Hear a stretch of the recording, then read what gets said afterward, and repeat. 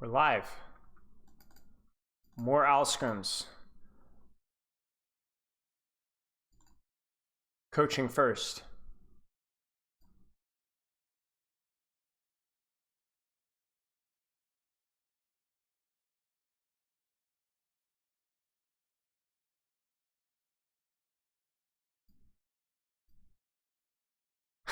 This is a banger of a Twitter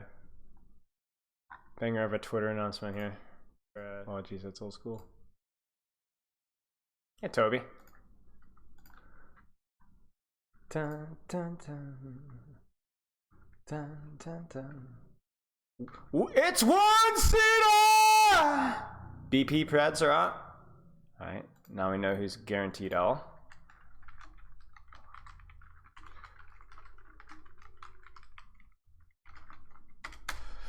I need my phone chat. Give me a sec. Ba, ba, ba. Ain't nothing but a mind ring. Tell me why. I never wanna hear you say I want it that way.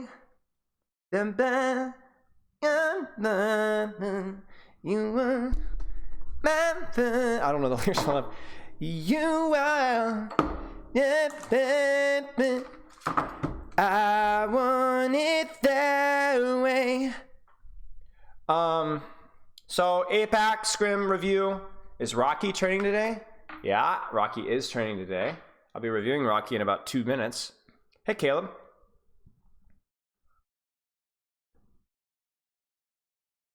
Oh boy, what is this? The Rocky fan club? Okay, well, we're good to go.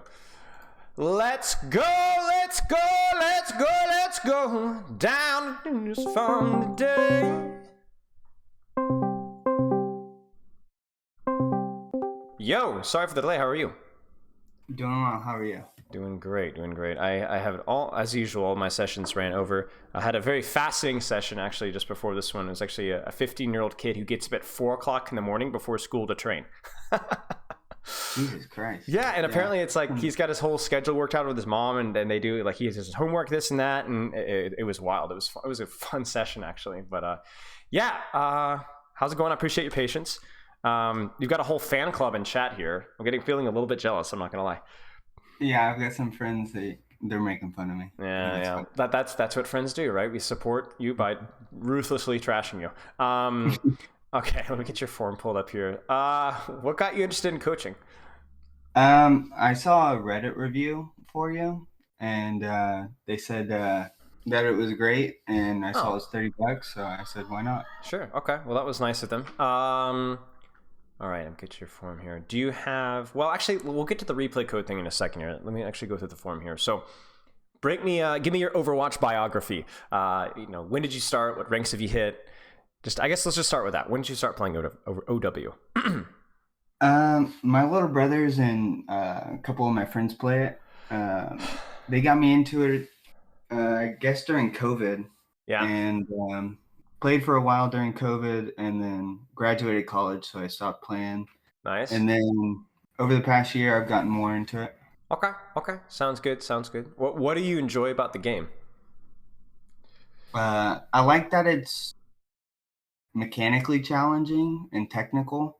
Okay. But I struggle with both of those things, which is challenging. Okay, sure.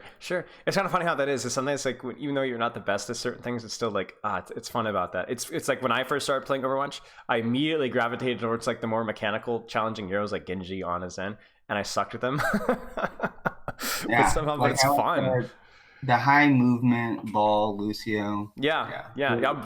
Oof. Yeah. I was gonna say those are some challenging heroes. Okay.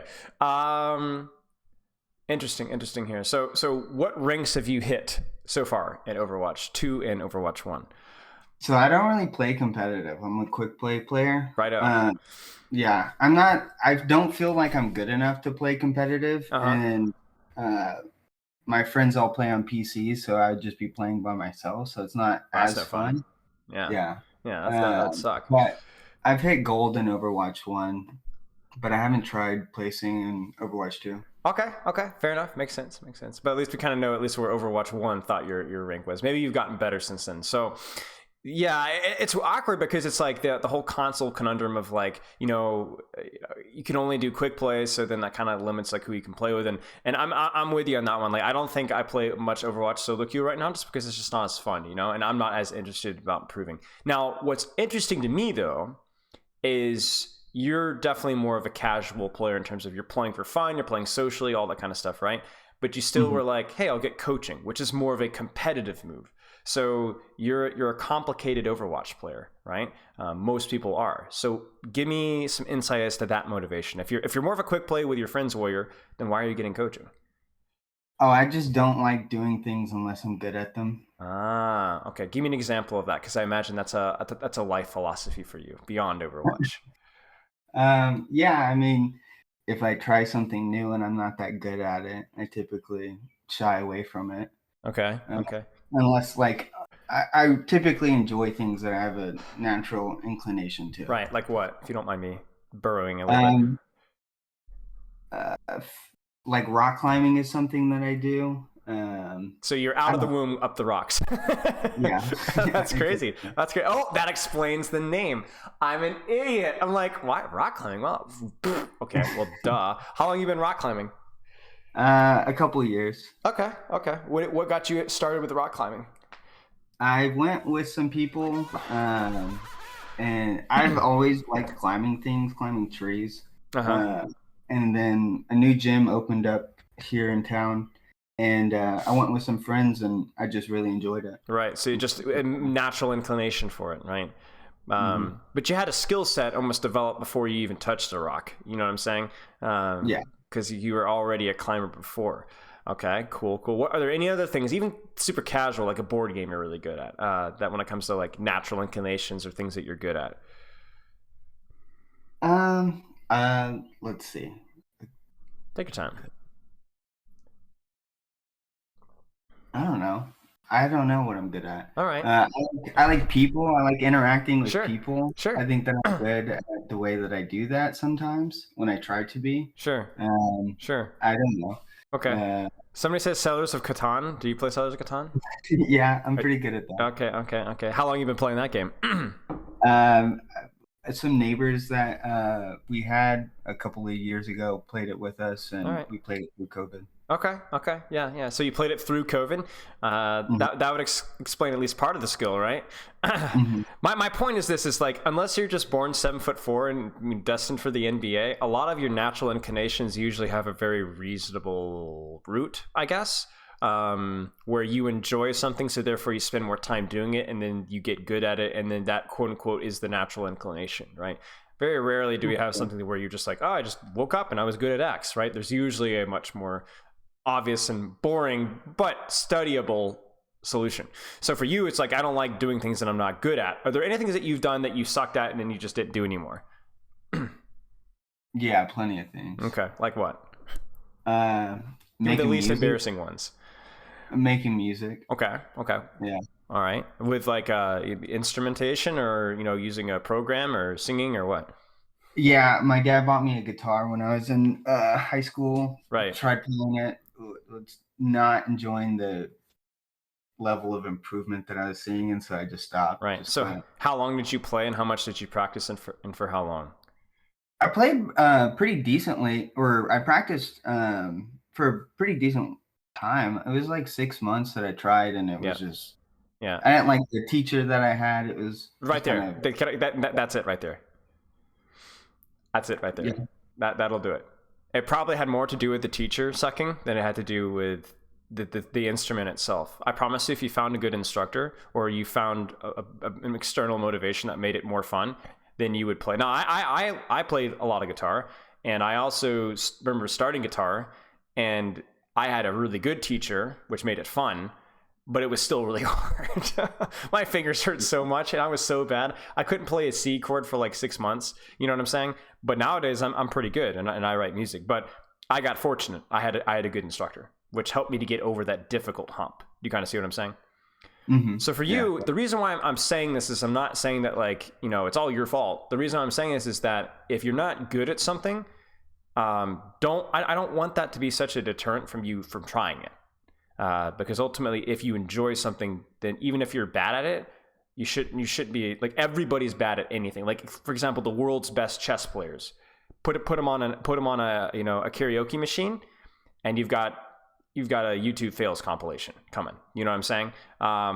If you put an NBA basketball player and throw the guy, like give him a catcher's glove and throw a pitch across the home plate, they might be okay because they have some hand-eye coordination, but they're going to be pretty bad, right? So I guess for you, it's like, I'm a little bit concerned, even as somebody that's maybe not, I don't know you that well, but be careful about the whole, I'm not good at something, therefore I don't know if I don't want to participate in it, because if you're unable to get over that hump, you might miss out on a lot of things that you actually enjoy. Like, are you good at ball right now? Not, I mean, comparatively, no. Right. But you're okay. I would think, I think on the bottom end of okay. Okay. So then why are you playing ball? He's just fun. Okay. You see what I'm saying? Screw it. Screw it. Just play it. It's fun, And through that, you'll probably get a little better at ball. Like, compare where you are now from where you started with ball, right? And same thing with Lucio. You know what I'm saying? Night and day, right? But yet you kept going. Why? Just because it's fun. Yeah. So apply that to everything. Like, a lot of people get good at things just because it's just fun. They don't care about being good at it, and then all of a sudden they go, "Oh, I'm good at it," right? Yeah. That's how it works. Yeah. That's how it works. And so I guess that applies in more ways than one. When I tell people to play competitive, all right, competitive mode, right? Now this is not an option for you because you're not able to play cross-platform with your friends, and that's the main reason why I play. But the reason why I play competitive and why I tell people to play competitive is because it's more fun than quick play. Now people are like, wait, what? Well, here, you know why it's more fun than quick play? Because I don't have to sit in queue every time an attack phase is done. I actually play attack and defense, right? So it's more fun. I don't think about competitive as being, really nobody should think about competitive as being like this sweaty win or loss, whatever. And if it is like that, it's because it's fun to compete like that. But losing a competitive game should still be fun, right? There's no difference between it and quick play outside of the fact that you're going to try a little harder, which makes it more fun. And then also, imagine if you played Settlers of Catan and you had somebody on the board who literally was not even trying and just actively trolling. Yeah. You'd get irritated, right? Not because you're like, you should be playing to win, but you should be playing to try because that's what makes it fun. If people weren't trying, it's not fun, right? That's what competitive mode is. So for you, you probably get in there in quick play and you're trying to win. Why? Because it's fun to try. It's fun to try. You kind of see what I'm saying? Yeah. And that's why we show respect to like teammates as well, or enemy teams, because if they weren't trying, then it would be too easy and then it wouldn't be fun, So I don't know. Something to consider. So you're on console right now. Are you on console out of choice or just by the situation that you're in right now, or because not everybody can have a PC. I get that. Yeah, I want a PC. I want one. They're stupid expensive. I speak from experience. Yeah. I'm sitting on a 6-year-old PC for that reason. Go ahead. Yeah, I would want a pretty decent one, and so I just bought a car, so I just got to save up for one. All right, fair enough. Well, if you ever do get that motivation to try PC and then eventually try competitive from there and then play with your friends, don't be scared. You will adjust just fine. Every console player that I've ever coached has had that initial difficulty, but they always adjust just fine. People trash on console players, but console players transition to PC and do literally just fine. Almost all of them, like within a couple of months, they're back to the same rank that they were before, and a lot of them climb even higher. Yeah, I feel like it's almost easier to play on PC, especially like movement-based characters. Great point. I didn't even think about that. It's a lot harder on controller. Yeah, I didn't even think about that. That's a great point. But yeah, okay. So we're in the quick play pool because that's what allows you to play with your friends. That's where it's fun. So play with your friends, but you know what? We can set some goals of things to work on in quick play, right? We treat it like competitive because there's no difference outside of the extra Q thing. You know what I'm saying? So yeah, okay. Let's Let's keep going through the forum. Any questions so far? No. All right. No. All right. What do you hope to get out of the session? Would like to see areas I know I can improve, but I don't see. Fair enough. I play on controller. LOL. What's the LOL for? Well, I don't think that I've seen many or any of your videos of you training controller people. Oh, that's because you don't know. Yeah. I've coached at least 20 controller people just in the last like 3 or 4 months. Okay. Yeah, I just coached a controller person right before this one. I coach a lot of console players. Yeah, there's no difference. It doesn't matter. Let's see here. Short-term, long-term goals in Overwatch here. Short-term, now obviously if this has changed, it's been about 2 weeks since you've seen this form, so just let me know. Short-term goals, improve mechanics, okay. Understand positioning, engagement timings, and anything else I'm not seeing. All right, makes sense. Long-term goals, get good enough to level to play ranked without tilting. All right. Do you get tilted in quick play? Yeah, certainly. Why? What tilts you? There's a lot of things that can tilt you, right? So what are some things that tilt you? It's typically just my own doings. Okay, give me some examples that come to mind. Well, yeah, like blaming like healers for deaths that were definitely my fault. What do you mean? Just like as in you slammed when you shouldn't have, or you messed up, or what? Yeah, I tend to be like way more aggressive than I should be, or like to just basically, just push more than I should. Okay. And I just try to keep it at a really fast pace, and I get frustrated when my team doesn't keep that pace with me. Does that team include your friends when you're playing with your friends? No, when I'm playing with my friends, it's not. Yeah, all right. I don't think I get to. Okay, fair enough. But the irony here is that you say get good enough to play ranked without tilting, but we're still in the quick play phase right here with tilting. Yeah. So this is what I was saying about the difference between quick play and ranked. There actually really isn't much of a difference.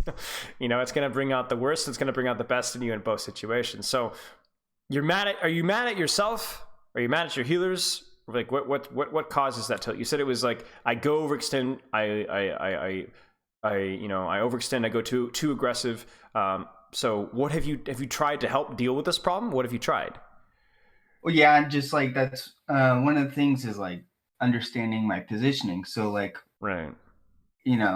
I tried to just afterwards, after I am done being mad about it, I try to assume like where I went wrong. And so, yeah, like that's part of this is like coaching. So because if I'm getting mad, it's because I'm not understanding something. Sure. Right? There's no explanation in my head. Sure. And so that's like part in why I'm doing the coaching session. Sure. Makes sense. Now I'm going to warn you. I'm going to curse you a little bit with knowledge, because what I am going to do is I'm going to give you some things to work at, to focus on instead of, the tilt. And I am going to give you some things that will at least answer the question about why this didn't go poorly. You'll have a better idea of why you're failing here and there. However, that's not necessarily going to solve the problem entirely. If I say, don't do this in this situation, and then you do that in a game and you go, oh, I shouldn't have done that, you might still get tilted, right? Yeah. You might be mad at yourself. You might be like, what am I doing? I'm such an idiot. I should know better, right? So your focus needs to be as a whole, what do I need to be doing differently instead of tilting? Like, what should I be focusing on the next fight? Should I be taking some deep breaths? Am I playing too long? I don't know. Because to me, tilt is not a single pronged issue like you were saying. It's a lot of things, right? It might be a lack of understanding. It might be a lack of discipline. It might be something that it sounds like for you tend to avoid things when you're not good at them. Or at least that's what you were saying earlier. So maybe that's something that we have to be careful about as well here as well. Like, do I have the wrong mindset? Am I mad that I'm not doing well, right? When I should just be focusing on having a good time, I don't know. Yeah, definitely. And something to consider. You're never going to be a good enough level to play ranked without tilting. Fair. You're not. Yeah. You're not. You could be literally the world's greatest ball, and now you're getting tilted at how bad your teammates are, or you're getting tilted when you make a mistake because you should know better. Yeah. There will never be a time when that will actually get there. So you need to start focusing on yourself and your response as a gold player to gold situations. Definitely. Okay, something to consider. How much do you play right now? What's like your average, I say training schedule, but obviously it's not like you have to get up, brush your teeth, quick play with friends for an hour and a half, right? How much do you play per day on average, though? I don't know. I work 9 to 5, so Yep. Okay. I do a bunch of other stuff. So I don't play super often. I'd say maybe 4 to 6 hours a week. Okay. 4 to 6 hours per week. So that's decent. That's decent. That's not a whole lot. Is that generally with friends during that time? Lately, no. I've been by myself. Okay. Sometimes so. Okay. And then when you're by yourself, you're playing quick play? Yeah. Okay, makes sense. I would take that opportunity to play a little bit of ranked and treat it like quick play. Like it's just it's better use of your time because, like I said, you're going to spend less time in queues. You could treat it literally the exact same. Treat it like don't be scared. Like just play the game. They say competitive. They play the big scary music like bang. You queue into a game. You're like it's just quick play. Just play the game. Yeah. You gotta get over that. So just for your own, because it's more fun, right? It's more fun. You spend more time playing the game and less time in queues. But anyway, okay. Do you have any questions so far? No. Okay. 4 to 6 hours is definitely on the lower end, but we could definitely make that time a little bit more efficient with what you're focusing on. Now, the next question is the real doozy. What is your hero pool in ranked? Let me just put it this way. What are the heroes that you play the majority of the time? Yeah, it would be Ball if I'm Ball, Orisa, or Ramattra if I'm playing tank. DPS, it switches. I'm looking at Sojourn, Sombra, and Bastion right now. And then I really don't play support. Okay. If I do, I'll play Lucio or Baptiste. Okay. So you are spreading things pretty thin when it comes to the amount of time that you're able to play. And then what you described to me is you've just taken, the thin slice of cheese and you've cut it even slimmer. If you want to improve at a hero, you need to put in a decent number of time at the hero to master it. Like there's nothing secretive about that there. And when you say, I play Sojourn and Sombra and Bastion, right? Maybe that's just like you play like 10 minutes, right?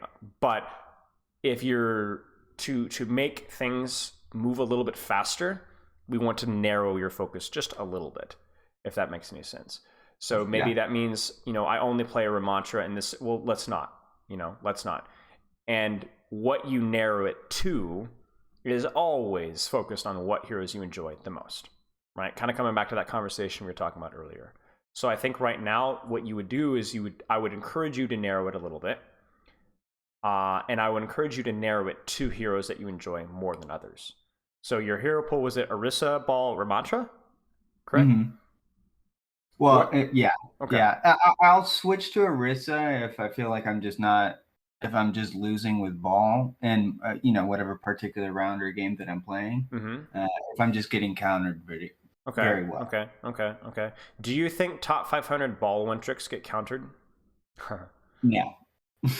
What do you mean no?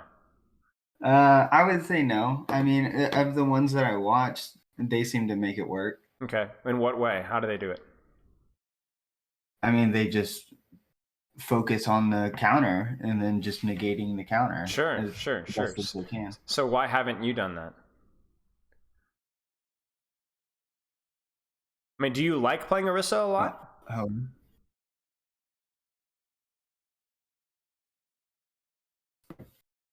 Can I see what I'm saying? Hello? Oh, can you hear me? Maybe my mic. I can now. Okay. No worries.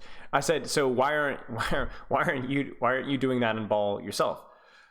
I don't feel like I'm good enough to. Okay. So how are you going to get good enough to? By practice. Right. Now that might mean a couple of messy games, but don't treat it like, I lost the game because I didn't swap from a Ball. Who cares? Right? Play what you enjoy. The irony here is that you probably are just as bad playing Orisa because you might not be as good of an Orisa as you are as a Ball. So by swapping off to counter the counter, you're probably just guaranteeing that you're going to lose the game. Yeah. You know? I can understand that. So just, and also you're not having as much fun. Now, obviously you're not going to have as much fun playing ball into Sombra anyway, but you probably will have a little bit more fun than you'd play Orisa. Now, I don't know. Maybe you like playing Orisa. I'm fine with that then. But like, just something to consider. And really that doesn't just apply to ball. That applies to every hero, right? Find your heroes that you enjoy and find ways to continue to enjoy them and find some form of success even when the enemy team counters you. Even when the enemy team counters you. Does that make sense? Yep. Okay. Again, it's not just about the improvement there, it's also the fun, right? If you don't like Orisa, then you're not only guaranteed losing the game by swapping to Orisa, but you're also having a miserable time along it. So you might as well learn something by sticking with ball and making it work. Okay, any questions so far? No. Okay, so training times in the lower end, we want to talk about maybe narrowing our hero pool to heroes that we enjoy more and practicing. Don't worry about the tilt thing. It happens. Don't just focus on enjoying the process. Sleep is a little bit on the lower end. 67 isn't great, but I get it. You're working, you're busy. But obviously, especially even with dealing with things like tilt, a little bit of sleep can help there as well. Any questions? No. Okay. I think, would you say Woody Holdings back from improving? I get way too aggressive when I shouldn't. I hyper-focus on getting kills when I should be doing other things. Mechanics. Okay, nothing really fancy here. Do you want to shoot me a replay code? Yeah. So I played, I got on last night, played 4 games. I won 2 and I lost 2. Do you want to see a victory or a loss? I want to see a game where you felt like you weren't sure what to do, or a close game, or both. Don't care if it's a victory or a loss. Okay, let's see. All right, let me put this up.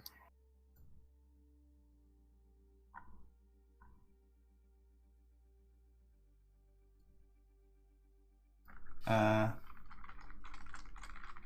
here. No, sorry. You're good. Good time.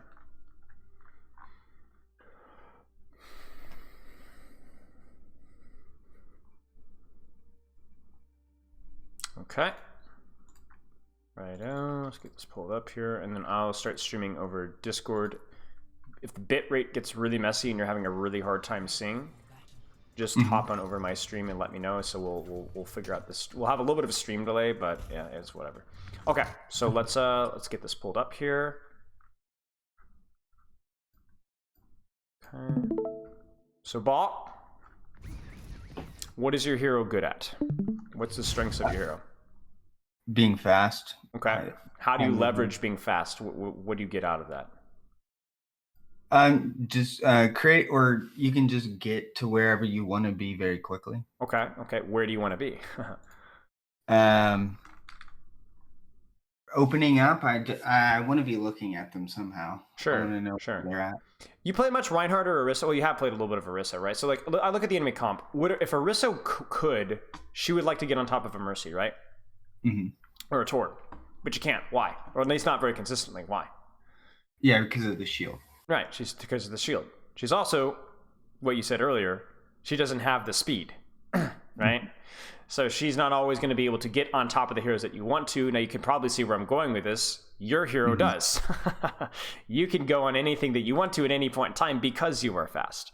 So then I guess that's my question is, if you do want to get on Mercy, I assume, and you do want to get on Torb, and maybe even Moira a little bit, right? What's their other DPS here? Genji. I mean, Genji's a little messy, but if maybe you can get a slam, okay. So then it's going to be about positioning yourself to get on those targets. Does that make sense? So then how do you do that? Where does Ball usually set up? Through the back end. Sure. Just sliding around. Right. Sliding around. Like, because we probably don't want to spend a whole lot of time messing with tanks. It might depends on the tank. Maybe you could boop them out of place or something like that. But yeah, we want to kind of set up a time to get a time and a position to try and get on that back line. So the mistake here is we're just not doing a very good job setting it up. That's all. You're breaking up some, if you can hear me. Yeah. Can you still hear me? 1, 2, 3. 1, 2, 3. Oh, well. Can you hear me now? Yeah. All right, good to go. All right, so yeah, I think we need to focus on setting up. There you go. Because not only did you do damage to them now, where are you positioned now? Behind, which, given a second, get your shields back, get your grapple back, maybe grab a little bit of HP, and you will be in a perfect position to take the 1v1s that you want to take. right? Mm-hmm. All right, let's check it out. And if they chase you, they're not. Your team has a free path through the choke. You kind of see that. And that's what I was hoping for. Right. Yeah. All right. Sigma's isolated. So I think the only thing here is we have to be very careful at this. So your hero is good with the gun, right? Mm-hmm. Your hero is not great with the gun, right? Yeah. Like if I'm a Winston, I wish I had a Wrecking Ball gun, right? But if I'm an Orisa or a Sigma or a Torbjorn, I'm laughing at your pathetic little puny gun, right? Yeah. And this Torbjorn is like, all right, you know, I'll shoot you. If you shoot me, we could just stay in here and look at each other. It's high noon, you know what I'm saying? And you're gonna get your face blown off, right? So if you're gonna shoot a Torbjorn, you better darn well be low enough to where you can actually secure the kill or scare him really bad, right? But look at his HP. You see the problem here, right? Mm-hmm. So how do we chunk that HP down in a way that's better for your hero? Rolling through. Well, that does 50 damage. Okay. What else? Slam. Slam, right? There's your 100 damage, right? And then we whip out the gun, and he's not even thinking about hitting his shots. He's screaming like a little girl trying to get away, right? The other thing about rolling and slamming is it hides your head hitbox. And something that makes, and that's one of the underrated things about ball is that that's why you don't take damage. But when you're shooting here, you are exposing your head hitbox. And if we look at the Torbjorn's POV, even if he doesn't shoot your head, it's just free damage, free real estate, over and over and over and over and over and over and over again. Now, I will say this. Do you see the top right of the kill feed? Mike Hunter 4 is dead. Right? Why did he die? Why did he get no support? Where is his team? Yeah. It's on you. So you kind of did your job. You just didn't do it very well. So if you were to do this again, we set up in a good position, but we did a really bad job once we set up at the position. So what would you do right now? How could we put out more damage, be more threat without taking more damage?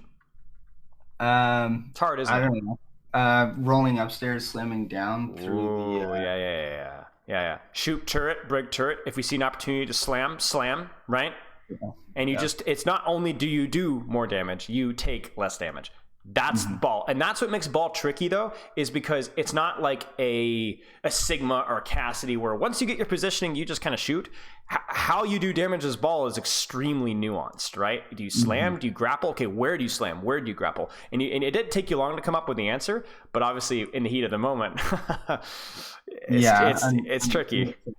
Yeah, it's tricky. So this is just good tinking and bad tinking at the same time. The idea is right. The execution is horrible. A little bit unlucky with the rock there, but yeah. Because it also meant that now we had to like reset our positioning now, right? Now we have to start all over again, right? So like even here, don't shoot. Yeah. As soon as they start shooting you at this range, they will butcher you, right? They do so much more damage than you. Now this is scary, but you already have done more damage and more pressure than anything you've done in like the last 30 seconds. And look at your HP. Yeah. Not bad. Fat shields, no head hitbox. A little bit of you open up yourself just for a brief moment to break turret. Now go back into ball form. A little bit of Genji damage. Now that hero, if it's just that hero, you can shoot and do pretty decent damage versus, because he's not very good at shooting either. All right.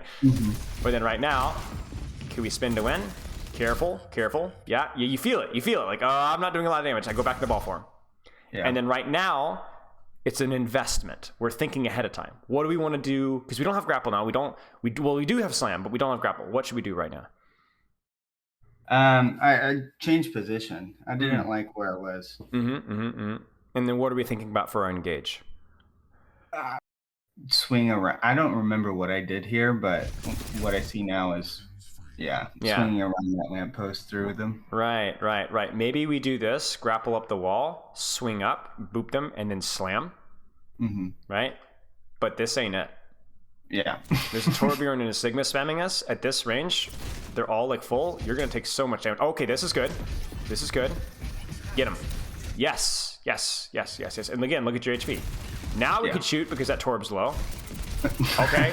Well, I mean, it happens. It's hard. You're playing a hero where you have to do all these crazy 180s on a controller. I mean, what do you expect? You know what I'm saying? It's hard. Okay. So then now Do we have her slam yet? No. No. So what should we do? I don't know. I don't know. It's a good question. Should we roll through these guys? Is it worth it? Should we grab a health pack? Should we set it for next fight? Should we boop the Sigma in? I would think to roll through and grab the health pack on the other side of that wall. I love it. Let's do it. Uh-oh. That wasn't it. right? Now this is why it's hard though, right? It's not always easy. This is good. Oh, she's solo. Get her. Oh. Now, you shot here and you died for it, but the fight's lost, right? So that's fine. Why did you shoot here even though you knew you would die for it? You see the Sigma? Because I wanted the Sigma. I felt like the Sigma. Right. I mean, this is what we talked about, right? If you're gonna shoot, make sure that they're low. Have a good reason for it, right? Because this makes total sense. Okay, let's keep going. So we need to keep our brain constantly active about where do I want to grapple, where do I want to roll, where do I want to slam? Like always thinking about like the next engage, even if that means that we have to take a break from shooting. Because as we saw, taking a break from shooting not only gives you more time to think about what you're going to do in 3 or 4 seconds, but it actually is generally a good thing so that you don't take too much damage in the meantime. All right, so we set up. Nice. They're not even at the choke anymore. They're scared of you. This is great. Is our team ready? Looks like our team's walking through the choke. This is good. Now is a good time to do stuff. Turret's super annoying. Hate that thing. Okay, now Sigma's pushing you. Interesting. I thought they were there. Yeah. Whoops. Yeah. I mean, this is why this hero is hard. You have to know. Yeah. So, with the information that you would have had if you had just peeked out the window, what do you do? Still roll through, but I just wasted my grapple. Right.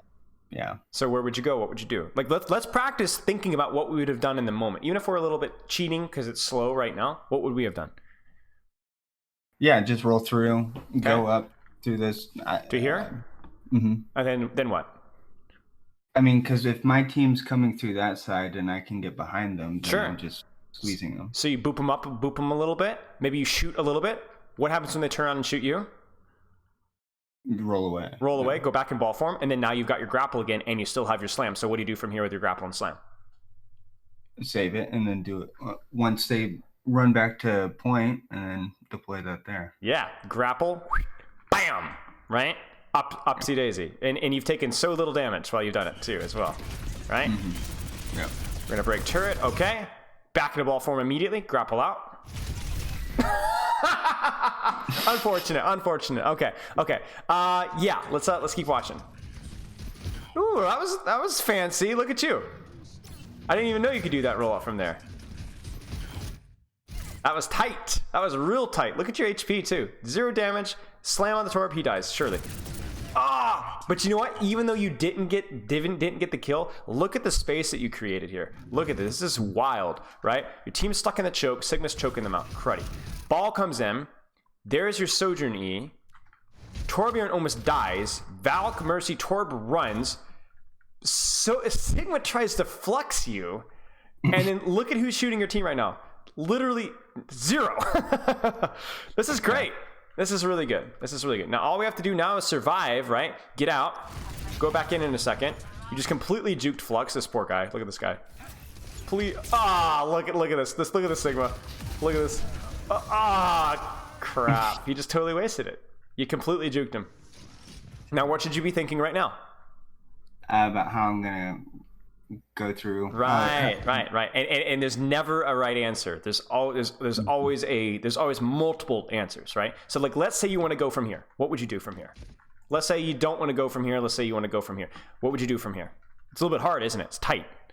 Yeah, grapple up the right side of the wall. Okay. Slam and... Yeah, so maybe walk out, grapple, whoop, and slam on the tor maybe, and then shoot a little bit if they're low, and then otherwise grab the health pack and go from there. Yeah, let's see what we do. Or just drop mines, right? We got mines now. Oh, yeah. Drop it. Mines on point. A little bit of a blind slam. And I know that's a lot harder with ball, but that's something that we might want to try and do, is once we look up for the grapple, try to look down with your screen Because if you could tilt your screen down, you might have a better idea that, okay, I'm going to drop mines on point, but I'm not going to slam because it's such a long cooldown. I mean, it's not a long cooldown, but it's longer than grapples. So, okay. We're chilling. Don't do this, right? Don't do this. Now, be very careful because he will win that trade. He is better than you at that. Yeah. And while you're doing that, you've been snuck up on, right? They snuck up on you. You didn't. I mean, look. There's a Mercy right here. Shoot the Mercy if you're gonna shoot anybody. But you didn't even know she was there. Why? Yeah. I was playing around with right now. I have a very fun little surprise for you. That's one of the damage orbs of all time. Moira players, I'm telling you. Yeah, okay. I mean, the play itself is fine, and we get out. All right, I'm a fan. Ooh. Oh, yeah. This is free. She's way overextended. She's not even looking at you, so yeah, just use those guns. And then Nice shot. Now get out. Oh my gosh, this is good. Keep going. Next fight. Is my team ready? Uh-oh, Torb's here. He doesn't see me slam. Bam! He's not even looking, so shoot him. Nice. Look at you. You're absolutely deadlifting this fight right now. You're absolutely deadlifting. Good spin to win here. Break the turret. Bam. We don't have grapple yet, so we're gonna look at it a little bit. That's a horrible slam. You're way better than that. But yeah, this is where like the ball, it almost just like requires like an ADHD brain to like bam, you know, step next step. Messed it up. In the heat of the moment, I just start pressing my buttons. So as you get better here, okay, so like right here, what would you do right here? Look at your cooldowns, look at the situation. What would you do? I have no idea. I have no cooldowns. My health is fine. But I can't shoot him. He's got his stuff going. Right. But you got grapple in 2 seconds. Yeah. So you know what you do? Nothing. Roll out. Nothing. Yeah. Nothing, right? Well, and then roll out. Yes. And then roll out. Yes. So the problem here isn't even what you're trying to do. It's the fact that, why are we doing it right now? Take a second. Just take a second, right? Grab Mega or do nothing and let your shields recharge. And then go. And then maybe shoot him from the side, right? So that he turns his shift towards you and then maybe he gets shot by the Moira or shot by the Pharah from the other angle, right? And then because as long as he's shifting, you could shoot him, right? Because he's not doing damage to you, right? You don't want to feed the shift, right? But all I'm saying is that we could wait a second here. We can wait a second, and that's what we're noticing a little bit. I think if you waited a little bit more with your shooting and spend a little bit more time actively thinking about what am I going to do 5 seconds from now, your ball play I think would level up. All right. Because right now, this is a good intention. You just didn't know you didn't have grapple. If you'd been paying attention, you would have known. And then we grapple this Sigma. We boop this Sigma. We slam this Sigma. This Sigma has a really high chance of dying. Yeah. Really high chance of dying. Or at the very least, we do a lot of damage to him. We make the Mercy scream, pocket, heal. And then he has to back up. And then we go from there. But this is well... say mediocre, I think is doing you a favor. It's not even mediocre, it's just horrible. You know, this is a disaster, right? And the reason why this is a disaster is because you've already shown us that you're better than this, right? You can when you're focused and you're thinking about what to do next and you're decisive and also patient, right? At the right times, you carry. The only reason this fight is even remotely winnable is because of what you've done. But this is a night and day difference between what you've done previously and what you're doing now. Even now, like, why are we shooting the Sigma at this point in time? This fight's lost. If anything, we might need to go for a squishy or just get out. Yeah, just get out. Don't shoot.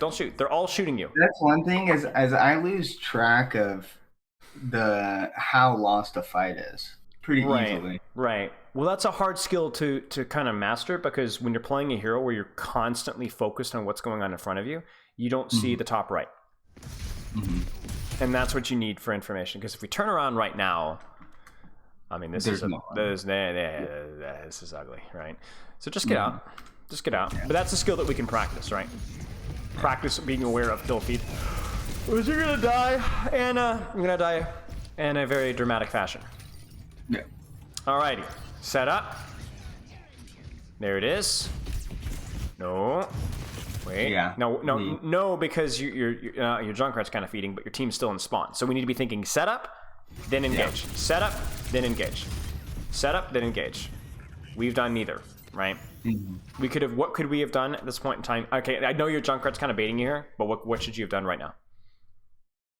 I should have gone on the right side. You see, you know what you're talking about. You know what you're talking about. I'm doing a teeny little bit of teaching here, but you already know what you're talking about. Just not doing it. And that's not because necessarily through like laziness or lack of trying. We just need to hone that skill a little bit, right? Like I'm sure you know a lot more about rock climbing than you can actually do. Right? Yeah. And that's like the skill to knowledge discrepancy. It's why I'm not the greatest player of all time, right? Why am I not top 500? Well, because I'm just not very good at making the decisions in the moment. But the problem here is that because you didn't set up, because you weren't very decisive, look at your HP, look at your setup. You're not even setting up from an angle, right? From the positions that you want. You're setting up in the middle of your own backline. Gross. That being said, let's say you messed up. What's the game plan right now? Engage game plan. What are you going to do? What should you do? Spin through and slam. Okay. Sure, right? We take that. We take that. Should we be shooting anymore? No. Immediately go into grapple and find somebody. Yeah. I mean, you had the right idea, right? Yeah, I was just close. You like this is fine. This has been totally fine. This is the problem here is that this has been so inconsistent. Yeah. So inconsistent.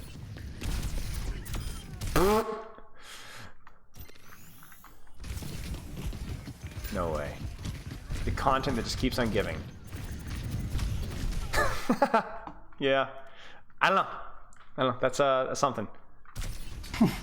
Nice. Really nice slam. Don't shoot the Sigma, shoot the Mercy, right? Return on investment, right? Yeah, when we think about it, it's not like shooting a tank is bad, but when we can also shoot the Mercy, we prioritize the squishy, right? Usually we will spend time, well, not usually, but oftentimes we'll shoot tank because we can't shoot the Mercy, but we can now, so we should be. And you adjust, but now it's a little late. Yeah. Okay. And honestly, it's kind of over from there. So, what are you seeing so far? If you have another code for me, we can look at another code. But what are you seeing so far in the meantime? I'm just doing stuff to do stuff. That's a great way of putting it. That's actually poetic. It's a great way of putting it. You're just doing stuff to do stuff. But what's the problem with that? Yeah, it's robbing me of my opportunity to actually do something useful. Right. You simultaneously need to be doing more and less at the same time. You kind of see what I'm saying? When you're not doing anything, what should you be doing? I should be moving or setting up elsewhere. Right. Just think about ahead of time. Like, what would I try? I want to try this. I don't know if this will work, but try it. Think about it ahead of time. All right. And then what should you be doing when you're doing things? Right. Yeah. Just doing things better. Get the grapple spot, get the slam, decide about whether I should be shooting or not. Right. Okay. Any questions so far? No. Okay. Lots of good things. When you're on your game, you're playing really well. You definitely kind of know what your hero's strengths are. Your staging, the use of the grapple and slam, even a little bit of your target priority was pretty good there. But yeah, we need to be doing more and less, and maybe some micro things. Is there any like little micro details with your cooldowns that you think you could be practicing? Yeah, I don't manage them that well. What do you mean? I'll die with my shields up. Yeah. Yeah, that's not optimal. No, that's like stupid. Yeah. I think a lot of how your cooldowns are used, even down to your shields, will improve once you have a better idea of what you're trying to do with your. Think of it as like, this is what I'm going to do with my engage. Therefore, this is how I will use my cooldowns. Okay. You kind of see what I'm saying? If I know I'm going for a grapple into a slam, I know what I'm going to do. I even know how I'm going to use my gun. I might whip out my gun after the slam and then go, oh no, I'm taking damage, go back into ball form. Right? If I'm just going to boop and not slam, I know what I'm doing with my slam. I'm not using it at all, right? I'm just not going to use it, right? So the shields is a little bit of an anomaly, where it kind of is a little bit of an outsider, but just something to consider. We want to use our shields when we can get max value out of it. And then obviously when we don't have it, we have to play a little bit more cautious. Okay, let's keep going.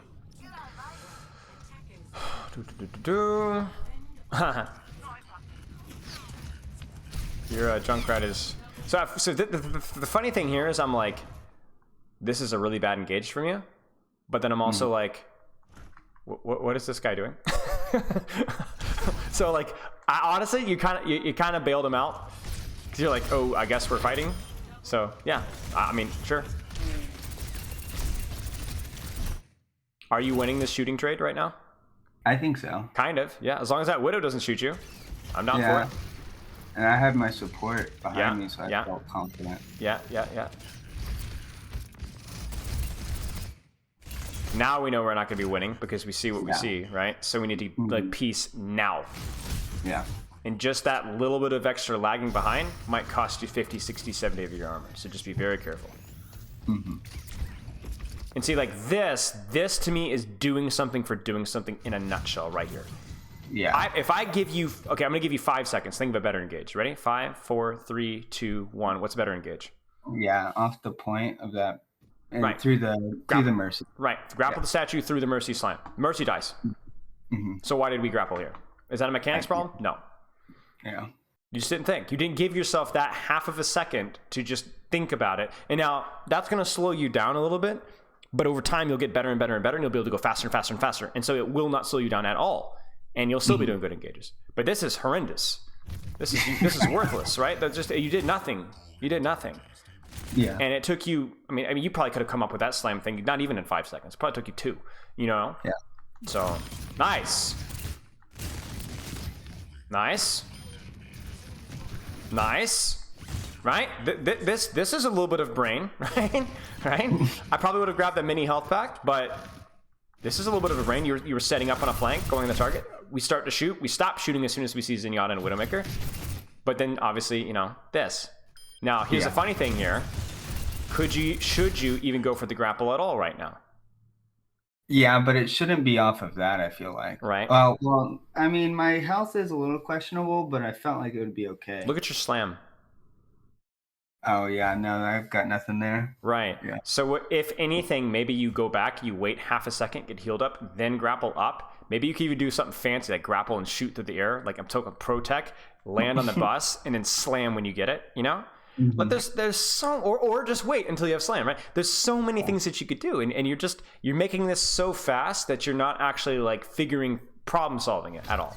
You're just going and this is something else, right? Like even this here, it's like you feel like you have to be doing something, but really all this is going to be doing is making your healers sweat because you're going to be taking more damage than you're going to be doing. Okay. But come on. You know, just that ain't even close to it, right? That's just silly, right? Okay. So I want to keep practicing this with you. I want to keep going through as many fights as we can in this review and just talk about what should you have done, what could you have done. Because remember, it's an art, right? There's almost never one answer. There's always at least 2 or 3 good answers, and it's going to be up to you. This is smart, right? Why? Because he's low. He's low, and who else do you see? No one. Right, and who has a better gun at this range when he's in Nemesis form? Yeah, that's me. You do. So this is good, and he should die for that. Ah! A little bit of a mechanical loop. Get out. Oh my gosh. Maybe that's why you went it. You're just trying. You know, honestly, this might have been big brain, right? Get in their face, ego it, because if they look at you, they're not looking at tire. Bam. See, I knew you were a pro all along. I knew it. Hey, you know what's funny is these mechanics really not that bad. Your tracking, not bad. I tried to slam him there, but yeah. You didn't need to. Yeah, nice job. All right. Yeah, probably didn't need to shield stat, but I'm okay. Nice. Now you're just doing something to do something. Yeah. I can see the transition. You see, oh, Junkrat's in. Oh, you know what? Maybe you're trying to help out your Junkrat. I'll cut you some slack. Maybe yeah, I think I was trying to knock him back, keep Nemesis away. Yes. So you know what? Okay, you proved me wrong. We've got a solid, what, 30 seconds now where our brain has been on? It's an all-time record. Until you did this. Yeah. Why are we shooting this? He's full HP. Yeah. Shoot the Moira. Like, this guy's, he's going to do what he wants. You know what I'm saying? So just shoot the Moira. Maybe we force a fade. Maybe we kill the Moira. Maybe we farm more ult charge. I don't know. This isn't it, though. If anything, you're just making it easier for him to keep the ultimate live. And you should... That was stupid. What is it? That was a waste to drop mines. Yeah, it was. Yeah.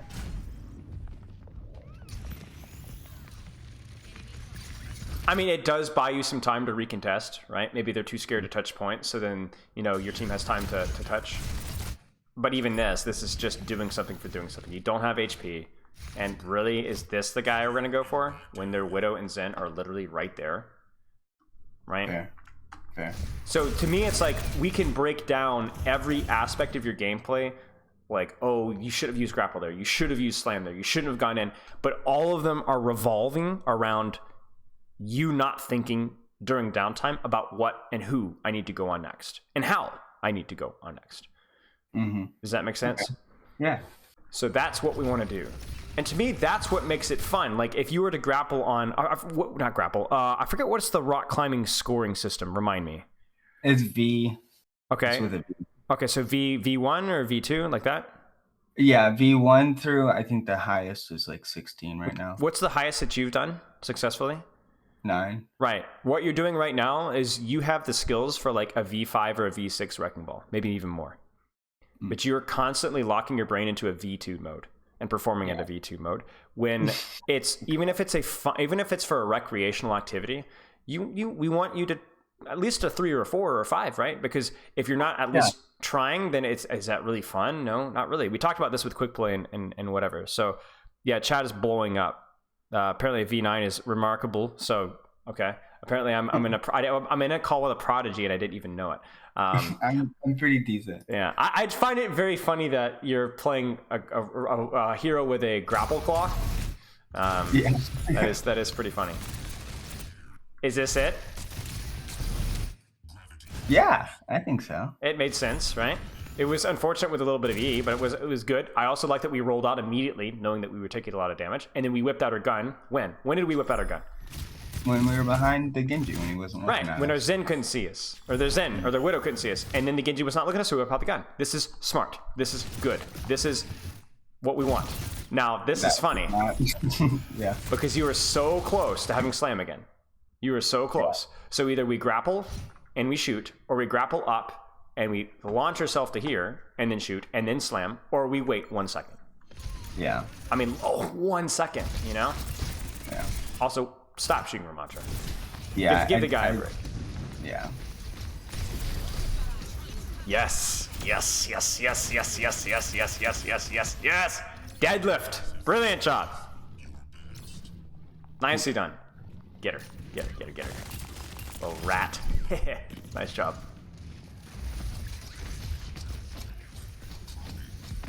That is probably not a good play. However, that is the type of tracking that we want. Remember we talked about this in Midtown, right? Look at you. You're looking. You launch yourself so high you can actually select it. That was good. Now, here's the funny thing. You're like, oh, I'm shooting in front of the enemy team. That's bad, right? Well, yes and no. You turn the Ramatra around. Who could shoot your head right now? I don't know. It's really hard from their POV. You see this? This Zenyatta and this Moira, they can't even see your head. Yeah. So you've turned your big fat back to them, and it's like, okay, they can shoot you, yes, which might be scary, but they can't headshot you, right? Which is fine. I don't know if I love the engage, but you know, okay. Careful. Thinking. What's next? This is not next. This is not next. We're actively losing more HP than we're doing it. No. Yeah. So I don't want to sound like a broken record anymore, but I want you to see how many. Yes. I want you to see how many fights just come down to you just kind of using abilities just for the sake of using abilities. Mines. Yeah. Nice. Well, the Moira, it's like clockwork. The Moiras have to die to mines. That's just the rules. But even here, right? Moira dies to mines. if you're trying to boot people in the mines, I don't even think you were setting that up I at was all. going for the Moira there. All right. Okay, fair enough. Stop. Yeah. Okay. Yeah. Let's watch one more fight, and I'm gonna be. Oh, this guy. These rift tires. I'm gonna be impressed, surely. Oh, we're fighting. We are fighting. Okay. Warrior's out. This fight's probably lost, so just be careful. Okay, we're out. All right. Seems good. Oh, now we're winning. We're back in. Yeah. I thought they were chasing me a lot. There you go. Good slam. Nice.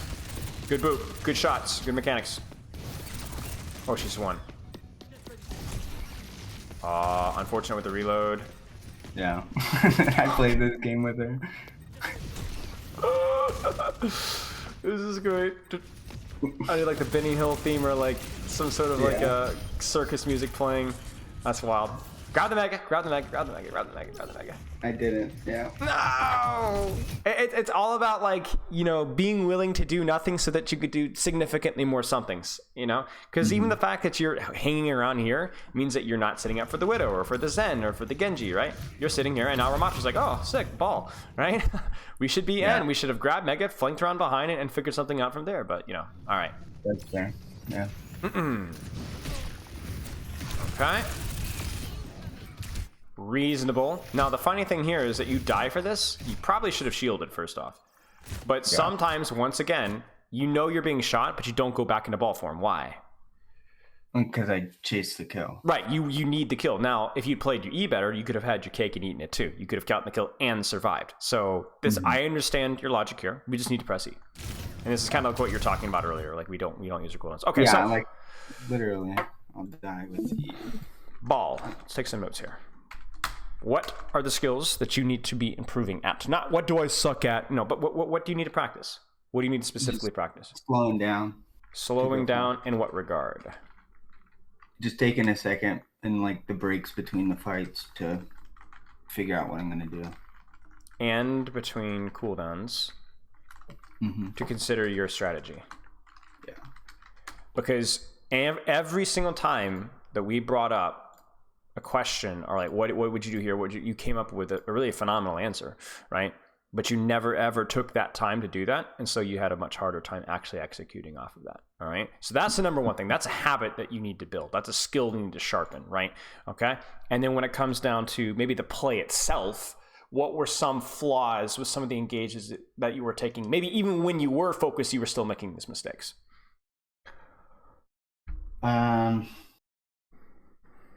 I'm not sure. Okay, let's go down the list. How was your grapple usage? Pretty bad. Pretty bad? Why was it bad? Occasionally. It was like, it's good sometimes and then just bad other times. Right. So grapple felt like we just used it to use it.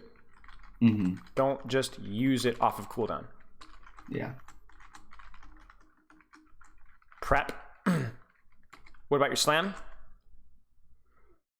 Slam, yeah, I just need to be more like purposeful and look before I use slam.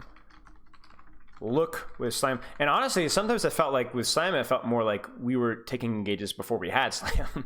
But that kind of goes back to our first point. But yes, agreed. Within the micro of slam, looking with our slam a little bit would be a good habit. All right. What about our guns? Stop shooting stuff to shoot stuff. Make sure you have a good reason to shoot. Yeah. Because guns are a very important part of ball, but it could either be a feed or a carry, depending on how you manage it, right? Do you have any questions? Because those are the big ones for me. I think our mines were fine. I think our shields, a couple of them were kind of shaky, but honestly not too bad. The big ones were those, and I think starts the first one. That will help everything get better. You have any questions? Yeah. Sure. So it's like I lose it every time I get into the middle of the fight. I just kind of like will fall apart. Other than, I don't know how to exactly ask my question. How do you build the skill of like Yeah, just slowing it being able down. to like stay level headed, Yeah, without yeah, getting too like yeah, caught up. yeah. And, There isn't a trick to it. You're aware that this is the issue with your play. That's the number one step. It's like Alcoholics Anonymous, right? So you're aware that you have an issue when it comes to just keeping it going. So go into your play, whether it's quick play or ranked, or whether you're playing with friends, and remind yourself, sticky note on the TV monitor or whatever, hey, slow it down. But when I'm between cooldowns, and be specific, right? We're not just saying slow it down, period. We're saying when you don't have cooldowns, when you're between fights, that's when we need to be thinking, right? mm-hmm. When the grapple's on cooldown, when the slam's on cooldown, that's a perfect time to think about what you want to try next. And it doesn't matter if you're Yeetle or not, you can certainly pretend to and try to. Go for all the hard engages, I don't care. Go for the high risk, high reward stuff, I don't care. But have a plan. Yeah. So when we say slow it down, you need to practice going into games with between cooldowns, between the engages, thinking about what to do next. Even if it's just 1 second and it's only 10% better than what we saw today, that is a massive step up for you in the long term. Perfect. So it's not, you're going to forget a lot, but if you remember 25% of the time, you were remembering 0% of the time in the VOD we just looked at. Right? Yeah. So there's nowhere to go but up, right? We're not expecting to go from V1 to V16, right? So let's do it from V1 to V2. And then from there, we go from V2 to V3 and so on. And the reason why this is so important is by slowing it down, you're giving yourself a chance to actually understand the hero better rather than just mindlessly smash cooldowns and you don't even know what you're practicing or what you're getting better at or what you needed to do differently. Mm-hmm. Does that make sense? Yep. Okay. Do you have any other questions? Because that was a good one. No. Okay. So if you do have any other questions, just shoot me a message anytime. Also, because you got a coaching session, you have a free replay review. So send me some timestamps. If you have a game where you're like, I'm not sure what I should have done here, send me like 3 or 4 different timestamps, and I'll give you some feedback in a couple of days. And that doesn't expire. So anytime next month, 15 years from now, just shoot me the codes. Sound good? Cool. All right. Thank you. I appreciate it. You are very welcome. Good luck with your practice. And don't forget the stuff that we talked about in the first half is really important too, like the mentality, ranked, narrowing your hero pool a little bit. Some of those things will help out as well. All right, man. Definitely. Keep in touch. Good luck. See ya. Thank you, sir. You're very welcome. Cheers. Slugger, what are you talking about? Oh my gosh. Casual addiction in my chat. Yikes. All right, chat. That was Rocky, the climbing extraordinaire, in more than ways than one. Hope you guys found that one fun. And yeah, that was fun. Let's keep going. Rocky is the best. Yeah, Rocky knew what he was talking about. So it's just gonna be about actually executing on what we know. That's always a challenge. That's a challenge for everybody. That's not unique to Overwatch whatsoever. Okay, let's do this. Roly poly 3. Okay. Uh-oh. So we're supposed to have a replay code review, but this person isn't online. Why high elo ball reviews rare? They're not. If I go into my Discord right here,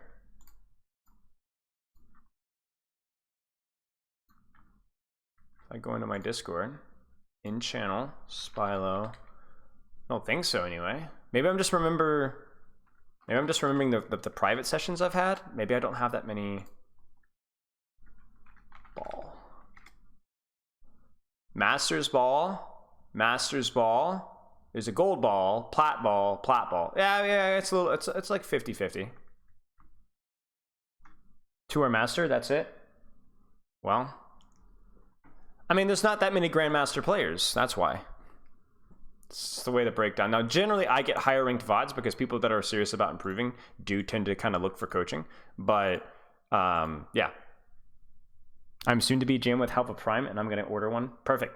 There you go. So, be the change that you want to see in the world.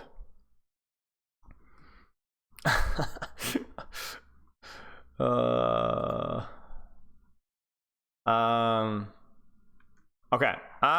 Well, like I said, again, we have a VOD review, but the person's not online, so I'm wondering what the plan is here. Because honestly, at this point in time, I don't want to start the Overwatch League review too soon. I'll take the VOD review for them, clubs. Yeah, that's very, very helpful of you. Very kind. Maybe we can do... Listen, we'll give them 5 minutes, and if I don't hear from them in 5 minutes, because the thing is, they should have been on the review. We're already running late as it is, and there's still none here, so they would have to be like half an hour late, which is a little bit late. They're not even online. So here's what I'll do. We'll wait like 5-10 minutes, and do you guys want to do a raffle review? Viewer 1v1s? I would like to, but my fingers all busted up. I can't even move, and I'm really trying to rest it because I need it to actually heal. That's why I've disabled the 1v1 like channel points. Maybe we can do a raffle.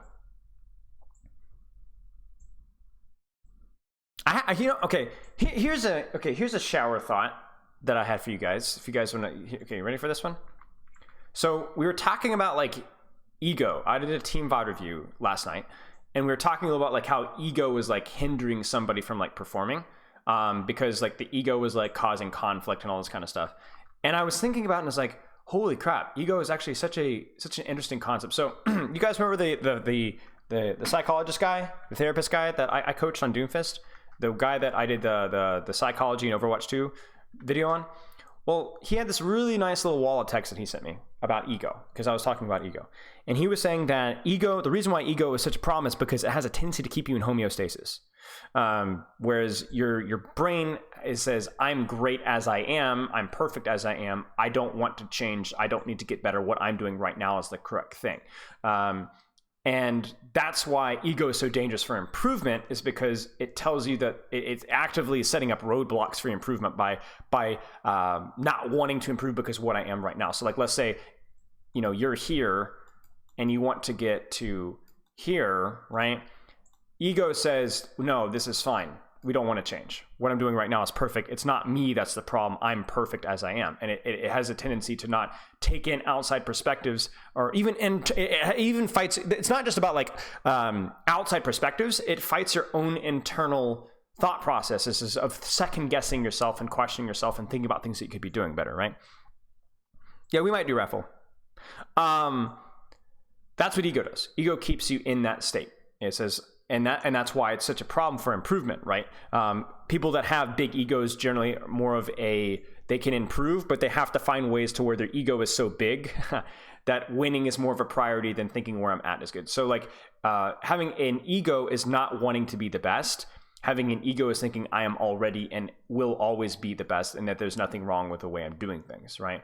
You can have a bravado or a braggadocious behavior, but if you truly think that where you're at is perfect, then that's the truly toxic ego. Now, I was thinking about this, and ego is why people blame their teams for a loss. I mean, that is the perfect definition of ego. It's where I did everything right.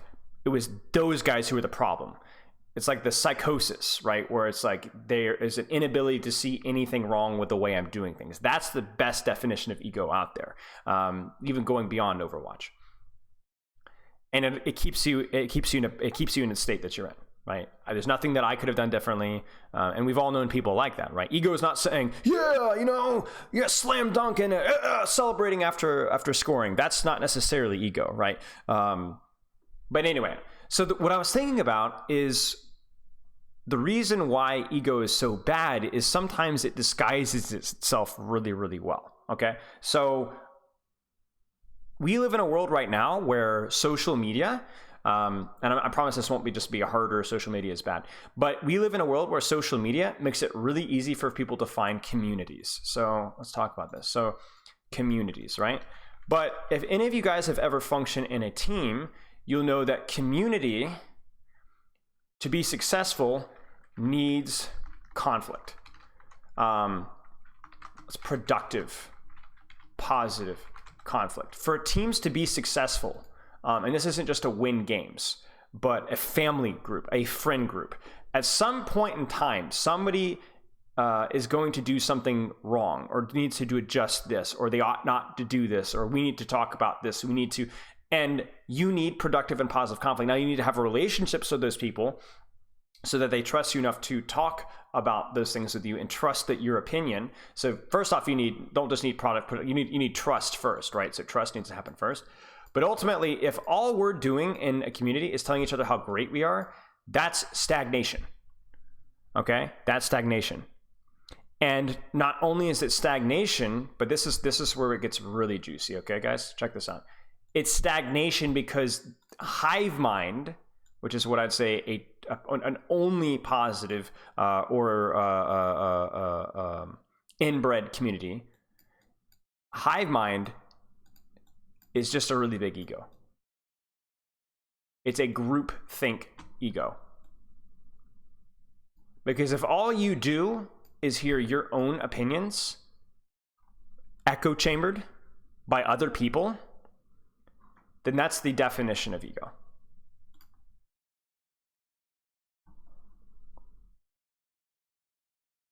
Right. So all we do is we hear our opinions parroted over and over and over and over again. Then there is no room for growth. There's no room for change. And people pursue this because it's comfortable. And you don't get your ideas challenged. You don't get your thoughts, political, social, game-oriented, right? Challenged, right? You don't get to see things from other people's sides. And as a result, you actually miss something, right? Now, the problem is we often end up in circumstances like these because we say, oh, we want to avoid the toxicity of fill in the blank, right? We don't want to, I'm so tired of this, and this is such a, whatever, right? But the problem with that is that often becomes a very blanket excuse for just us avoiding even positive conflict. I knew a lot of people, you probably know a lot of people here where they say, oh, sorry, I don't do the whole conflict, I don't do the toxicity thing, we're a very PMA, community, right? But the problem with that is that's a very unnatural thing. And some of the most toxic communities that you'll ever find are the PMA ones. You guys ever have experience with that? I'm not going to name any names. I'm not going to name any communities. But the ones that are so PMA that it's like we're happy here, we don't do that here, right? And it's everybody thinks alike. Everybody is this, and it's a culture for victimhood. It's a culture for blaming other people. It's a culture where there's a lot of toxicity, and what ends up happening is that toxicity comes out somewhere, right? It has to come out somewhere. The conflict, the frustration has to come out somewhere, and it usually comes out backhanded. It comes out behind people's backs. It's not done in a productive and healthy way, because the thing is conflict doesn't just go away, right? Conflict doesn't just go away. It has to come out in some way. And usually when you force it and pretend it's not there, it comes out in unproductive ways. Right?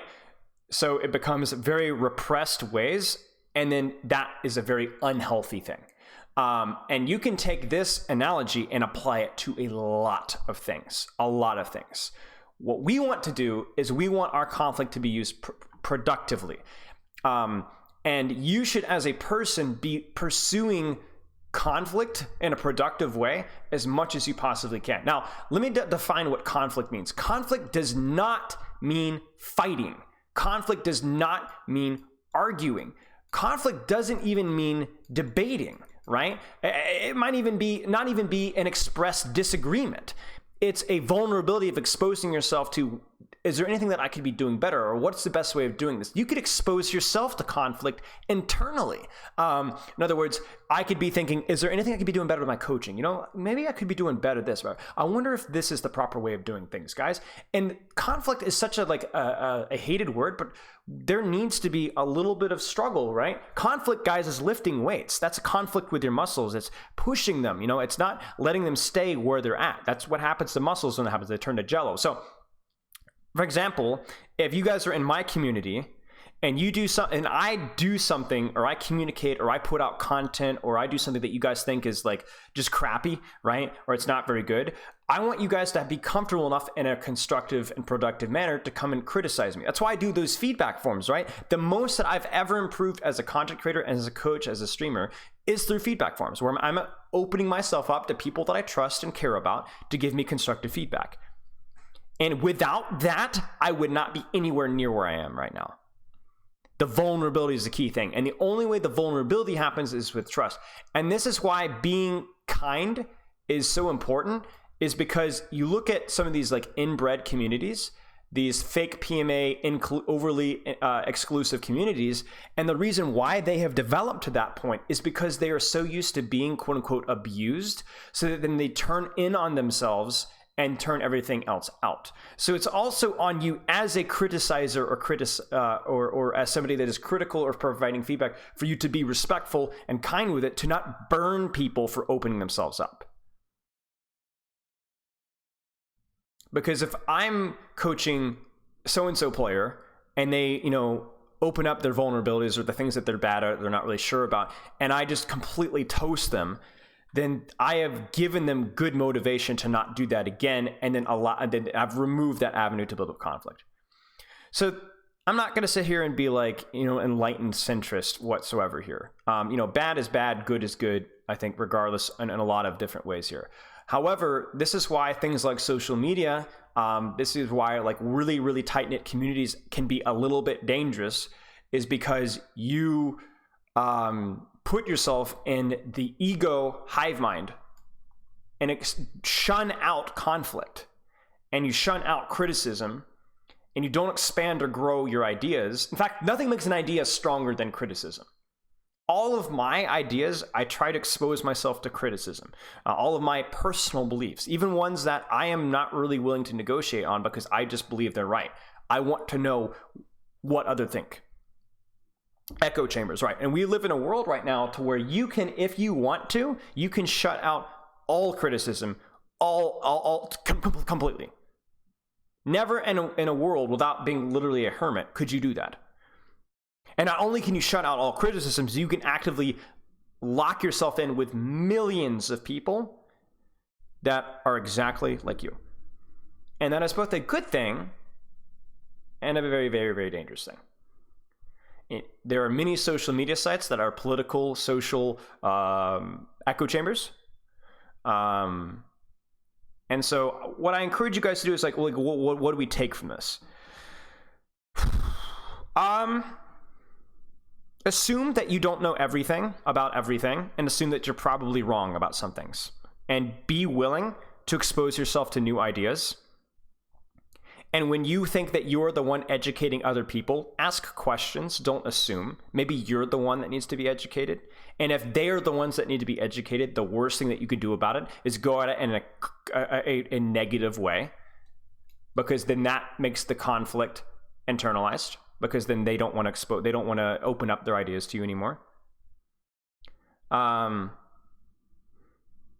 Yeah, a lot of subreddits or echo chambers. Yeah, I mean, a lot of things, a lot of Discord servers, a lot of, I hope that my community never becomes inbred. I hope that we always become more, but the thing is, it's a lot like genetical things, where like the longer it stays isolated, the worse it gets. It's a lot like genetics in that regard, right? But yeah, I don't know. Right, so we just need to have a little bit of humility and think that we don't always understand everything. I am not near enough of a humble person. But one thing I try to do whenever I can is admit ignorance whenever I can.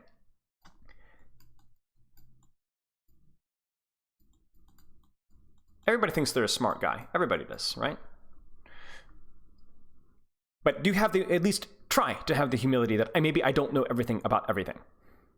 We also live in a world where information is immediately accessible, but it's also which means it's very easy to be opinionated about stuff that you only know a surface level about.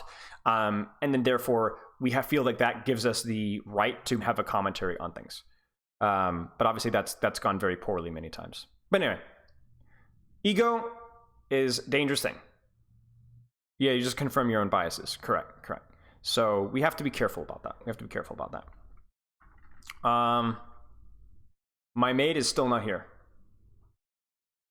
So that's a little bit unfortunate. We might just have to do a raffle review. You guys want to do a raffle review? Yeah, we can do a raffle review. Let's do a raffle. Nightbot, Nightbot, da da da da da.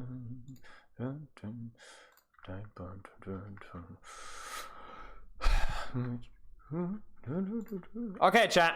Let's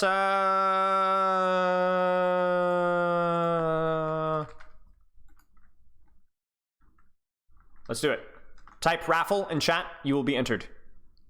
Type raffle in chat if you would like to enter a free 30-minute Maybe not even 30. We might not have the full 30, but we might be able to get a 30 minutes. All you need is a replay code. That's all.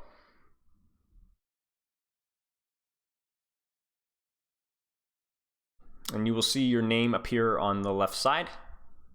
Should I enter lol? Why not? Why not lol?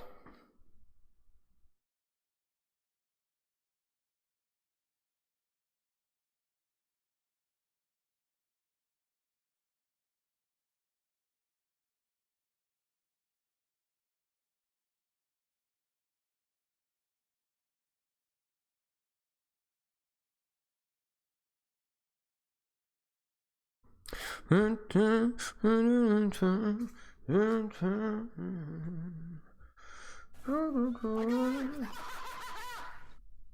is Nightbot on the list? Because Nightbot's fixing to steal the review away from you. Nightbot has become sentient and mains Moira. I'm not reporting him.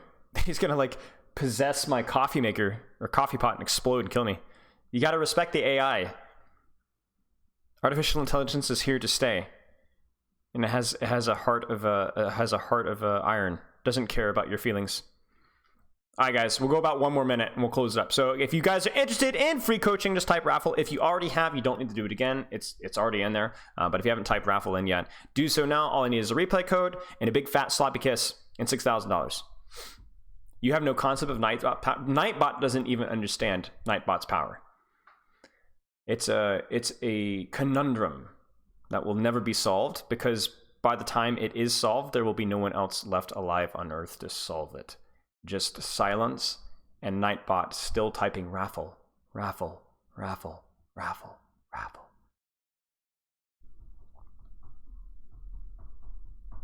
Little Ray Bradbury on you. 30 seconds.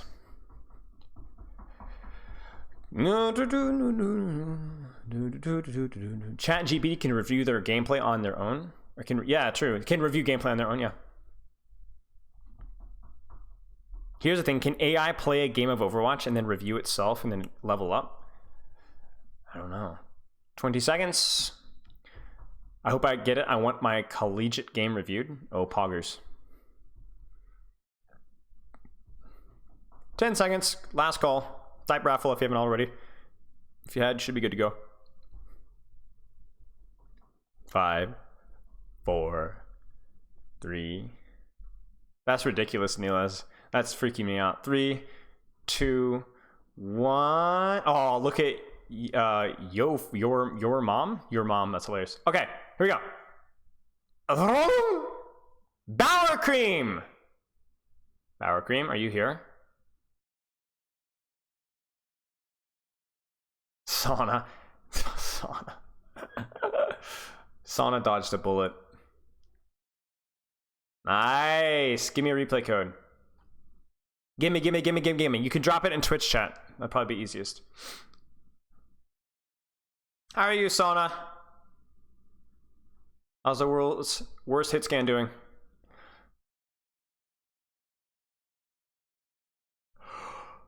Booting up OW. Okay, sounds good to me. So yeah, we got a charity thing going on next week. I'll have a little bit of an announcement on that on Monday. But if you guys are interested in coming up with some donation goals for me, in other words, stuff that I have to do if you guys reach the donation goal, I need help, honestly. So jump in my Discord, and then in the... Where are we at? There we go. Content suggestions, ideas. Drop some stuff in there, some ideas, because it'll be pretty fun. We'll be doing that next week, Tuesday and Thursday. So yeah, I need some ideas. Play guitar. Really, dude? I mean, I could try. I could be like, boom, boom, boom, boom, you know, top string stuff, but skydive off the roof. Oh, you guys are so pleasant. Thank you guys so much. Okay, there's our code. Then pull up Twitch chat on my computer so I can actually copy and paste this easier. Sauna narrowly dodged losing brain cells from Swila coaching, implying that there were brain cells to lose. Comb? Like comb my hair? Is that are you... You're mocking me, aren't you? Kiriana? No! That's okay, it's fine. It's fine. We're good, chat. Surely. That's alright. Ready for battle. And you are... Whomst are you? Are you... Oh, I was going to say, who are you? And there's literally Bower Cream right there. I'm a little dense. What rank is this?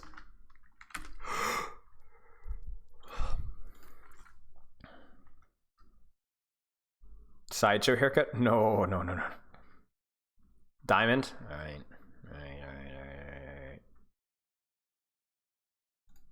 All right, Kiri, Ana. Is there a hero that you would want me to prioritize? It doesn't look like a very long game, so we can probably cruise through it pretty quickly, but is there a hero that you want me to prioritize? I mean, it's a little bit of a longer game. All right, at least let's start with one. Nah, okay, let's take a look. Bum, bum, bum, bum, bum, bum, bum. Taking an aggressive angle. Nicely done. I'll hit your shots. Don't suck. Nice. I like the angle here as well. I just would like us to swing a little bit wider. So like this is like a minor thing, but we have to do like everything about Kiriko is like, you know, taking the angles, DPS pressure, heal pressure, right? But the minor things is like you always like you are so much more at a higher risk than here than you would be here. And I also don't like the proximity to which we're playing to the Mei here. Kiriana. Like this is all fine and stuff. Like obviously, hey, we're getting picks and stuff. That Susie probably wasn't necessary. But play cover, right? Play cover. It increases your uptime on the angle because if you played farther out in the open there, it's not just, oh, I could have died. You could have almost died and then TP'd out, and then that's the real tragedy, right? Like you holding, it's like a little bit like a Sombra. When a Sombra decloaks, you want to play in your cover. Why? So she doesn't die, but also so that she doesn't almost die and then have to get out and then not play aggressive anymore. That's the problem. I will say as well, there's no reason for you to be on card here. On point. You should be enabling your Bastion on the flank here. This annoys me. Because then that's going to cost your TP, and it's going to, I guess, cost you your Suzu. But yeah. Bit of a disaster in it. And I also think that that's why your Hanzo dies, is because your Mercy ends up having to pocket Bastion when she should have just sat on the Hanzo because you were sitting on the Bastion. So yeah. That's not great. Obviously, nothing that we've done has gotten punished so far. But remember, we're not so interested in what's going to punish us.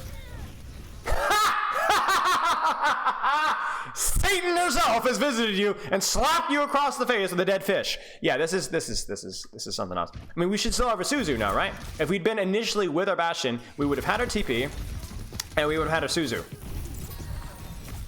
Yeah. Yeah, there it is. I jinxed us. She's done playing around, ladies and gentlemen. The cringiest character in Overwatch since Pharah is done playing around. Who's in the S tier of cringy Overwatch heroes, guys? Huh. Definitely Pharah. Pharah has the personality of a cardboard box. Kiriko's up there. Okay, so we're gonna Kiri ult.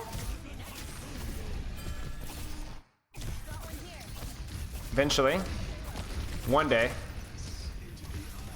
Okay, we force trance. Might need to Suzu that.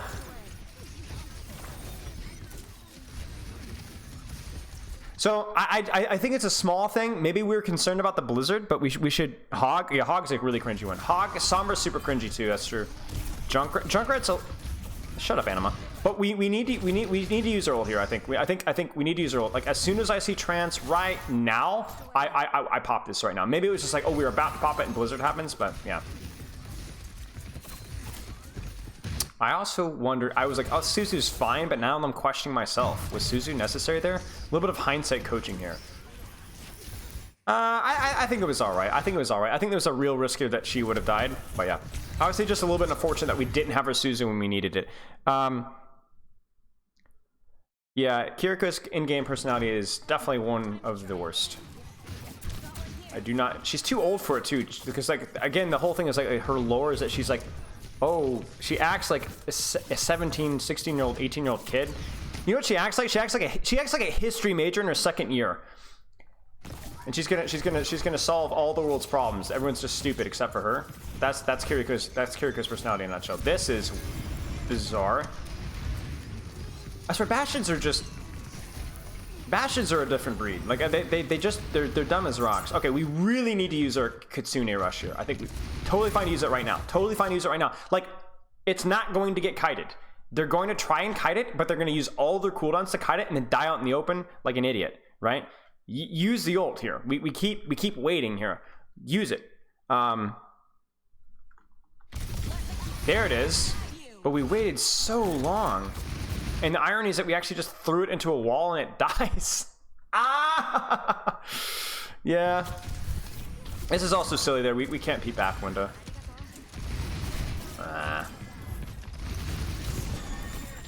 Yeah. So we play very aggressively, but we sit on our ultimate too long, and we don't play with our DPS that are already aggressive. We play more selfishly with their aggression. And I think that can work, but not when we have a DPS that is clearly going aggressively.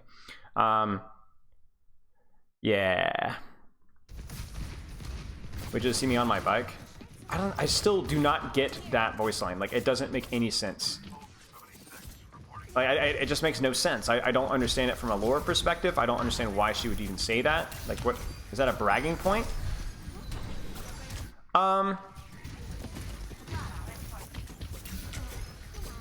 So again, it's just like this angle is very risky, right? Just because of how close we are, and then we don't do a great job of cover until like we already are shot. So that's gonna TP up one of the weirdest TPs I think I've ever seen. And then once again we walk into a blizzard and now we're dead.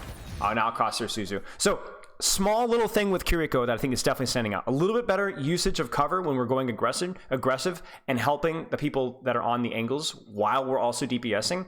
But I actually think to a small extent with your Kitsune, not so much your Kitsune, but I guess your TP and your Suzu, I think a little bit of ult tracking would go a long way.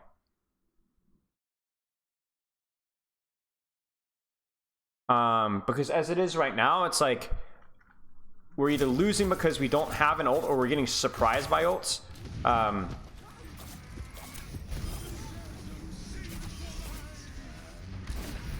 Unfortunate. Nice shot. Your mechanics are fine, but your decision making, some of how you're like right here, like totally fine, right? Made total sense.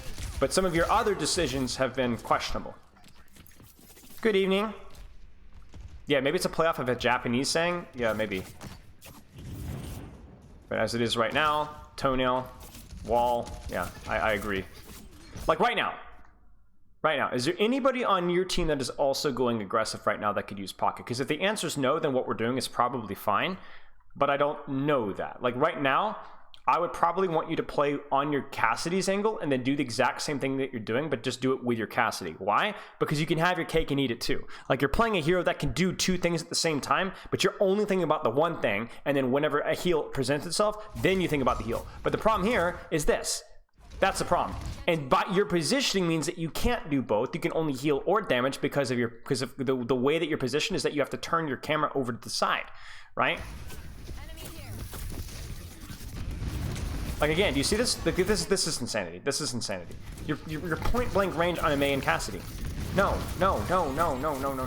Like even with good mechanics here, how you would want to do this would not look like this. You would not press W here. You'd sit right on the edge of the wall just so you can drop whenever you get out. So even when you are playing aggressively here, you're not playing aggressively fine. Well, you would sit right here and do the exact same thing, but this is significantly safer than this. Safer than this right here. Significantly safer. Yeah, this is just not, and this is what we're talking about, right? Like, you're not even in a position up your Cassidy, you're only playing for yourself, and then even when you are playing for yourself, you're playing with zero cover whatsoever. I'm being a little facetious with the zero cover thing, but I don't care. I don't know. Mechanics carry, 100% mechanics carry. But we could be carrying our mechanics and doing it in so much more of a productive manner. It's like watching a DPS Moira, but a DPS Moira that's not playing very well. That's kind of what I'm seeing right now. Unequaled King, thank you so much for the sub. I see why you're an unequaled king now. But like, let's take a look at this.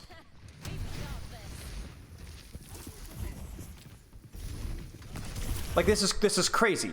Like this is crazy. You are crazy. You are walking into point blank range in front of a Sigma. You're not like taking an angle or taking a shooting Zen or even like rolling out over here and doing something here where you could actually like play. You're frontlining. You're just straight up frontlining. Like, this is crazy. This is crazy. Like, why did we even Suzu that? Am I missing something? Let me watch this again.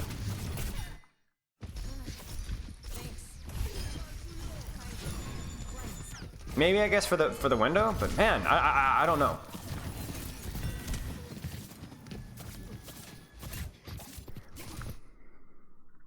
Cheers, man. I'm glad to hear it.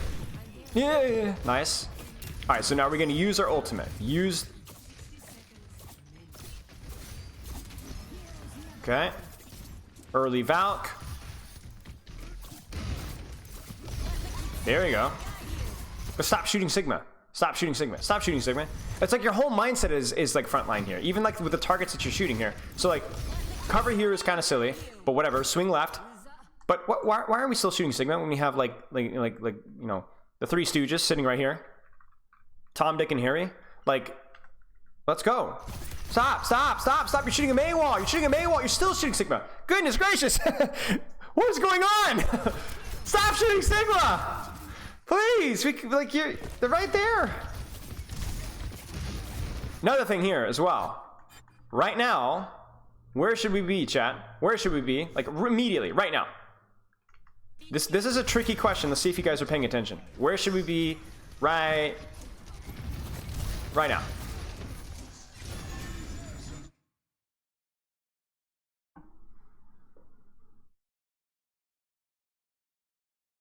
Especially with the flux. I honestly think we should have made on cast, maybe. Yeah. Probably cast or soldier. One or the other. Take the angle. Help the person that's playing aggressively. This is kind of like our W key aggression, which is why we end up healing the tank a lot, is just because we happen to be here. But honestly, like, the Zarya's gonna live or die. Like, there's not a lot we can do here, right? But like, but help this guy out, right? Help this guy out, and also avoid the pressure yourself. Like, ironically, you are simultaneously feeding and not feeding enough. I guess not even feeding is not even the right term here, but like, we're just heal botting a tank instead of like actually helping our DPS. Like, he dies, my... Okay, right, so like, just sit here, right here. Sit right here, heal this guy, and then we have a better angle on shooting their casts, healing our soldier, shooting their Zen, avoiding Zen. Yeah, I'm getting too roasty. This is not a roast review necessarily. Whoops. But yeah. Okay, walking on a bat makes a little bit of sense. Oh, we're... But see, this is perfect because we can help our soldier and DPS the tracer. All right, now we need to get out of here. We need to go back and help our soldier, I think. Or take our own angle. Suzu, take left angle, swing left. Okay, nice shot. Stop shooting Zarya. Get away from Zarya. Help your soldier, maybe. Or help your cast, because your cast is in. Oh, we mess up our Suzu. Okay, so a lot of our issues come from a very front-liney, out of cover, walking W keying forward mindset, instead of either taking angles ourselves, or even better, helping somebody on the angle and DPSing from the angle at the same time.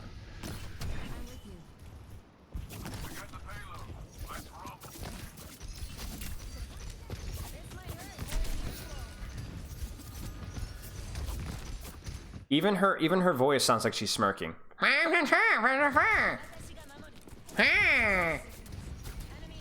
Careful. Where's your cover? Also, chat. Also. Okay. Yeah. I was gonna say we either need to be keeping our Zarya up or helping this guy, right? Take this angle to shoot and heal her, right? Or heal him. Excuse me. You know. Okay. Help this guy out. As soon as these guys are safe, like you can only do so much with where you're at right now. We always consider what is the most aggressive position that we can assist, and then try and assist that. Your soldier has been doing infinitely more than anybody else in the field right now. Okay, we're gonna Kiriko. Probably a little early there, a little bit far, which is ironic considering what we saw earlier. And then our soldier dies again on the angle because he doesn't have health. He's dead.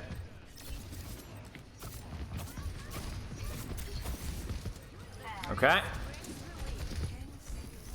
He's dead, and that's going to be it here. So, what I'm seeing with our Kiri is I like the aggression in terms of like the DPS focus, but I want you to do it more with cover and less frontlining. And if you can also do that at the same time while you're controlling an angle with a DPS and helping an angle with a DPS, that would help out a lot. That will help get your return on investment way, way, way higher than it is right now.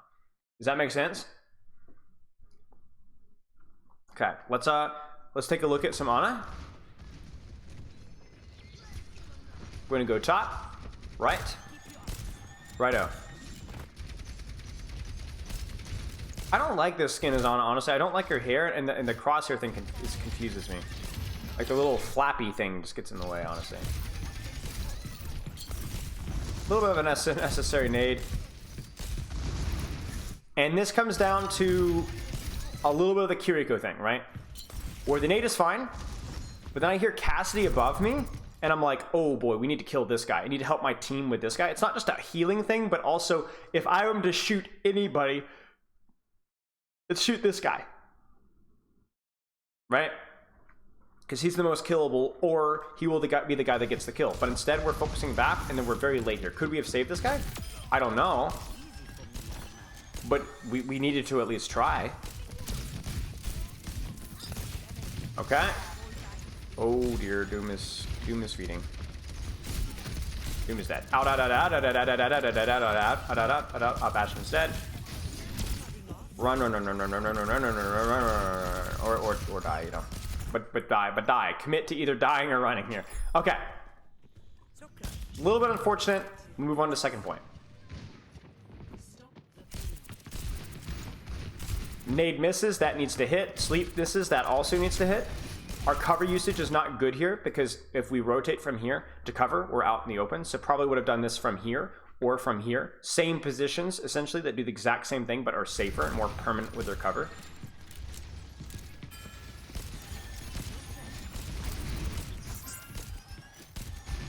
Okay. Nade needs to hit. Nade needs to hit. That nade, that's a good nade to control that space. We hit the sleep, that's good. I don't even know what your Junker Queen is doing. Maybe nano this guy? A little late with the nano. So he's already committed his turret farm, and he is N, and you wait, and you wait, and you wait, and you wait, and you wait, and you wait, and you wait, and you wait, and you wait, and you wait, and you wait, and you wait, and you wait, until the turret farm is over, and then you nano. So that one needs to be a little bit earlier. Nade here is good. Good shots. Alright, now pocket your Bastion, please. Nicely done. Very good. Good nade. Nice shot. Retake top. Find your cover. Find permanent cover. See where you need to be able to shoot the enemy and shoot your team. Ah. The queen is feeding a wee little bit. Nice shot. Nice. That's going to force Lamp in a whole lot of foolishness. Hold the high ground. You know they're going to walk. She just dies.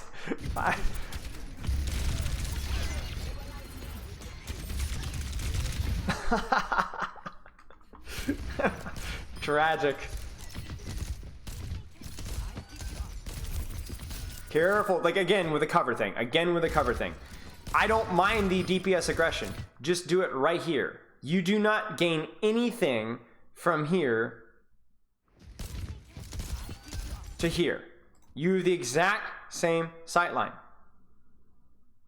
And by moving here, you're now vulnerable. So then you either die or you have to turn around and run, which means you're not doing damage. If you're here, you're safer, and because you're safer, you don't have to run, and because you don't have to run, you can continue to do damage. Right, and that's the problem. That's the problem, is we want you to ego duel, but not from cover. Or without cover, excuse me, because this is how... Watch. If that wall hits us, we die. Or even if the wall's not there, we would have had to back away, and we're not doing damage while we're backing away. Nice. No. We want you to do damage here. You gain nothing by pressing W key. This is called the plat magnet, right? Where we press W because we want to hit our shots. But that does not help you hit your shots. that increases your chances of dying. Ha ha ha. Disaster. Again, I like the offensive pressure, but we got to click it on. We got to click on our positioning a little bit more. Okay? The same thing here. Like, if you're going to peek here, hug the corner here. I didn't like this positioning earlier. I get why we have to peek it now because of our Junker Queen's positioning, though. I mean, heck, you could even be here, right? Do the exact same thing. But, okay. Careful. Nice shot. Excuse me.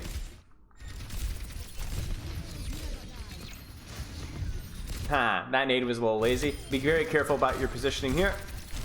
You get shot once, duck, duck, duck, duck. Don't re-peek, don't nade into Orisa.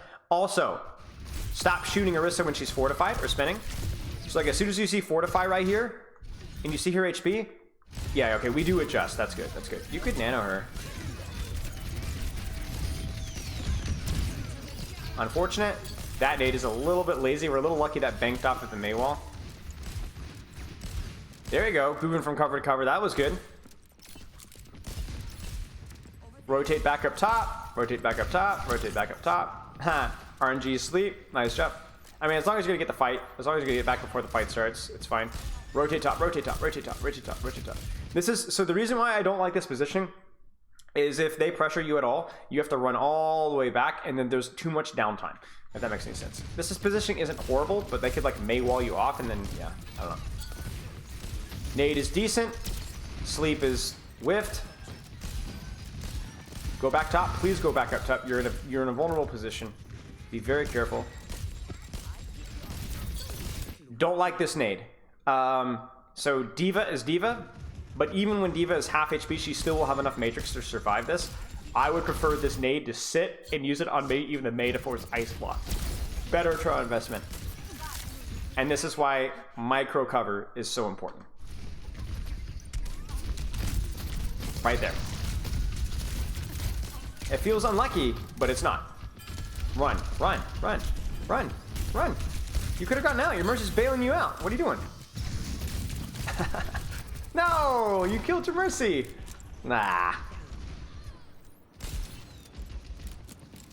All right, keep rotating. You need to nade yourself. You need to nade yourself. Oh, maybe not.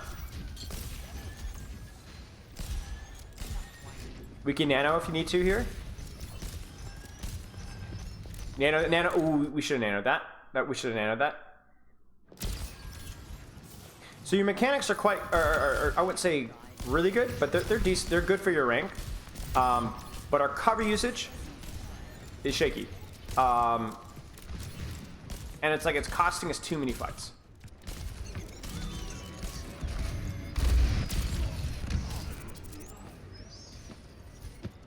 Cover usage, and honestly stuff like that has to hit.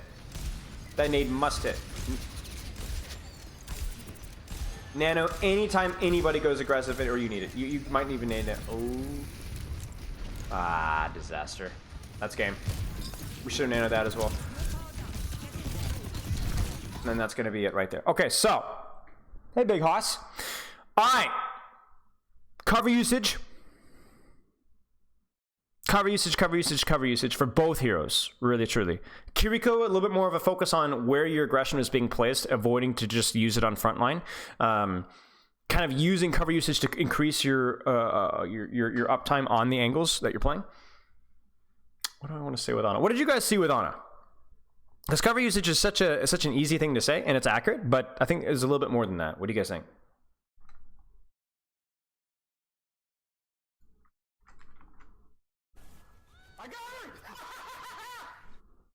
Thanks for the gift that's settled, Nico King. I appreciate it, mate.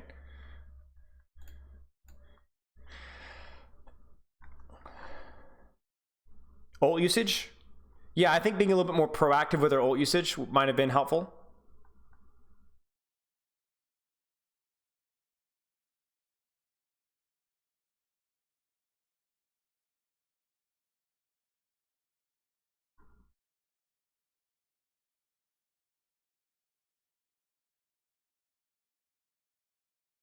Just got here, can't say. Yeah. Cooldown discipline, sure. Making sure that we're getting value to those. Yeah, I mean, it was honestly, it felt like just a little bit of sloppy placed aggression is the best way I would put it. A little bit more purposeful, a little bit more thoughtful, and then using your cover usage to complement that would be helpful, I think.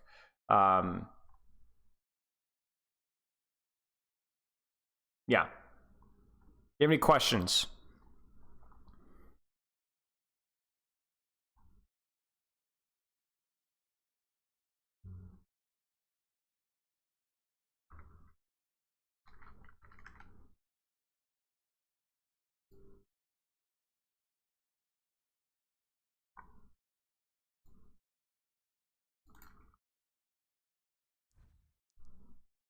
That was helpful. Yeah, no worries. I mean, you have a lot of good mechanics. We just need to use them with some discipline. That's all. All right, chat. Here's the deal. We're gonna get into our OWL review in just a few moments. We might actually start a little bit early here. So what I'm going to do is get everything pulled up and ready to go. I am going to use the bathroom really quick because I've drunk like a lot of tea. So I will be back in like 1 minute. We'll get our stuff pulled up and we'll be good to go. Be right back.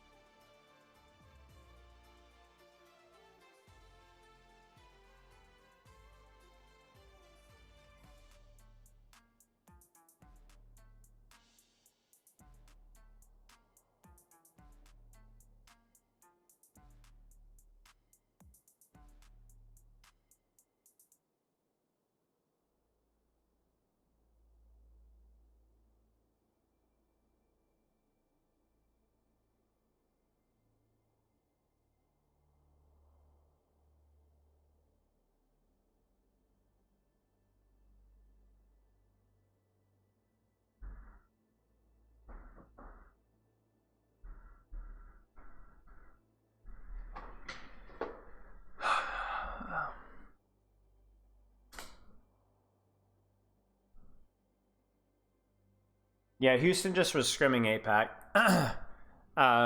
Yeah. Okay, let's get this set up. I think we are going to start a little early.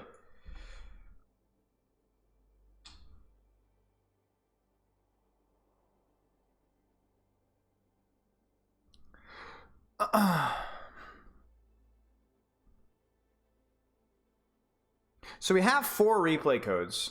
I don't know if we're going to get to all of them. I would like to get to all of them, but I don't know if we're going to get to all of them because generally it takes me about an hour a replay code, and I would hate to... I don't know if I have 4 hours today in me today. It's been a long week, but we'll see. We'll see. Oh, what do we have? We have Junkertown. Let's see what maps do we have. Let's just check how long these maps are also. Rialto, these are all like medium length games. These aren't long games, so that's good.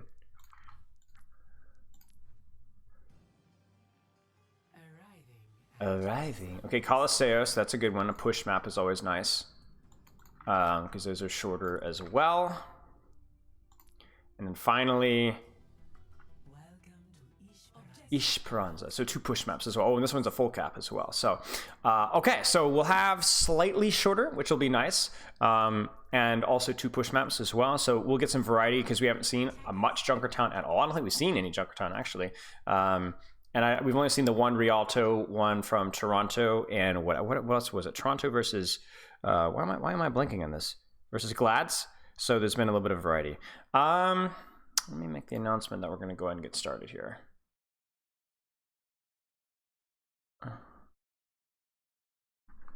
Seoul Dynasty. Is this? Are we reviewing the Seoul Dynasty, y'all? Yes.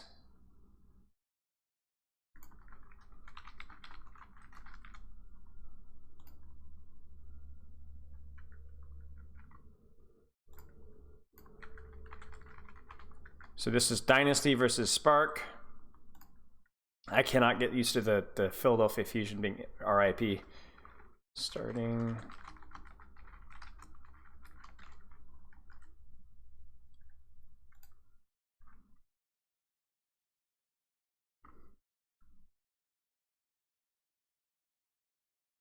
Profit. How are we going to pronounce this, guys?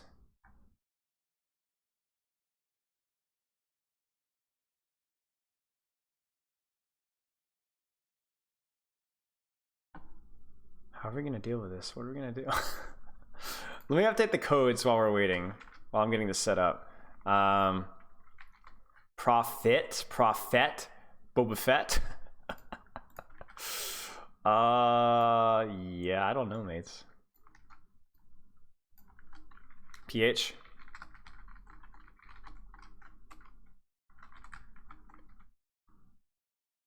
Religion and money. Huh. That's funny. Fit.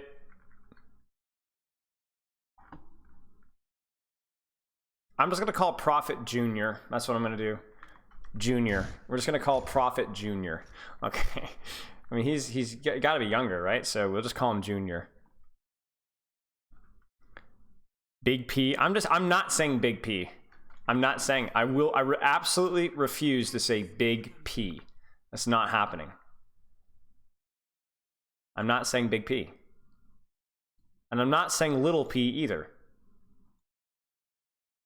So we're gonna go with Junior. All right, so Soul Dynasty. Let me pull up the rosters here and the Spark. So this is going to be Hangzhou, I think it's pronounced. Hangzhou Spark, Hangzhou Spark. Gushui Shai. I assume this is 20 is the tank. Because 20 is more of the off-tank specialist, and this is obviously Sigma, so I assume this is 20, who would be normal. Let's leave in the top. So it's Shy.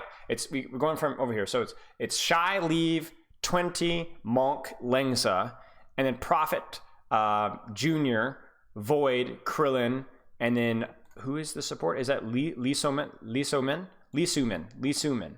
Never heard of Lee Sumin. 2005. That is just crazy. This player was born in 2005. That is just insanity to me. So yeah. 20 is Elsa? Elsa? Really? Elsa's not even on the Spark. Was it just a sub? Is it a rumor that Elsa's on? Wait. Oh, it's a rename. Oh, got it. All coming together. Got it. I was so confused.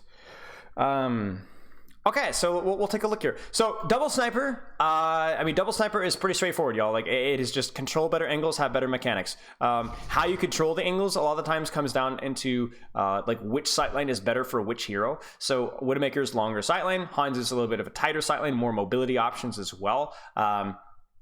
The tank trades on main are very important because if your tank has to end up giving space, then the enemy tank can often control your snipers. Like, here's the thing, with both Sigmas want to try and help their snipers control space, so they might try and push the enemy snipers. That's how Sigmas control space. They don't generally shield their snipers because they don't always want to be sitting next to their Widowmaker the entire time, while the enemy Sigma pushes the enemy's DPS. You oftentimes will have Sigmas controlling main because somebody has to be on card, and then looking to, if they can, either shield or spam the enemy backline or the enemy snipers. If you lose the cooldown trade on main as Sigma, that means you will give up space, and then by giving up space, you enable the enemy Sigma to then start pushing your backline. So oftentimes the defending Sigma is trying to mark the enemy Sigma to prevent him from pushing his own snipers, or look for opportunities to push the enemy snipers himself. Now, what the DPS do is one of two things. The supports do, excuse me. The supports are either going to be prioritizing on keeping their tank alive, number one, or number two, going to be enabling their DPS, or number three, looking for angles themselves. Now, BAP is tricky. BAP is so boring. I'm not gonna lie with you, because BAP is so boring in these mirrors. Yes, you can use PC codes on console, because a lot of what BAP does is just dump healing into a Sigma, shoot enemy Sigma and Sigma shields so that his Sigma wins the trade, but you actually really can never peek snipers unless they're under a lot of pressure. Like, you really don't feel safe peeking Hanzo, you don't really feel safe peeking Zen, you don't really feel safe peeking BAP. So his damage and his healing is useful in the composition, and his BAP window is really good, but BAP is like the most indirect passive support of all time in the sniper mirrors, especially since the death of double shield, because there's not a lot that you can shoot without actually getting shot in the face. BAP sucks in the sniper mirrors, not because the hero is bad, the hero is very good, but it feels really boring to play. I'm gonna be honest with y'all. Okay, Ana is an interesting one because it means that your Sigma is going to be losing the shield trade. However, Ana is a little bit more comfortable taking sniper duels. She's not great at it, but she's better than Bap as. There's actually like more damage threat. I think Nano is probably a little bit worse given how like angles are opened up. However, you could see a world here where, you know, an anti on a Hanzo on a flank is really powerful. An anti on a Sigma, if you can land it, is pretty powerful. It's a strange choice. I'll be honest with you guys.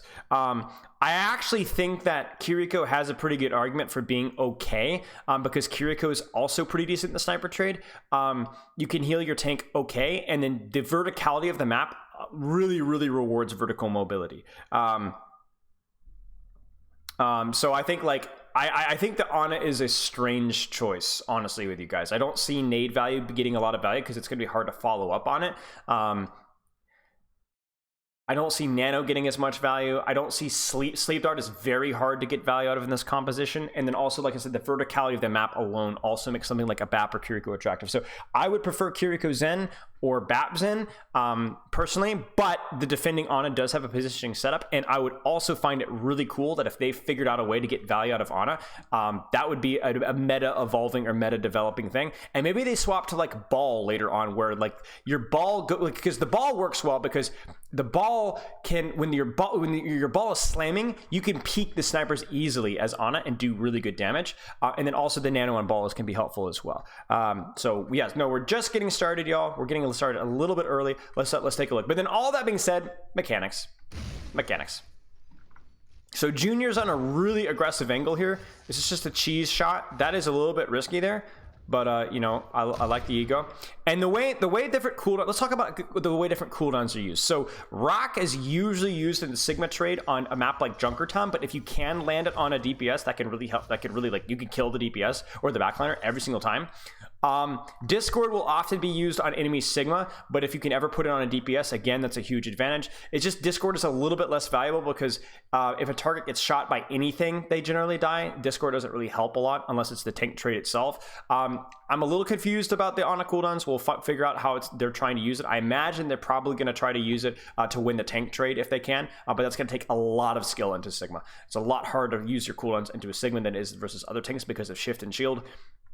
Bap is going to be shooting Sigma shield and healing his Sigma. There isn't a lot complicated there. If his Sigma gets rocked and is low, he will preemptively lamp it more often than not.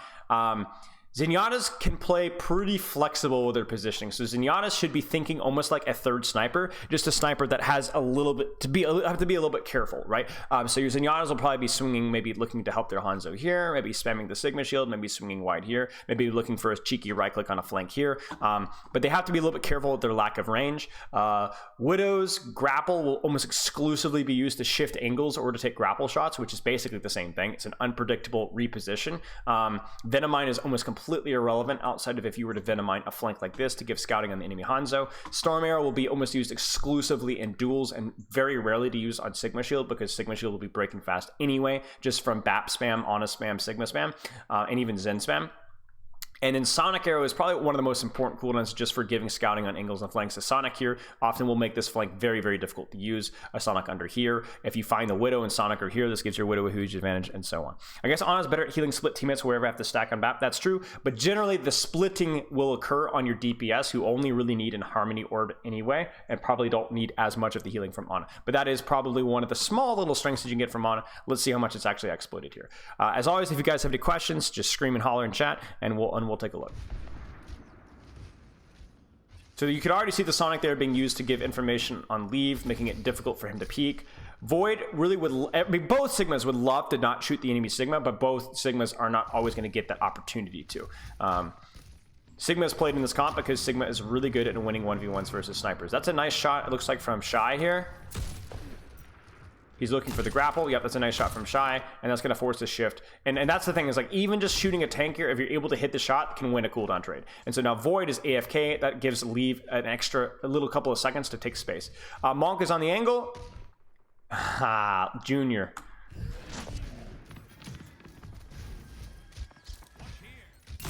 That's just a good shot, right? Now, let me ask you guys a question.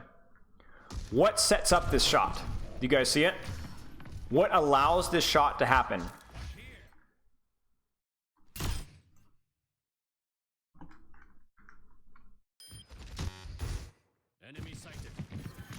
Sonic on the Widow. So first off, Junior has confidence that we know where it is, but it's the Prophet flank, right? The Prophet flank.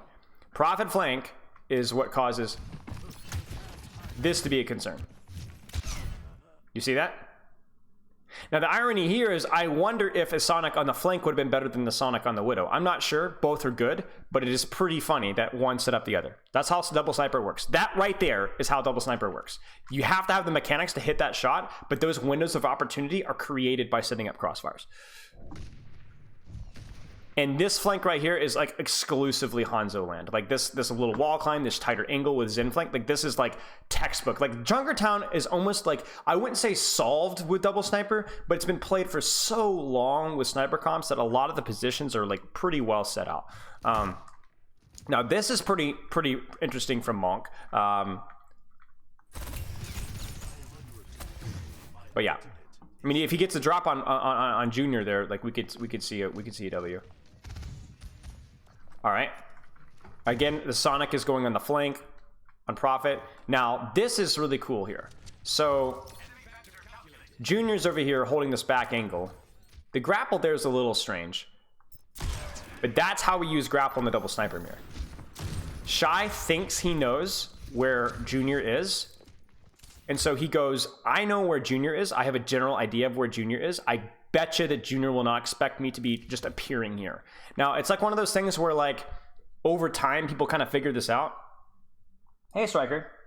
Nothing much. We just started. Can't Zen on a play split? Yes, I mean, that's probably what they're doing. The problem why you don't have a huge split here is the splits don't have a lot of cover. So, like, Zenyatta would, if he was playing over here, he'd get... The sniper would just take a duel and he'd die. So you will see Zen on a split probably more when there's more space to, but the reason why we have most of the time the supports playing here is because the splits aren't that good for cover usage.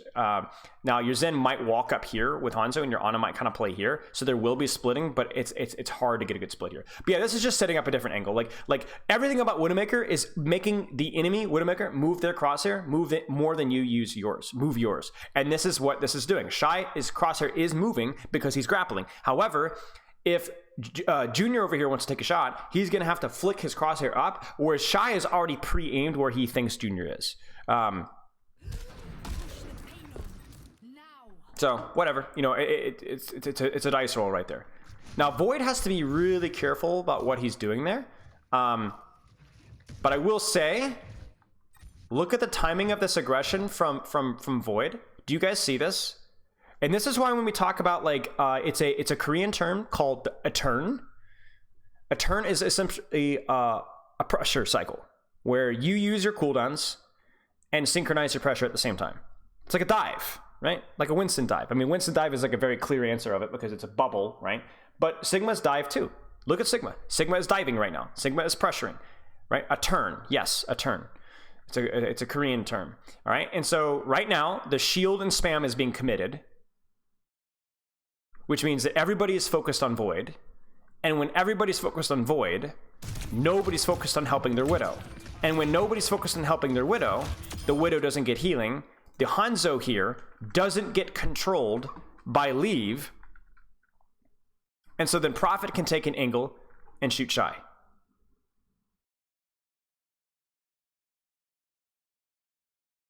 It's a Korean Overwatch term. Maybe they stole it from card games. So that's how double sniper works. Now I want to know how Krillin died. He's trolling.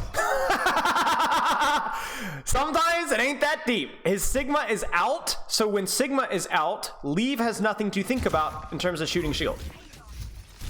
You see? So Sigma's out, and then look at Krillin. Hey everybody, it's me. You know. Like Prophet even you can almost look at like Prophet almost gets another kill here because his Zen feeds. Look.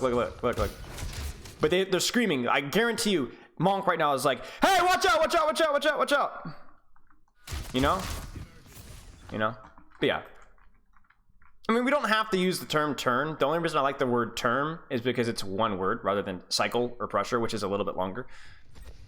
But it doesn't matter. I just thought it'd be cool for you guys to know. I'm just sharing knowledge, guys. But yeah, I mean, this is good. This is good. They win because of the Zen trade. They were able to take space on main. Now the problem here is winning the war on main isn't like a huge advantage, because it opens you up to things like this. Like if Prophet is even getting healing over here with, like, let's say a Zen still alive and didn't feed, like this means that literally Zen Hanzo can hard flank here, and they won't get punished. So I'm curious to see. The big thing here that I've got my eyes on Monk right now, because Monk has a sick angle as long as he doesn't peek Junior. And if from this angle, he can either win the Widow trade, or he can get a good angle on Void, where Void can't hide without getting spammed. So Monk could do either one of these things and get value. He's going for the high risk, high reward play. And there you go. He hits the shots, and we go from there. At the same time, though, Prophet...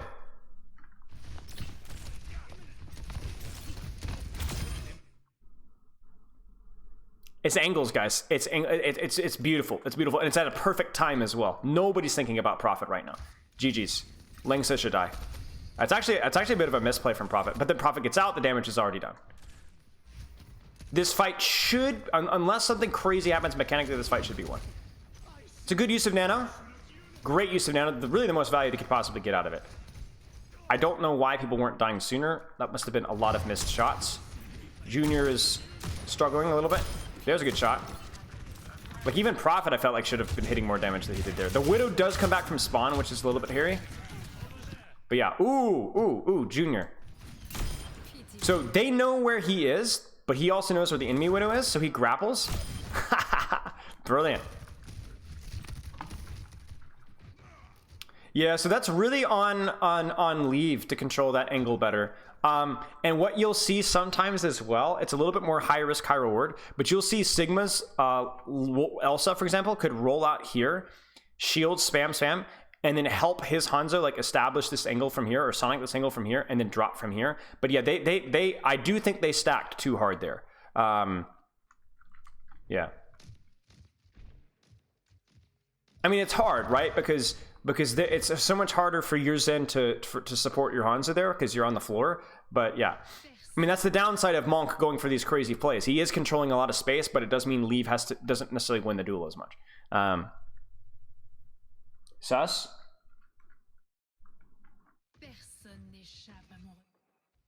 I mean, look at this. This is all predicting rollouts. He's expecting the grapple. Ooh.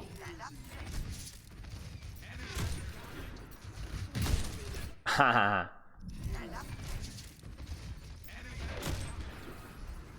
So this is just a fast rotation, and they're gonna try and bap window and catch the Ana Zen. Even if you don't have a Lucio, you can catch supports. Like look at Lee Sumin. Watch Lee Sumin. Even with sights, he's not expecting this.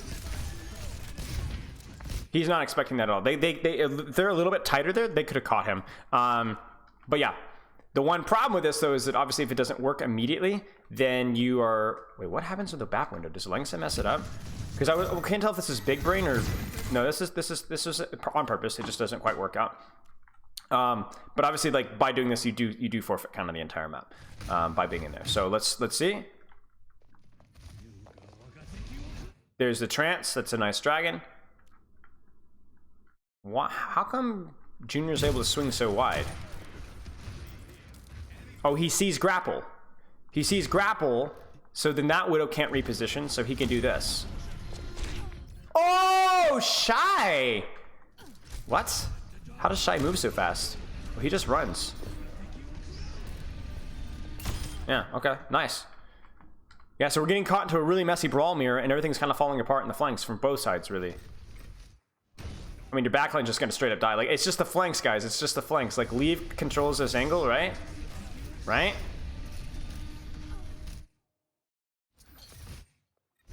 Kind of. They just get crossfired.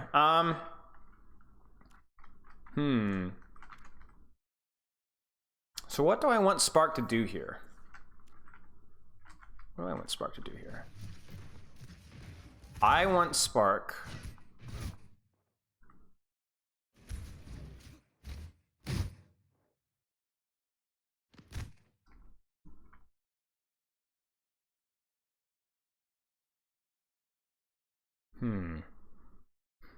Window main? No, I think this is an okay play. I will say Monk's angles haven't felt very good. It feels like he's constantly having to deal with the Widow LOS. Maybe he was expecting them to kite. I think the problem is that he was expecting them to kite into here and then hit the right click. But I think him being able to be here would have been really helpful as well. Toxic Sword, hey mate, thanks for the sub.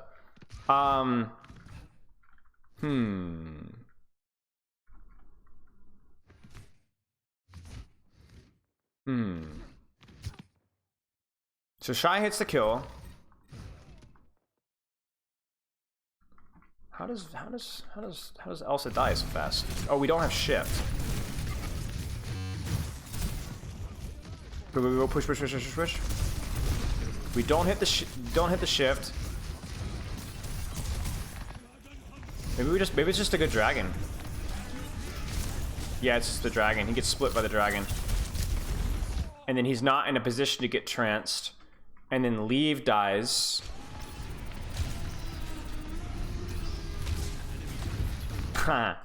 Even the best of us. Yeah, too. Yeah, I don't know. It doesn't feel... The timing of the window is a little goofy, I guess, with Shy peeking late. I don't know. And then obviously Void is able to just walk on backline. And then Elsa... Okay, there's one kill set up. This is still winnable, though. We still have our trance. And Shy was able to take a massive angle. Oh, that's just disgusting. Was Shy not able to build enough distance here? Oh, this is a bad grapple. This is a bad grapple. So, like, right here, this is just not near far enough. Like, he needs to be in Narnia. If he's here, this goes entirely different. That and just disgusting rock from Void. Oh my gosh, Monk.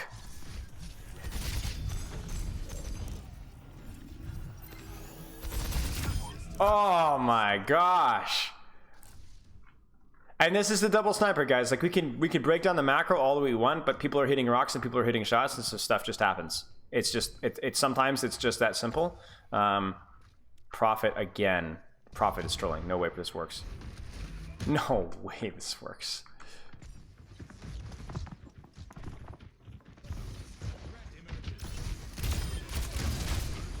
Where is our Sonic? Where's my Sonic?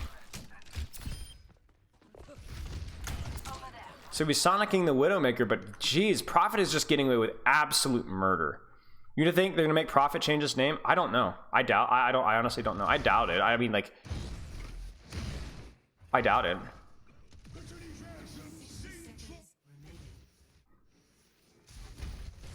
Flux is also really bad from Ilsa.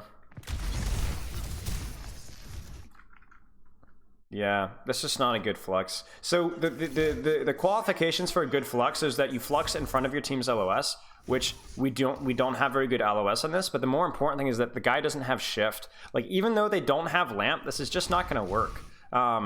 It's just way too easy. Like, at best it gives them an advantage in the cooldown trade, but like, imagine if we had flux like now and we actually caught Hanzo, or if we'd forced shift out first. Yeah, I don't know. That being said, oh jeez, that's just such a fat flux. Such a fat flux. Junior. Perfect timing. Perfect timing. Look at this. There's even a turn.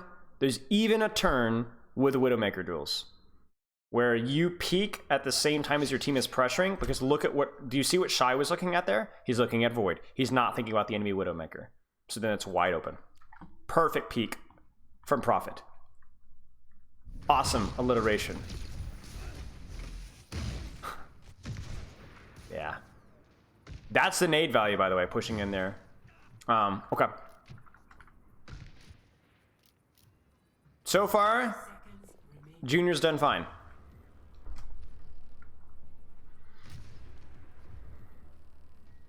There it is. There's the element of surprise. The Widow is somewhere there. Okay, the Widow's not there.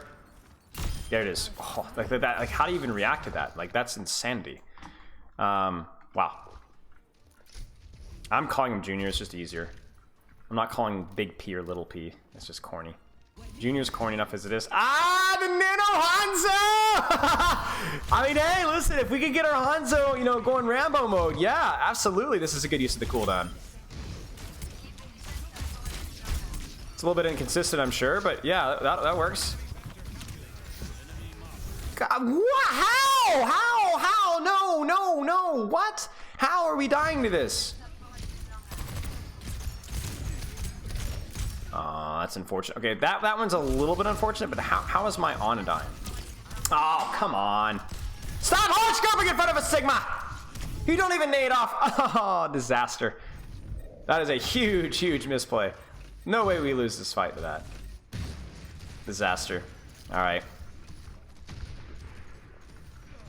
PH is a good one too. That one's pretty simple. Profit.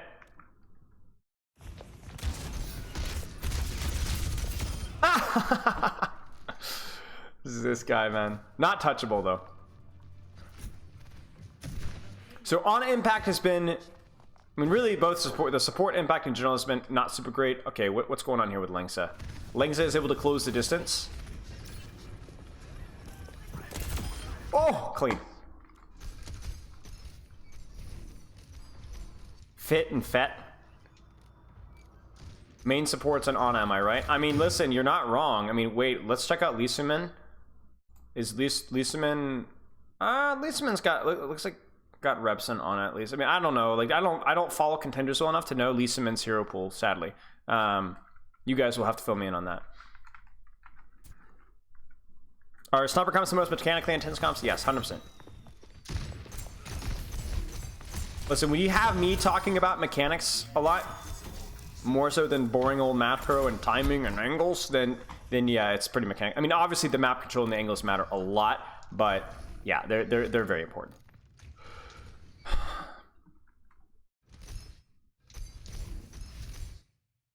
So we want to see is Sonic. Where is our Sonic here? So the real balance with Sonic, that's a bad Sonic. That's a bad Sonic. I think that's a bad Sonic. So the problem is that you can guarantee that Widow is either bottom right. I mean, you could literally see Widow bottom right. This Sonic needs to be here. Or you need your Sonic here so that you know when you can take space. This is also really questionable from Prophet. I don't know. We needed a Sonic up there. I don't even think he knew that Sigma was... Yeah, he didn't even know Sigma was up there because he misplaced his Sonic. This is just silly.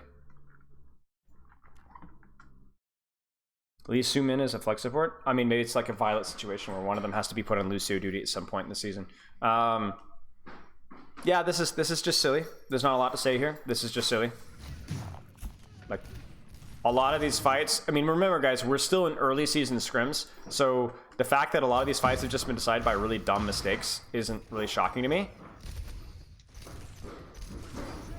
I mean, again, case in point, like, Elsa's just like, I'm gonna call Elsa 20, Elsa, I promise like, I'll adjust, but like, 20's just like, okay. I mean, this is like falling asleep at the wheel, you know what I'm saying? We're gonna, I mean, good shots, to be honest with y'all, but yeah. Krillin has been playing Lucio, good to know.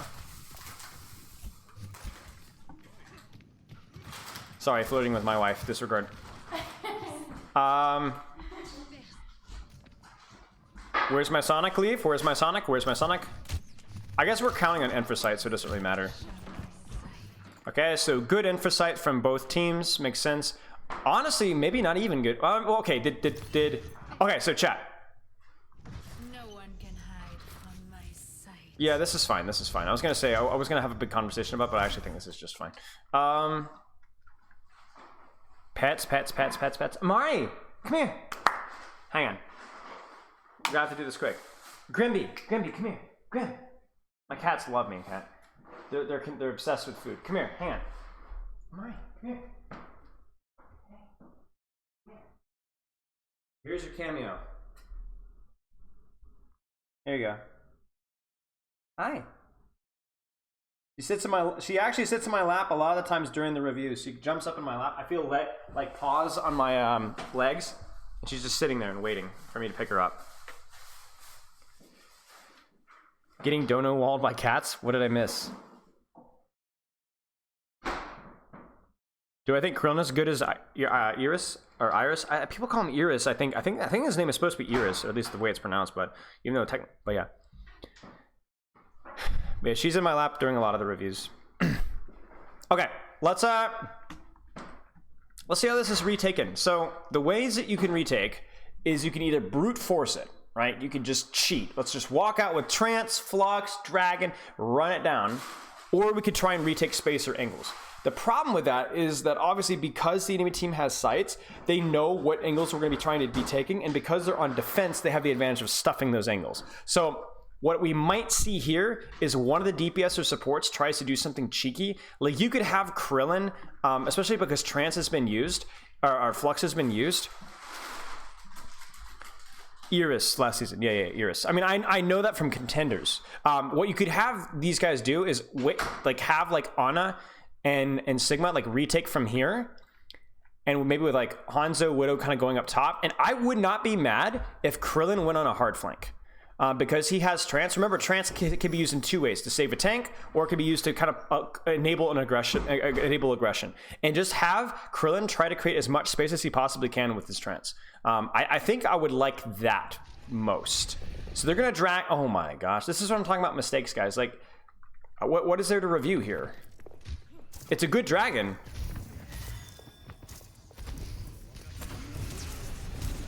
I mean, it's honestly a little bit disappointing sometimes, like the number of fights that have been lost by this in the Owl reviews that I've done, where it's like, remember the London Vancouver Brawl review, guys? It was just horrible. Like it was just horrible. Like it was just oh, Hottie hit a window fire strike, or like, somebody hit a shot, or Backbone hit an icicle. It's just so boring.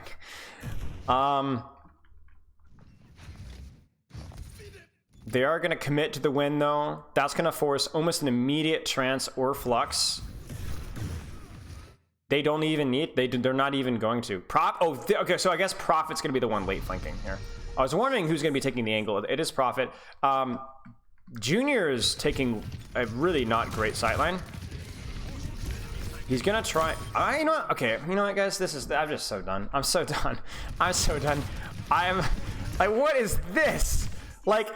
This Sigma should just be pushing into you, right? But why? What happened to 20? Oh, I guess. You know what, Chad? I lied. Maybe they call Sigmas here, and that's why Junior rotates. Because I can't see any other reason why Junior would get away with this rotation. Because Sigma just walk on you, right? But if you've done it here, maybe that's why it works. There's the Trance. We shouldn't need anything else. Let's push out Leave, and we win the fight. They're looking for Leave. Where's Leave? Where's Leave? Where's Leave? Where's Leave? Where's Leave? Where's Leave? And then there's the late flank by Prophet. Wait, what?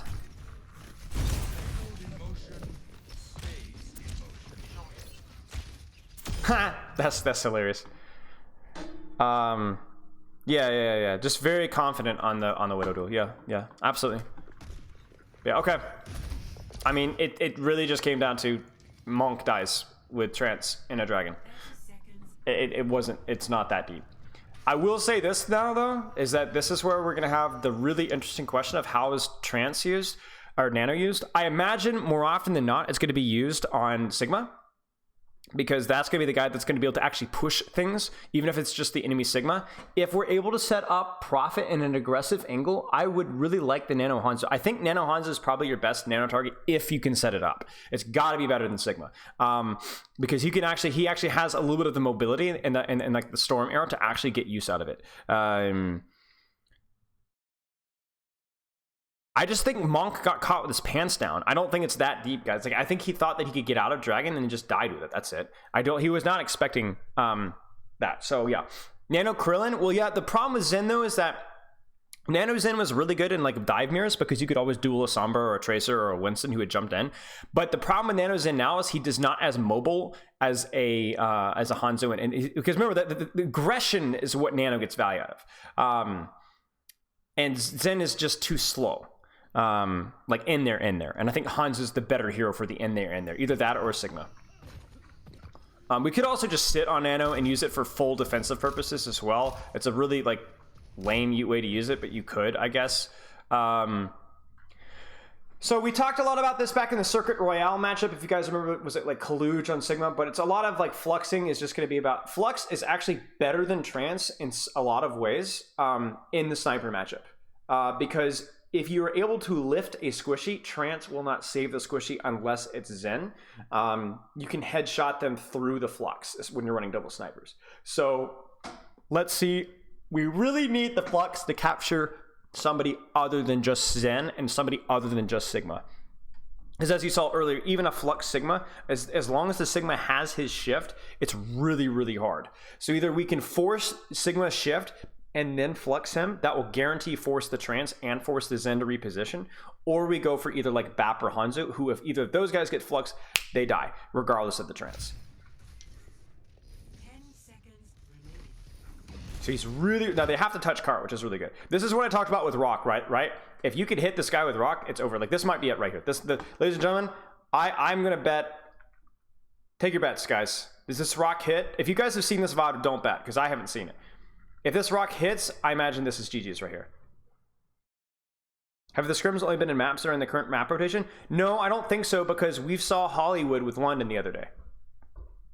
I think it hits. I think it hits, and I think that's map. All right, let's find out. I mean, this is kind of silly from Leave. Oh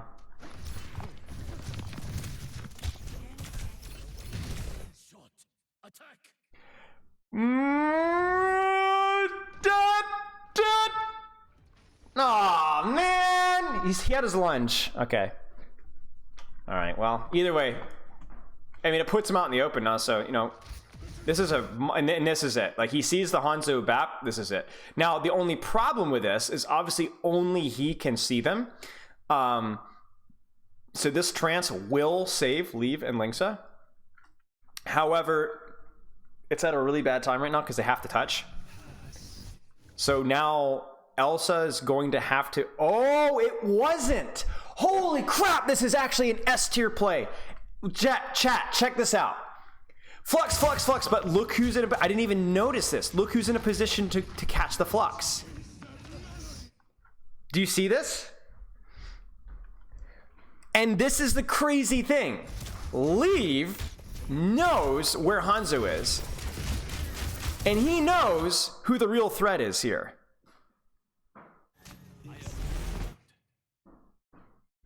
Holy crap. This is so good. This is the best play that we've seen just yet. He doesn't even care about Sigma. He knows where the follow-up is. And even if he doesn't hit the shot here, he will probably force Prophet. He'll spook Prophet into getting out, right? That's amazing.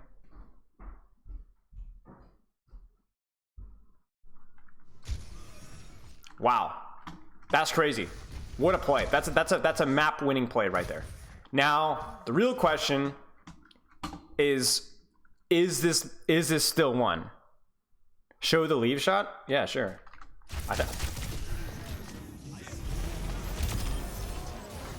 Business as usual. And Leave, guess what? Leave doesn't just run it down. Leave takes the angle. So the question here is this map won because of the kill? I don't know. Because Soul still has better fight positioning, right? Leave and Shy are trying to take it away, but they still have better fight positioning. So chat, Nano Sigma surely on backline. I don't know. This one could go either way. I also respect, like I said, this is where we need to go. Can they force Krillin out? Oh, monstrous kill.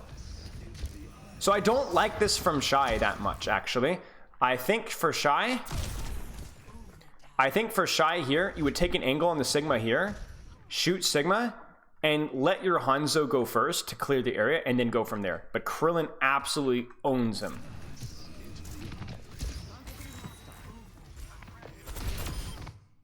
This is it. If Leave can win this trade, I think they can win this fight. But Leave has to get rid of Krillin. Nano, otherwise Nano Sigma is just going to completely run over back lane. You could already see Void. Void is thinking about it. There's the Nano. And he's in. He's in. He's in. He's in. That's it. That's probably it. Even with the 2v2, this Sigma should win that one. That's crazy. That's crazy. What?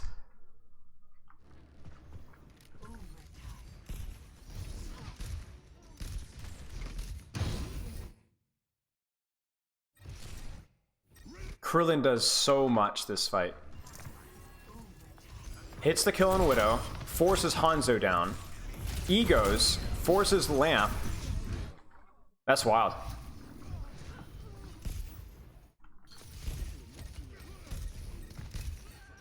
It's actually such a tragedy as well that Linkset used cooldowns like he did. Because if you look at this fight again, and just pretend that we had Shift and Lamp, I think this fight goes a lot differently. Like, obviously he had to probably use it there, but that like actually ends up being like so expensive. And that shift wasn't good either. That shift would have saved. Oh, dude, that shift actually is such a troll. Oh, it's coming full circle. It's 2021 again, and Spilo is talking about shift usage. This shift is such a troll. Look at this, y'all. This is literally what loses them the map. Because Void gets actually so low, this shift would have potentially kept Lengsa up as he walks up. Even if Lengsa dies, this 100% keeps Leave up a little bit longer. And I think with Discord and Leave gets one more shot, Leave hits those. Leave hits those. Spilo Nemesis. Yep. As Nemesis. Leave hits those. And with Void dead, it's Hanzo and Zen versus Ana. Your BAP dies either way, but yeah. BAP shifts and Sojourneys. It's like, it's beautiful. Whee! Okay, some good plays there. Some good plays there. Some nice plays. That was pretty fun. Okay, let's check this out. He just dies instantly there if he doesn't use shift, right? No. Let's watch. So Lamp is fine. We're being healed up. He's 80 HP. Passive regen. He gets shot at by Ana and naded. Or he misses the shot. I don't know. I understand the logic that you guys are like, oh, he's low. But I think shift is probably so important here that we needed to even chill just a second. If we could have just egoed it. So I will, you know what I will say? I don't think it's so much as a mistake from Lengsa, so much as hindsight coaching. Fair point. I don't think the shift was bad, but if we had been able to greet it half a second or 1 second later, we would have won that fight. So, fair point. I think the peak is bad. I think there was a miscommunication about who could touch cart, and that's why he peaked. Exclamation mark codes. They got leaked on somebody's stream. I forget who it was. Ah, Prophet.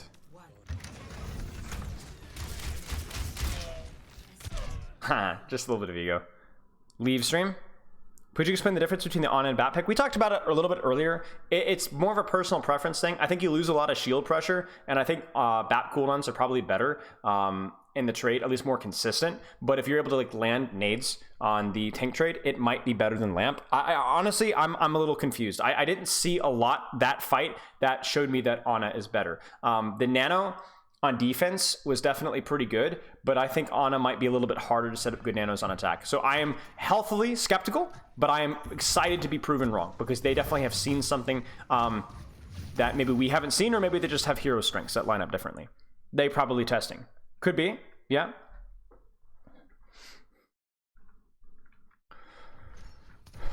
They force out the off angle. Oh my gosh, this is just... And this is the thing, guys. When you're playing versus double sniper composition, you have to have like your mind checking for whenever the grapple is available, because like it's just, it makes every rotation agony, you know? This is kind of a cute rotation, by the way, though. Did you guys see this? Like, that's a pretty cool rotation. And the reason why you would do this is because it reduces the odds that you get picked in rotation when you're moving from here to here, because you have to cross out in the open, right? Even if it's behind cart. And it also minimizes the risk of Leave taking this off angle here and shooting you as you're rotating here. So obviously he got shot on rotation, so it's like, well, duh, that didn't obviously work. But the idea is there. If we're able to synchronize this one a little bit better on grapple, we can immediately drop and immediately we're on this corner without having to do anything. Yeah. So cool stuff. Unfortunately, it doesn't work out, at least for Krillin, but I honestly think it's pretty cool. Yeah, it's extremely stressful. It's extremely stressful, 100%. Because the thing is, like, even if you have like the biggest ult bank in the world, that doesn't mean really anything. This is honestly kind of stupid from Void. Like, I'm not gonna lie to you guys. This is, like, I guess this is where we're allowing Ana to show her true colors, but we're down her Zen. I don't understand why Void is egoing this so hard. I don't know what he sees. He's at a disadvantage man-wise. He catches 20 a little bit off guard, but then like very high risk that he just dies there.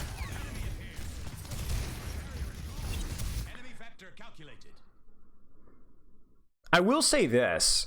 There could be a strategy behind the Ana pick where, like, if you aggressively take the Sigma trade at like point blank range, it's a lot easier to get sleep and nade value. Like you saw, nade got pretty good value there, right? Maybe not great value, but I got pretty decent value because it like helps your tank stay alive as well. But I would never do that 4v5. Who London played for DPS on circuit last year? What do you mean? Spark or Backbone? We tried Shax. I think we might have played Shax at some point, but Tracer was too hard. He had his cooldown, so I think he was fine no matter what. Not in double sniper. If this Widow has a slightly better angle, you're dead. You're already dead. Like, how low did we dip there? Enemy vector calculated. 148. 68. Widow sneezes your direction and you die. And you go, oh, unlucky. But no, it wasn't unlucky.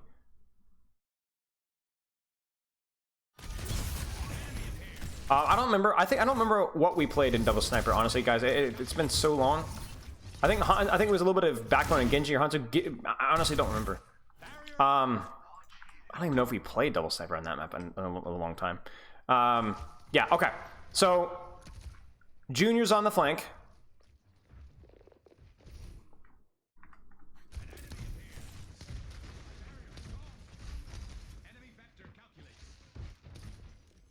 That's baiting a shot right there. He's kind of waiting and he's trying to bait the shot. And you can do this a lot when you feel like you have a disadvantage in the Widow duel. Is just like try and bait the shot, and then once that shot is taken, you can immediately scope in and have an advantage in the duel. It's just interesting to me that like how much resource is being put into the fight on main, and how like Leave just feels like he's not exactly he's not exactly losing this trade. But I'm interested to see, like, okay, so this is like maybe a difference in playstyle right here. So look at Monk's playstyle here, and remember what Krillin was doing. Now, obviously, Void gets low, so maybe that's why he's here. But this feels very selfish, right? Which is, it has its upsides and downsides, right? But we're not really concerned about helping Hanzo at all. Like, this feels very selfish, right? Very selfish. So then, Leave ends up losing this angle here. And this is actually hilarious. Check this out. Check out this wombo combo. You know? That's crazy. That's wild. Also, this is the Ana value. If we're able to get to backline, this works. Massive nade. Obviously, ends up costing him, but you know, we're not going to judge.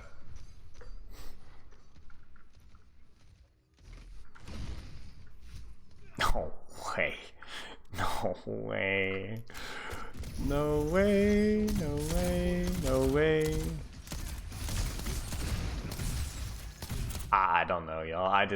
I can't. Like, there's lots to learn, and then just ridiculous crap like this happens. Like, what? How? How does he just die? Like, what? He literally is in front of his Baptiste. And he just straight up dies. Because we can't heal through shield. I mean, it's a great play by Void. I mean, this is insanity from Void right now. This is like carry potential right here. Like, this is crazy. Also, let's check out Junior.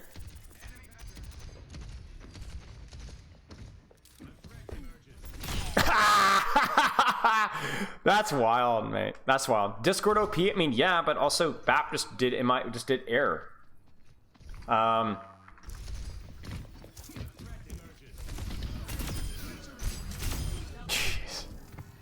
Mechanics, y'all. Good timing and good mechanics. Good timing, Papa John's. You know what I'm saying? It's a lot of these like really cheesy like flanks and angles and such, but they do it like really, really well timed. That is something that's kind of cool.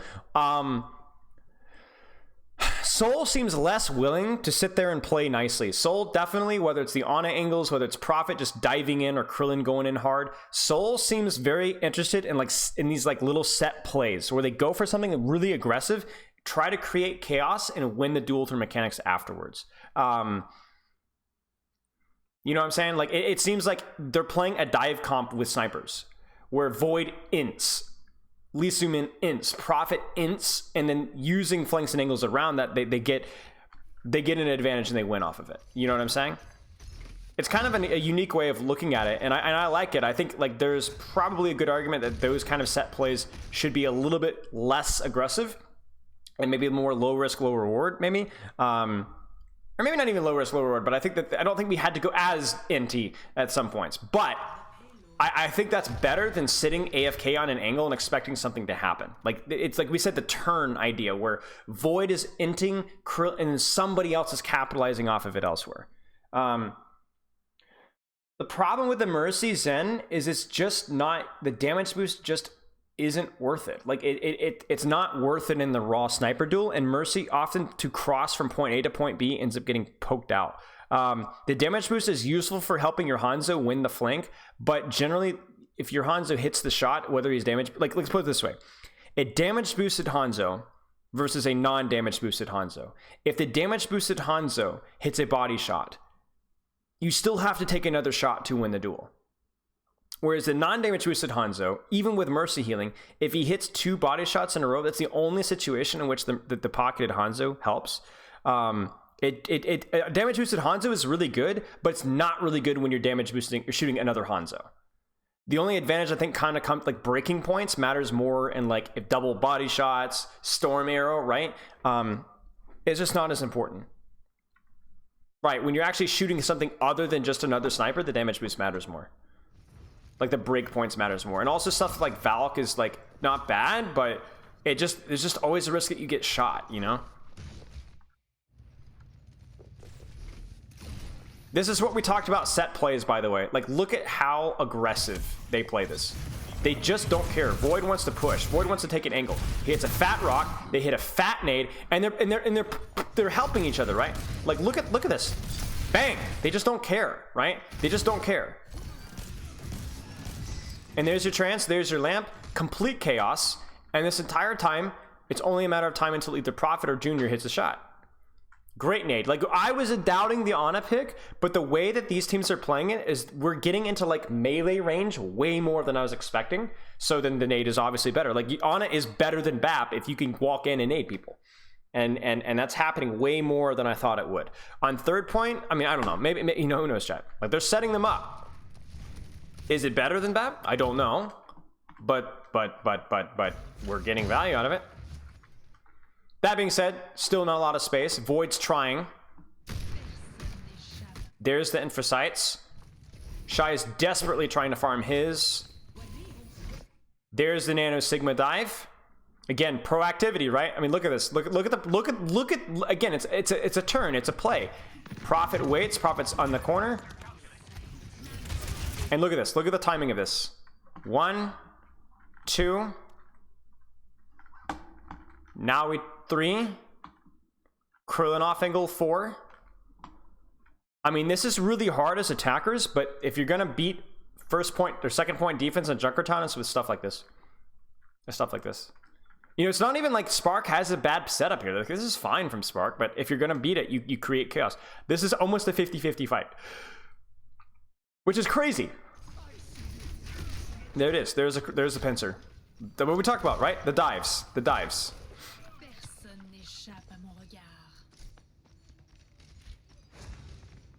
There's the dive. Look at Prophet. Prophet's like, Widow 1, 1 HP. Oh no! Huh.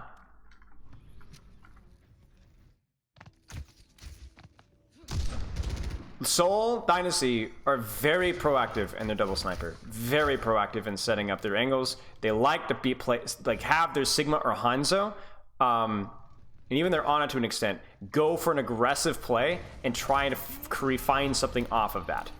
This is just a dragon to make sure that they cap. They want to win the map, which is respectful or respectable.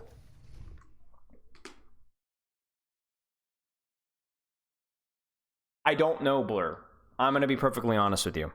I would have thought that BAP Window would have done more versus teams that are equally skilled. I still feel like Window should do more, but I don't know. If you're able to close the distance with your Sigma or with your Hanzo, yeah. I mean, this is Battle Honor, right? You have to find Battle Honor. If you can't close the distance, then you can't play this hero.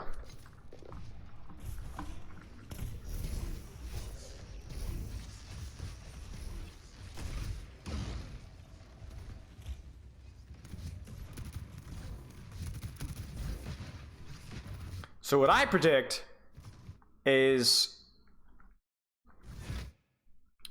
well, I don't know what I predict, because obviously they don't have a lot of ultimates to push with right here. So I'm not honestly sure how Seoul is going to take this. They might just play slow and try and push the cart and then go from there.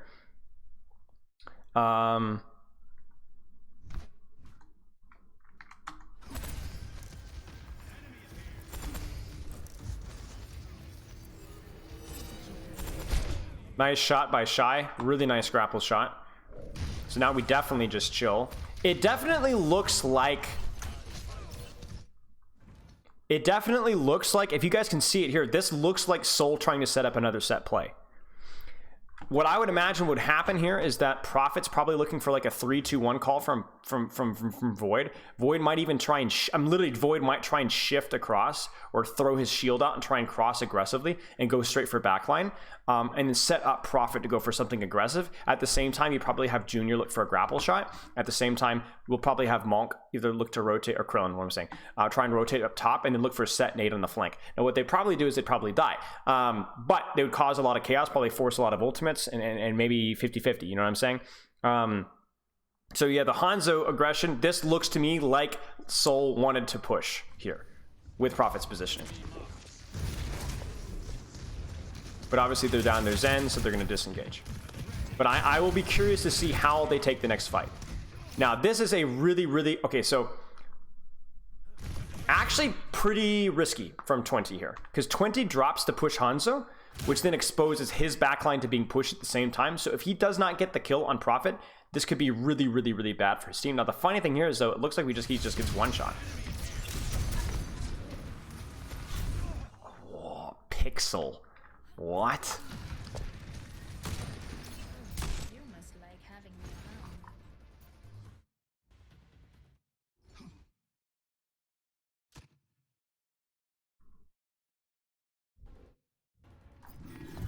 around. What? This is like the millisecond. Honestly, you guys can't even... Let me put it in for you in perspective. You cannot react to this fast. You literally cannot react to this. As I'm saying for Shy. Shy cannot react to the shift ending. This is a prediction. He's guessing. And he guesses... By the way, check out Sigma's face. That's a face of all time. I can't even stop it fast enough.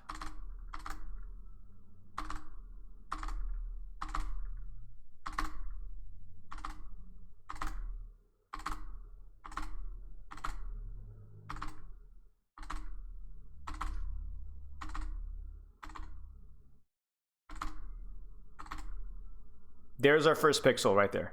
One frame. Next frame, he's dead. So we're talking like not even a 1/10 of a second.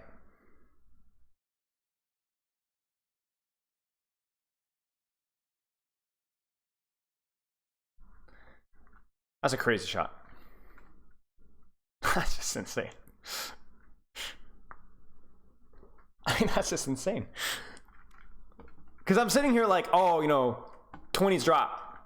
So now we just sit here, we sit here, we sit here. Now our Sigma can actually take space a little bit here. That's insanity.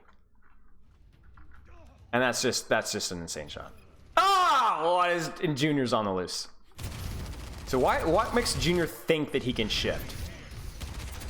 Sigma's out, now he shifts. Do you guys see that? That's really smart. If Sigma isn't out, he dies for this. Okay, what is he doing? Why is he pressing W? Junior! Maybe he realizes that, like, oh, this fight's just lost, but I think the Sigma just, like, yeah, this is a little silly. Yeah, that's a little bit of the questionable sort, but yeah. That's crazy. Now we're close to Flux, so we'll have an easier time clearing top. Ooh, the Genji swap. So I love the Genji swap. The Genji swap is essentially we don't have high ground control, and we need some way to contest your high ground control. And as Hanzo, unless I can do the foolishness like I was doing here, I don't really have any angles I can take. So, hey, 2 Epic, good to see you, mate. So I'm just gonna cheat, right? I could just dive high ground, clear high ground. I like Genji. I think Genji and Double Sniper is really, really good in some points. Probably the 4th best hero in Double Sniper. Very more map specific. But like I think Tracer's fine in Double Sniper, but again more map specific. I'm trying to think if there's any other heroes that I like in Double Sniper. Don't like Ashe. I don't like Reaper. Don't like Bastion. Don't like Sombra is inconsistent. She struggles versus Hanzo a lot, and her ult loses a lot of value. Sojourn, no, Sojourn struggles as well because Sojourn takes too long to build rail. In the past, she was good, but she's gotten a lot weaker since then, and she also doesn't have the one-shot anymore. Tracer to Double Sniper on Circuit Royale is horrible, but on a first point Junkertown, it's really, really good. And historically has been good on other maps like that. Cass is actually a little bit of a cheese pick, but it could work. You could like hard flank with Cass, but it's probably too hard. I would say Genji's probably the 4th best pick. Actually, I think the 5th best pick, you guys might look at me like I'm insane. Let me make sure that I'm not trolling the lobby here. I'm looking at the list of heroes here. I actually think the 5th best pick is something like Mei. Hey, congrats, Vibing. Nice job. 3 is Tracer. I think Mei is pretty good because Mei has her own self-sustain, so she can take really aggressive angles and pull off hard flanks, and she's really good in the 1v1s. Not to mention she has a little bit of the Kiriko disease where she can kind of spam an angle, and it's actually really hard for people to deal with it if you're really accurate. Her ultimate's not that good, but you can also like use your wall to rotate or wall off angles that the snipers have. Like think about Mei here. If you had Mei here, Mei would basically make it so you could rotate in from here for free. And you could literally take this high ground for free with Mei as well. It would be impossible for them to deal with this. You would just wall here, walk, and then you had a VRS goal. So Mei is not terrible at double snipers in certain maps. Circuit Royale is a pretty narrow one as well. What do I think about Kirizen with these comps? I think Kirizen actually has a lot of promise. So I would say Mei is like the 5th best hero. Hanzo, Widow, your best bets. Tracer's by far your 3rd best. Genji has its strengths as well because Genji can quickly close the distance. Blade is not super great, but it's still okay. So I like the Genji swap. Mei could bully Sigma as well. Yeah, that's true. But yeah, I like Kirizen. Honestly, I feel like I would like Kiri even more when we're on Genji or Tracer because you can kind of help your flanker. Is it troll to pick Cassie in a map like this? No, I don't think so. I think Cassie's pretty strong right now, so no, I think it's okay. I just don't think Cassie is as good in the mirror. So we need to contest high ground somehow. We need to contest high ground, and that's going to be Prophet with Lee Sumin, most likely, or with a Harmony Ward.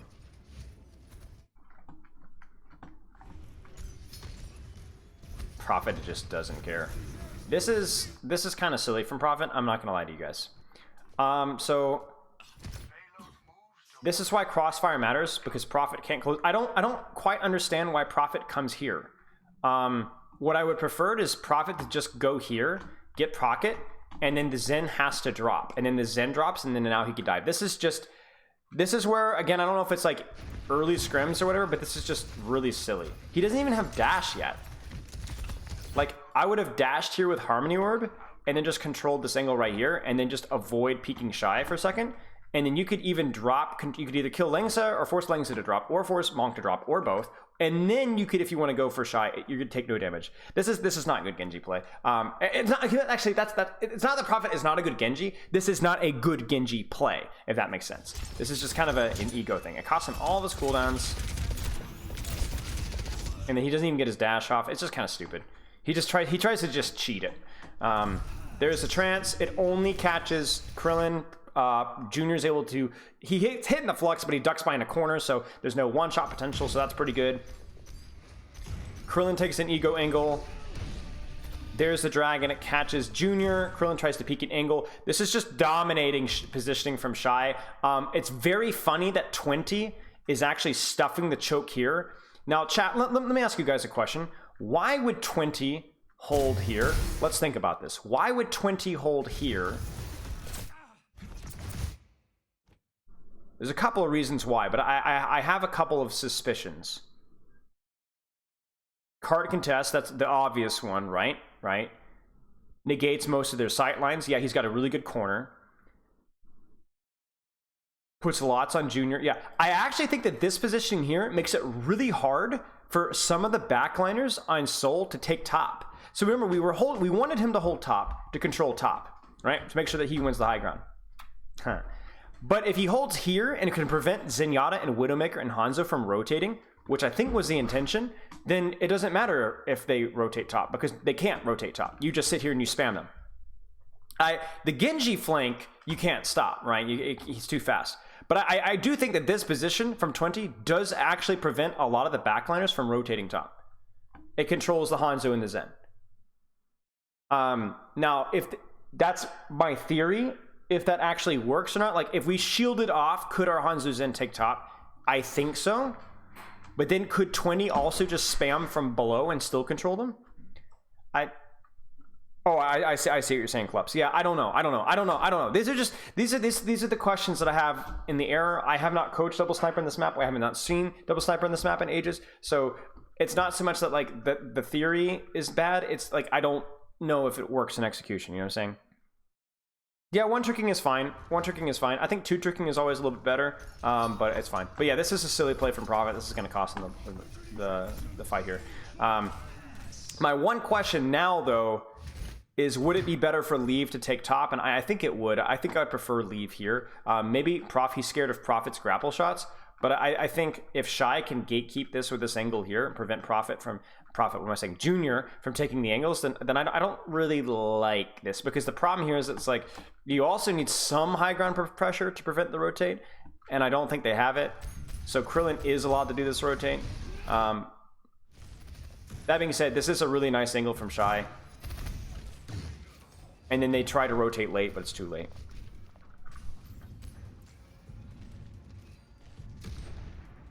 How does Prophet get so much ult charge?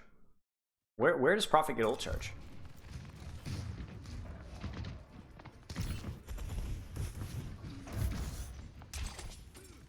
Oh, this. Got it. Okay, I was curious.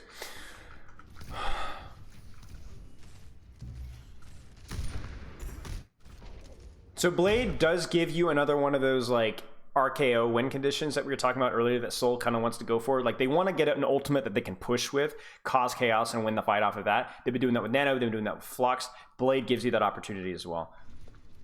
I don't know what 20 is doing, but 20 is, oh my gosh, my cats are freaking. 20 is like, this is crazy. I guess he's just confident he can drop. It seems so risky to me. Both of these Sigmas have been doing it, so maybe I'm just an old boomer. So they're going to try and they need to get Prophet off of the floor here. Prophet needs to be able to get rid of Leave, because then he can use this position to then continue and contest from here. So this is really cool from Leave. He's trying to make it really hard for Prophet to set up. I actually like this from Leave. As long as he gets pocket from his Zen, this is the ounce of prevention is worth a pound of cure, okay? Because what you do is you had issues with Prophet staging from high ground earlier. If Prophet had played it better, I think you just automatically lose the fight. However, here, Leave is proactively holding the space, which makes it a lot harder for Prophet to threaten Shy and a Monk at the same time. And he could get pocket, right?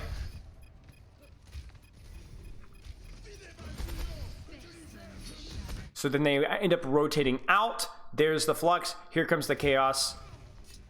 Prophet is going to get nanoed. Leave is dead. Shy is dead.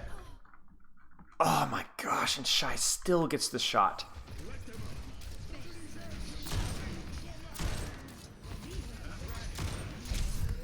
That's crazy. Just doesn't care.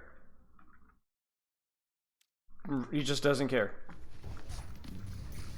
And that's a really big kill too, because it's going to help them prevent a little bit of the snowball. I mean, I think Double Sniper is really good in this map, honestly. And APAC probably doesn't play Rhine, so...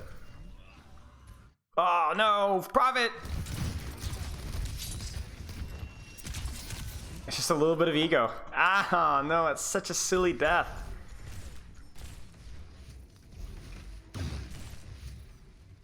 Big error from Junior? I mean, I don't think so. I think... Oh, taking the duel there? Yeah, I mean, he had sights, you know? He's thinking, oh, I'm good to go, right? But Shy just doesn't care if he dies. Shy knows that if I die, it doesn't matter. I will be avenged. This is the Soul Classic. But unfortunately, the Genji swap from Leave negates this, because the Genji mirror means that now you also have a Genji that can immediately close the distance. Check this out. Zen flank, up here. And he's dead, right? So yeah, a little bit of adjustment needed now from both Zenyatta's and Widowmakers with how aggressive they play, because now we have an actual dive hero that can just run you over. Whoa.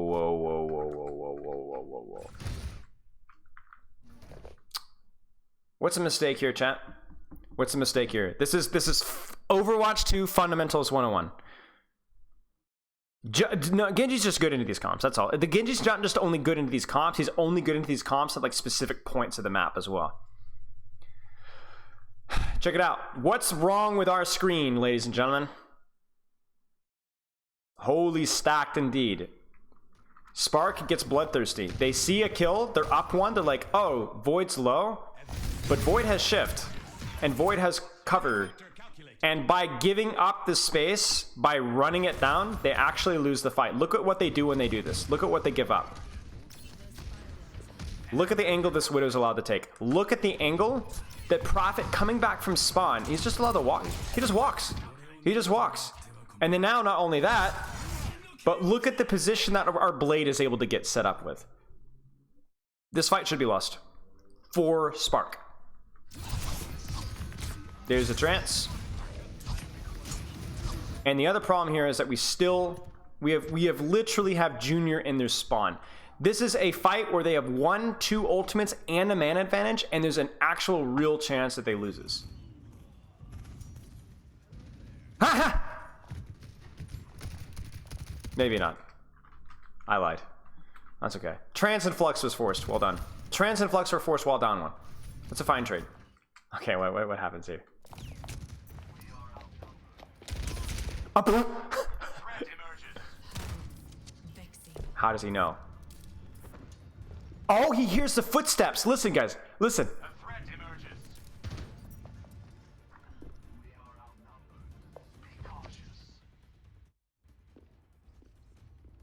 That's crazy. Wait, does he even move his feet? Yeah, he does. Yeah, that's crazy. All right. Huh. Classic liar. Yeah, here we go again. Listen, I was not paying attention to ults. I'm not gonna lie to you guys.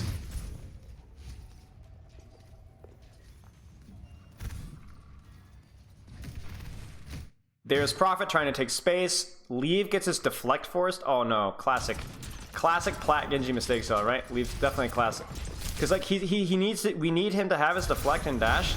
He actually doesn't use his deflect because we need him to control this angle here to prevent Prophet from taking it, but yeah. How are we gonna get nano value here? Are we gonna just nano Sigma in? Oh no, Prophet is getting away with way too much right here. And this is where I see the weakness of the Sigma on the low ground, right? Because if they're not able to stuff them in the choke, 20's kite path puts him in a position to where he can't actually like hold any space at all. So I will say this, when they don't have the advantage of like stuffing the choke, I don't like 20 playing here. I want 20 up here so that then, okay, we're not at immediate danger of getting nano, trance, or flux run over, but at least we can control their Genji. This is not a good, this is like the same thing as like when you're in a Rhine Brawl mirror. You don't match them toe-to-toe because either you get run over with their ults or you end up having to kite in such a disproportionate way that you don't actually control space. So whenever they have a brawl ult advantage, flux, nano, trance, whatever, we do not want to stuff them in the choke because they just through the threat of using those ultimates will force us back. And then by forcing us back, what space do we control right now? And by not controlling that space, that then allows Prophet to take this angle. 20 should be up here being like laughing at the nano and trance and flux. Also, the card is too far forward. That's another little thing as well. Yes, absolutely. This is way, assuming that mechanics don't kick in at some point in time, this is way too much space from Soul just walking out of the choke. Because the thing is they don't even have that big of an ult advantage. Like 1, 2, 3, 1, 2, 3. But these are just ults that are better in close range. So 20 has to back off. Lamp was forced too. Oh no. Yeah, this is just messy. I don't like this. And I also don't I don't know. I don't like this. I don't like this from 20.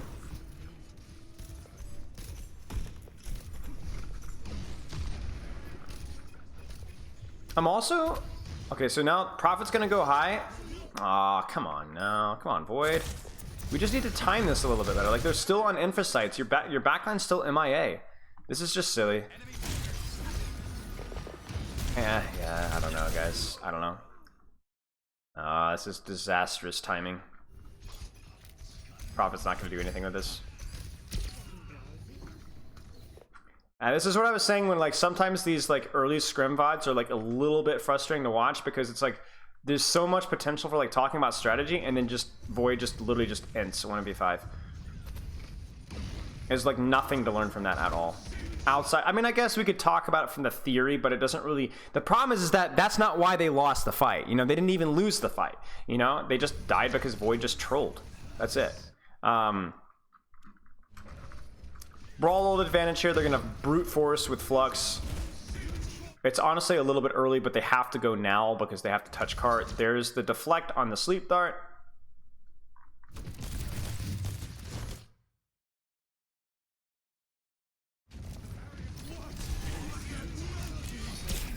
That's really good. That's really, really nice. Really clean blade from Leave to where he like hides his hitbox behind the wall so that there's only like literally a millisecond for the, not much time at all.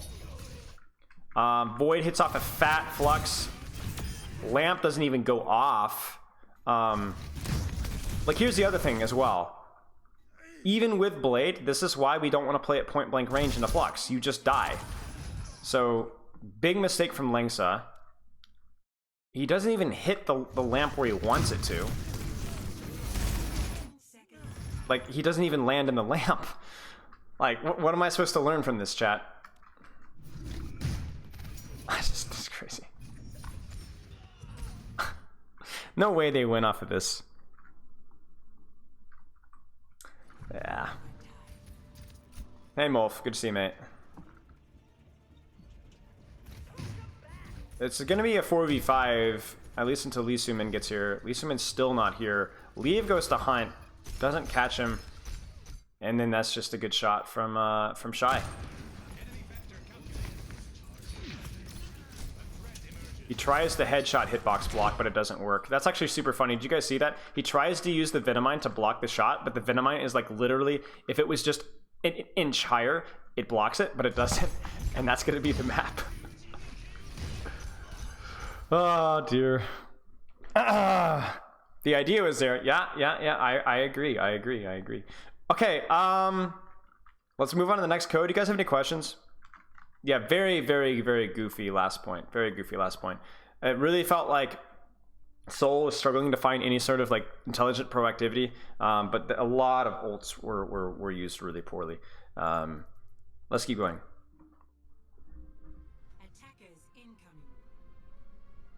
Yeah, they just thought because the match was over. It could be, could be.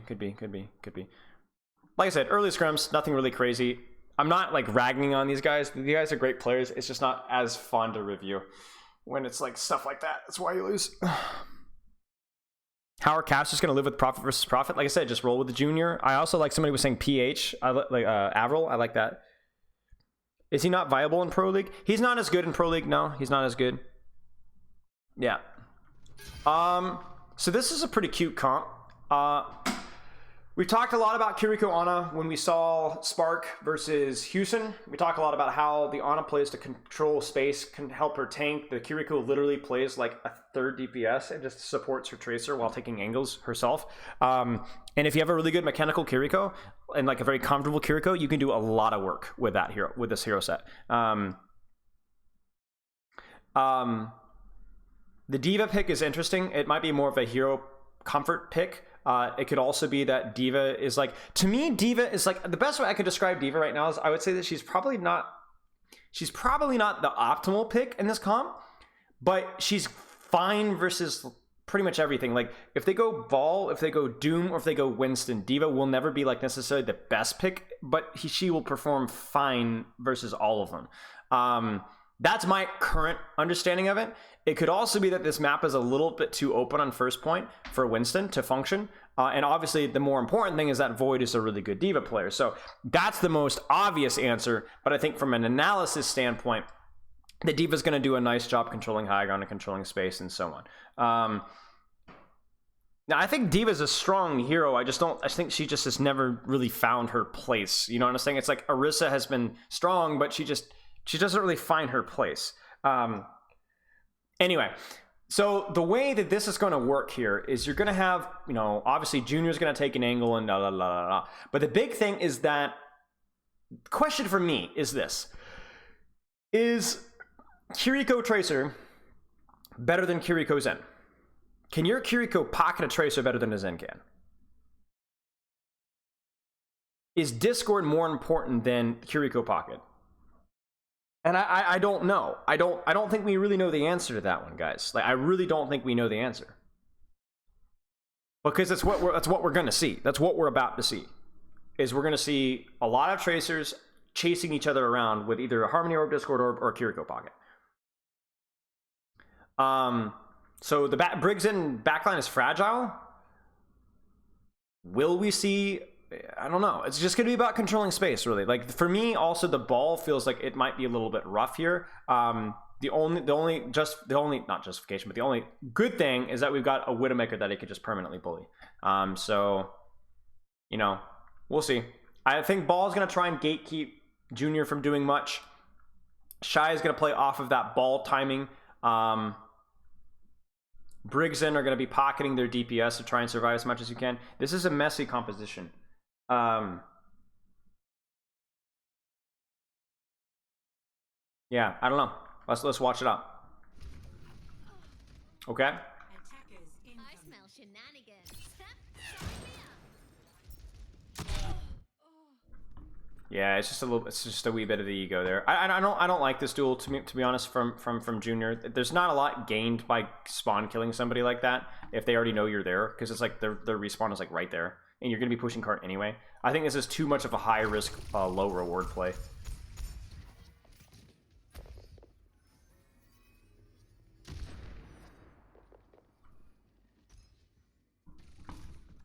So Diva's going to be controlling the high grounds. Like Diva's job is just to sit here and to anything that gets overly aggressive, whether it's Tracer, whether it's Ball, whether it's Zen, whether it's Widow, is to pressure. Yeah.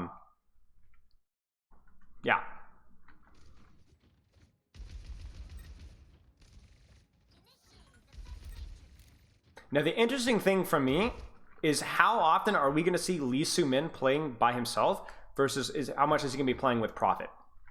Because right now he's playing very much for himself. He's gonna translocate out soon, but like that to me is crazy. How is this happening? How does Gushui die so much, or take so much damage?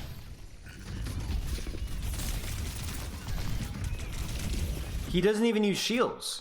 He doesn't think he needs it.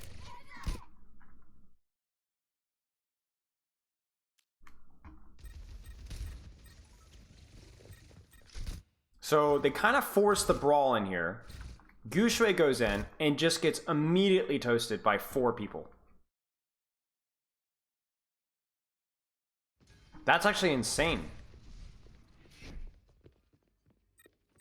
And it's also really interesting that he uses Bell first, or Suzu first, before using TP.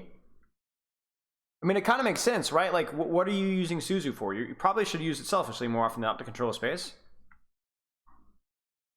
Why didn't they take the flank on Ana?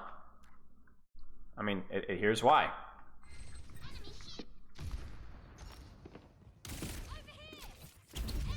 This is why. And this is why. You talk about proactivity with controlling flanks and keeping yourself alive. Krillin pocketing Prophet right here is why he's not going to get dove. If Krillin doesn't pocket Prophet, Prophet loses the 2v1 on the side, and then Gushui dives Krillin. It could have been intentional, yes. I mean, I have as much to learn about these compositions as you guys do. I will tell you what I know about the game fundamentally, but there are details that are still fuzzy, especially considering we have like essentially a brand new hero in Kiriko, because Kiriko, when the way she was played in finals and the Kiriko the way she's played now is just night and day. Kiryu is 100% bait, yeah.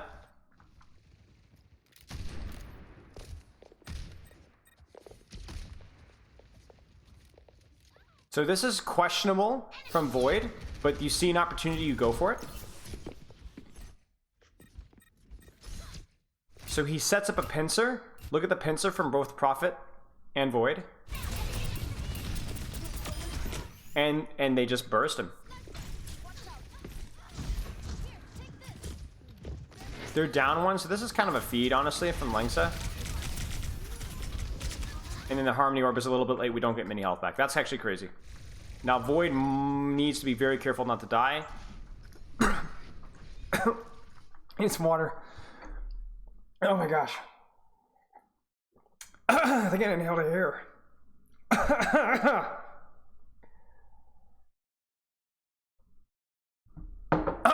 Okay. Well, after dying live on stream.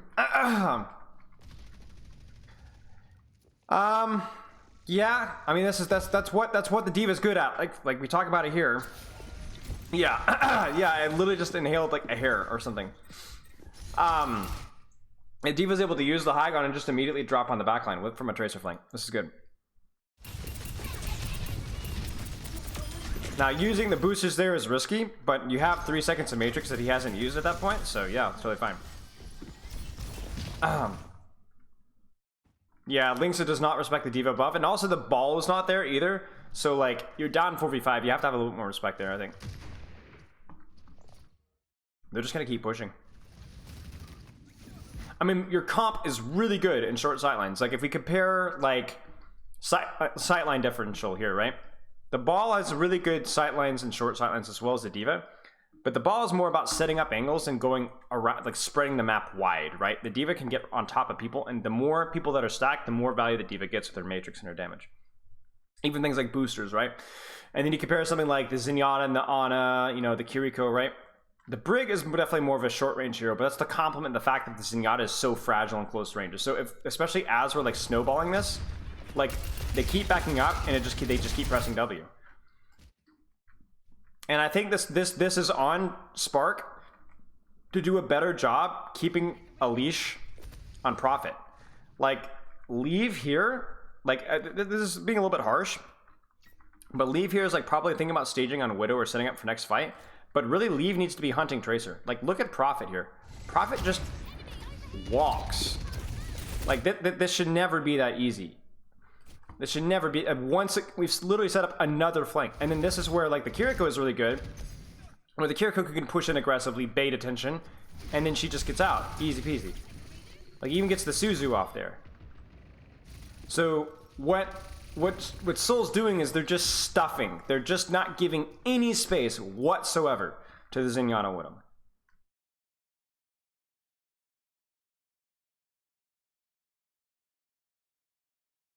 Yeah, they're all holding, right, exactly. They're all holding positions where they're good at. Like, Diva's job is to control high ground. Tracer's kind of controlling either from this angle or from this angle here. And then the Kiriko could control this side of the map here. And then they look for opportunities to either stuff or shoot. They don't sit there and peek Zenyatta and take unnecessary damage, right?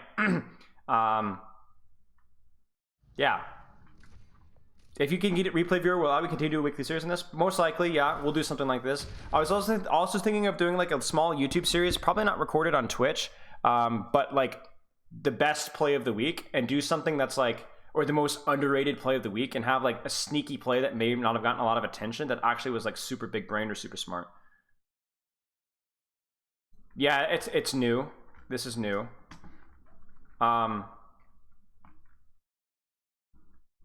Something like that might be fun. But yeah, I'm probably gonna be doing a little bit of analysis every week, I think, if I can. Is it even possible to bully the D-Boy from high ground with this comp here? Yes, but what you would need to do is you'd need to get your Briggs in up top, bully the D.Va out from there, and go from there. Like this area of the map. Min X, thank you so much for the sub. Spylo's top 10 plays of the week. That's a good, yeah, something like that. Yeah, exactly. Like this, the weakness of this composition is if we get to clear them out of this choke, and the D.Va, Kiriko are like over here, this space Zen rules. So the Ana Kiriko have to keep them in this choke in short sight lanes, otherwise the Zenyatta just does too much damage.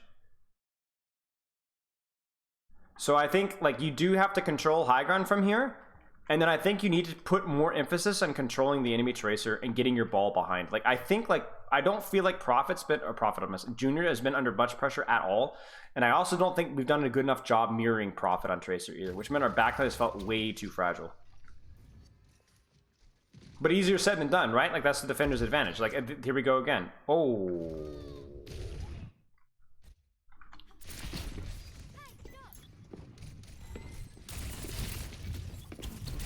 It's just a little bit of ego. A little bit of ego. But you know what? Hit the stick. Big thing there is, like, I think this is just somewhere... Prophet should have been a little bit more patient, I think. I don't think we really need to go now. Because, like, he just dies instantly. Pressure, pressure, pressure, pressure. He needs to get out, needs to get out, needs to get out. Out. We're good.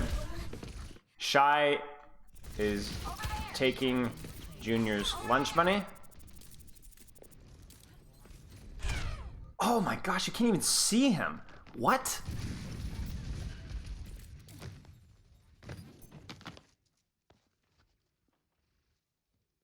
That's crazy. Hey, I'm glad to hear it, Minax. Thanks for the sub, mate. I appreciate it. Good work on you, though. I'm glad that I was able to help a little bit. But this is the thing, though. Like, this is the strength of like the Ana Kiriko D.Va. Like, they're up 2, and yet they're still not gonna be able to dislodge the like Krillin and Lee Sumin. Like, they can't just like walk in here and push in here. Like, it's too much from the Zen. Like, it's too dangerous, right? You also have to worry about cart. Like. So it feels like even though like, oh, we're up 1, we're up 2. Are we up 2? Yeah, so Prophet is just now getting back. Okay, the Zen's not back. That's a big thing. But Lengsa has to be like so careful. It's like so careful. And that's a misplay from Lengsa. Like, this is where we call like lose cons, right? This is the London call, right? But we bash in. And then the Nano D.Va is on top of us, and we have nowhere to go. And our Zen isn't there to help us yet. I think what we're seeing here is, honestly, it feels like Shy is giving us advantages and opportunities, but Leave is not doing a good enough job marking their tracer. Like, we're seeing a lot of attention on backline. And really, honestly, backline is just dying way too much. Like we have to be able to disengage these fights. Like I'm seeing way too many times Lengsa just gets W keyed on, and with new Bash, that's just unforgivable. Shy is just trying his hardest, man.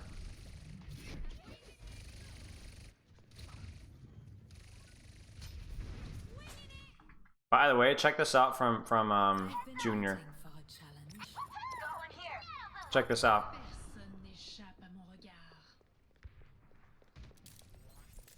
He's not leaving spawn. He might even swap. Oh no, he's waiting for Ana. Okay. when Junior took the duel 30 seconds ago, should he have? I think it was okay. I mean, it was a 50-50 duel, and the fight has evolved enough to where, like, you're not spawn killing a Widowmaker. But yeah, Shy is disgusting. Shy is honestly why Spark beat London last year. The general opinion of a lot of, at least last season, was that most Western teams did not respect APAC teams on tank or support. APAC has a lot of big names on tank and support, but they didn't have great seasons last year. Like we even like whether it was that or the team play, like Western teams were just better. They were just better last season. But APAC DPS were scary. I'm painting with a broad brush, Faiza. I don't know enough about Smurf, how he played last season. I'm sure he played I know he played, from what I know, played really well. But as a whole, we didn't respect a lot of tank and supports from APAC.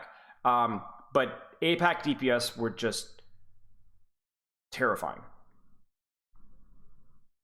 Like whether it was Leave or Shy or Alpha Yi, yeah, they were terrifying. Like Spark were just not the better team in the in the playoffs versus London last season. Zest, MN3, yep. But Shy was insane.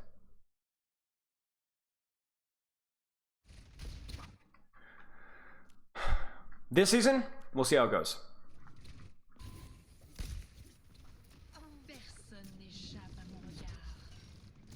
So once again, Brig, overextend.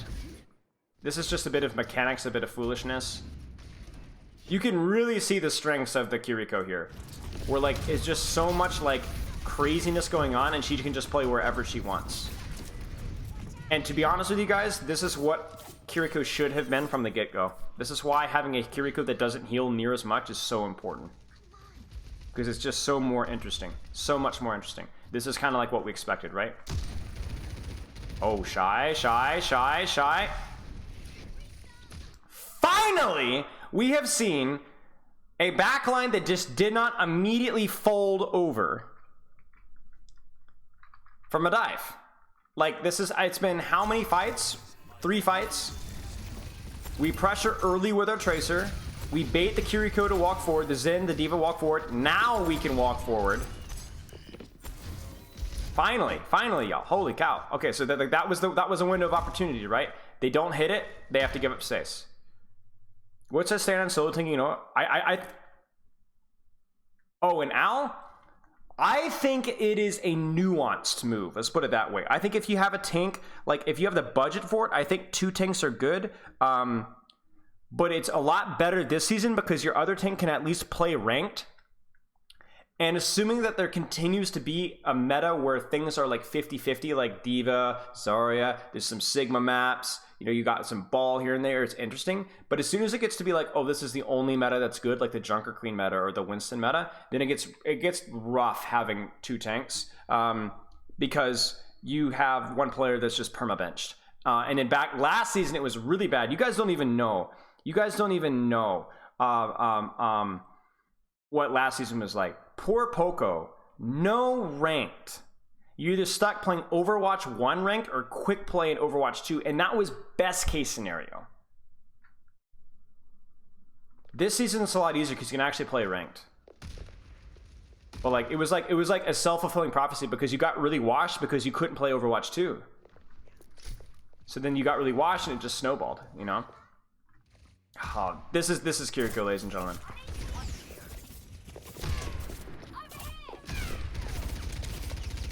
Like, what are you supposed to, like, you could definitely pocket that better, but it's rough. Like, it's rough.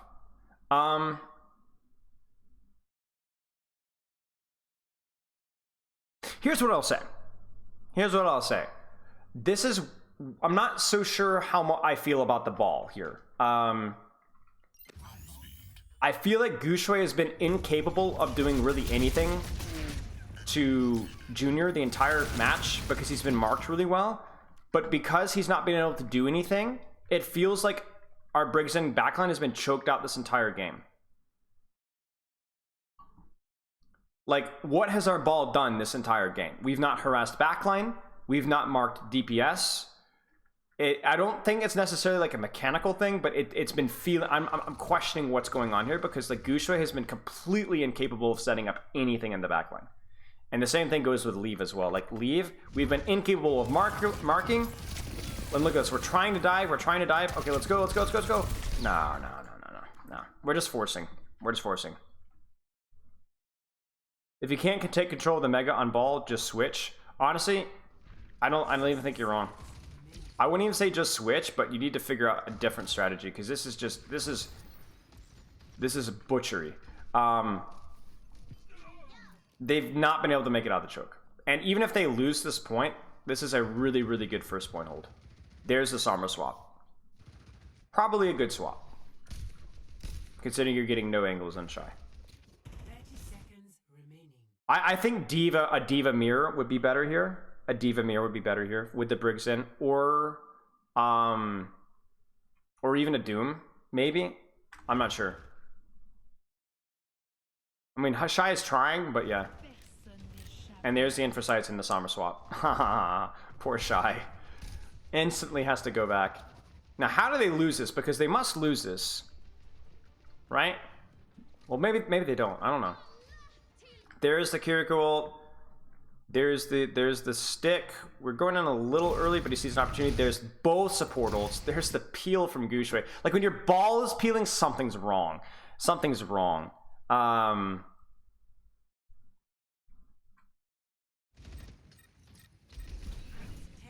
They kite it out. Then we're gonna see a Kitsune rush.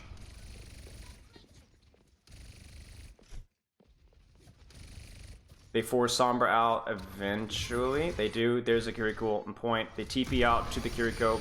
Lee Sumin needs to be really careful. This is again the Kiriko. Watch the Kiriko right here. Watch the Kiriko. Pops ult on point. Has to TP out. Gets low. Suzu's. She's feeding, right? No, she's not. She's out. And she now has her TP again. Void kind of ints, and they're not able to get on top of the Zen. That's actually a huge deal. Oh, they do get the kill. That's a huge deal. They nano the Kiriko, but the Kiriko TP's out.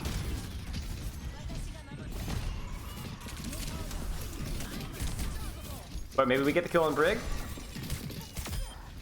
I think the Suzu there was to prevent... so you guys are probably questioning why the Suzu. The Suzu is likely to prevent Whip Shot from getting boot back. I don't even think it was used for defensive purposes. This is where the Kiriko is really helpful. That's a huge sleep. Oh, whoa. That's just a dominating hold here. Really a dominating hold from Soul. I want to see where a nade went. Nade doesn't hit. They kite inside. The nano is just hilarious. You just look how patient he is with sleep dart. We don't need to use it. He's going to commit at some point, right? Monster sleep. And then what happens with our dear friend Gushui? Oh, no! No, he doesn't do this! No! Oh my goodness, look at him. He tries to keep the grapple so that he can slingshot himself back out, but he just launches himself off the map! No, no, no, no, no, no, no. Okay, so honestly, so much has happened that it's really hard to like pinpoint what went wrong here. It definitely felt like backline played it really poorly in terms of being able to peel off dives. I think like even with the Diva Tracer Pincer, I think honestly a lot of things went wrong here. Lingsa fed multiple times, sort of disengaged, kited out a lot better than he did. I feel like Gushui just did not do anything at all in terms of peeling or controlling angles or space. Like we never got any pressure on Junior. Every time Junior died, it was from Shy and Widow. Leave, I felt really struggled to mark the enemy tracer, or even set up angles of his own in the enemy backline. Like it's super weird that like Junior was just completely quiet the entire VOD, but never got any space at all. That VOD to me exemplifies Void and Prophet's timing and teamwork. And also, it really does a good job exemplifying the value of the Kiriko. Like how useful it was to have a support playing that aggressively with impunity. Like that's the value of the Kiriko. Like look at how much value our healing, the aggression, the damage, the Suzu, like just basically just DPS Kiriko playing super aggressively with a Tracer Diva over and over and over again and never ever dying. What if Spark went Lucio Kiri? Probably. I mean, I don't know. It's a more open map, so the Briggs has, in theory, works, but honestly, if the Ana Kiriko can stuff you in a choke, it looked really hard. Like, the thing with the Leave marking Prophet, it's like Leave wasn't even getting a Discord to Prophet, because Prophet was sitting here and going, bam, bam, and he's already on your Briggs end. Like, how do you even mark that? So, like, there has to be a way, but it's tough. It's tough. So they're definitely no. I mean, yeah. I mean, I don't even know that Briggs-in is bad, y'all. Like, let's go. Briggs-in is bad versus Kiriko on. I'm not so sure about that. Right? We don't know. But we're just trying to figure out why it just didn't feel very good.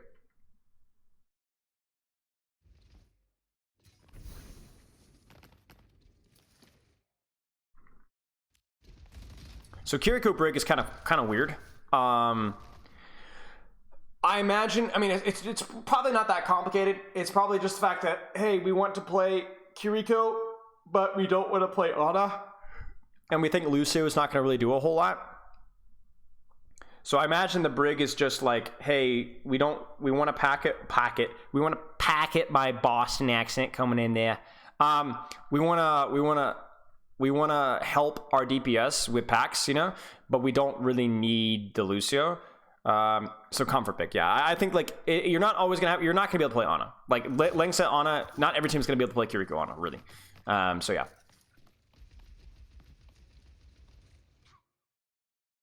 Forwarded.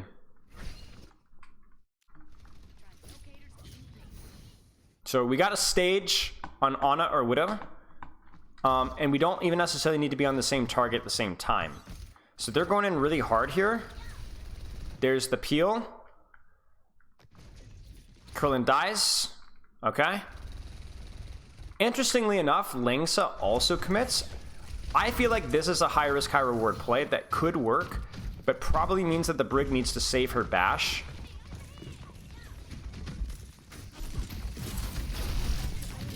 And I actually think Lingsa needs to be really careful. They go Cassidy, which is 100% the swap. They don't stay Widow. So what you guys are about to see is a lot more of the same. Aggressively diving, trying to stuff the Cassidy, the Ana from taking any angles. Because you're talking about like short sightline compositions. You think this was a short sightline composition? Now you transition that Ana to Brig, and oh my gosh, now you're really stuffing. You're really stuffing. And you transition that Sombra to Widow, or the Widowmaker to Sombra, and now you're really stuffing. You're really stuffing. But will we be able to peel off these dives with Diva instead of the ball? Will we be able to peel off these dives with the Cassidy instead of the Widowmaker? I think I'm sure of it. I mean, obviously we're sure of it because this is a 7-minute VOD and not a 4-minute VOD. So let's find out. Now, the key thing for Prophet, for Junior, is going to be about anticipating the dives, playing cover, and then trying to prioritize the DPS. So like this is fine, but we have to be really, really careful. And then Krillin has to do the same kind of thing. Very disciplined with cover. Do you see how he tries to juke the hack there? And then actually he needs to probably try and walk towards the Sombra or towards cover next. So either when you get hacked, you either walk towards the Sombra, clear her out, and then tuck into cover from here, or you go from there. But they did peel off the dive. I think this was probably a little bit of an this was an overambitious dive. What's the difference between this dive here, guys, and this dive here? What's the simplest difference between the two? Because they're both inside. They're both, 3, 2, 1, go. What's the big difference? Hey, Varashi.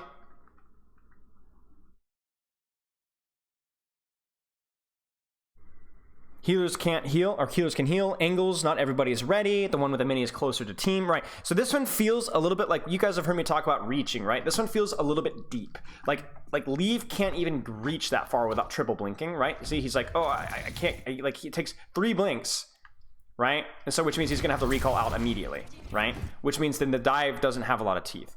The other one as well, like, I wasn't really loving Lingsa dropping, but at least our supports could follow it. Our supports can't really follow up here as much. And you can kind of see that that dive fails because of that. And you could also look at it from Gushue's perspective. Gushue before was like, bam, right? Gushue now is like down almost half his HP before he even gets there. One could be supported, one can't, right? And not just supported through support, but also supported through DPS, right? It just felt a little far. And then because of that, and this is the problem with the Brig comp, is if your supports reach to assist the dive, they are no longer able to play their lives. So watch this. TPN. This Kiriko is now vulnerable. But not just TPN.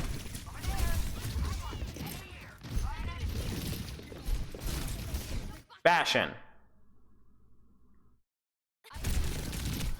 And there you go.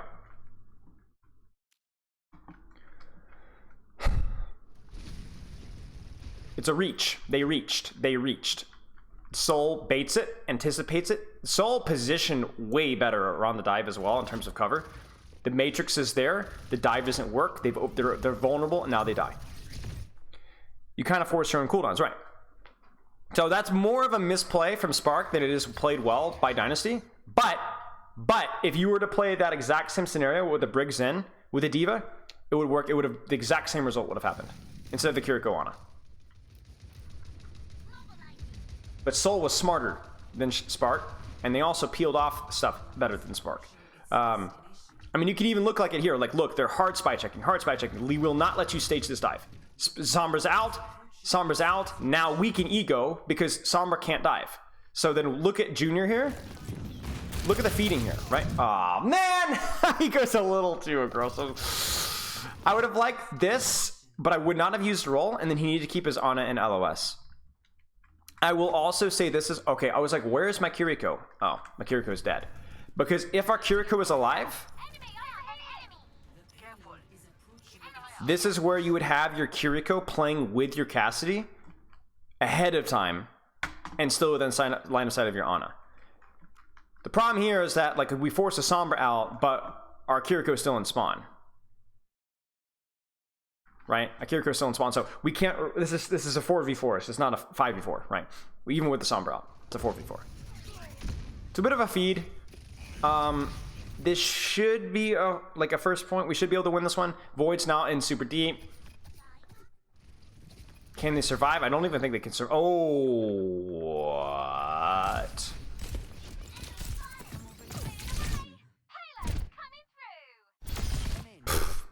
Come on, leave. It's a huge shot by Krillin. That's crazy. Just a little bit of a reach, right? Now, I wouldn't even say it's a reach so much as it was just the Tracer got body shot before. No, I wouldn't say reaching. I wouldn't say reaching because I think it was only one blink, right? One blink or two blinks tops. He didn't have his recall. He didn't have his recall and he got shot before he went in. Because this is a good dive. It forces a lot of resources. This opens up Void a lot to losing HP. But yeah. Went in without recall. He went in aggressively without recall. And that's going to be a cap.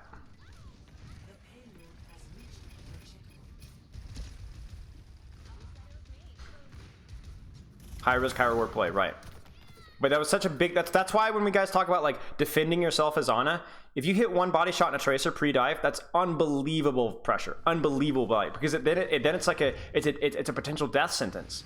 The other weird thing, by the way, about this, maybe there's like some weird effect with like the way the healing was calculated with the damage. Wait, maybe I'm misremembering here. Why is he 76 HP? Do you guys see this? Why is he 76 HP? Because he gets shot by Ana once, he drops to 76 HP. He gets shot again, 76 HP. What? What? That's so weird. That's bizarre. I don't get it. That's right. He's so tanky that he just removes that one damage. Ana has Fallout. Yeah, exactly. Change Ana damage in custom games. 100%. That's the way to go. So you look at how cautious Krillin is, right? Krillin's like, okay, they have full cooldowns, so looking for me, right? They're looking for me, right? I could pocket my team from here. Lee Su-min is with the Cassidy, as predicted, as we were talking about earlier. Spectator, but could be. So now Prophet's just like, I'm gonna keep shooting your flankers. I'm not gonna let you get on my Ana. I'm not gonna let you get on my Ana. There's the Kiriko ult. We need to disengage. Junior.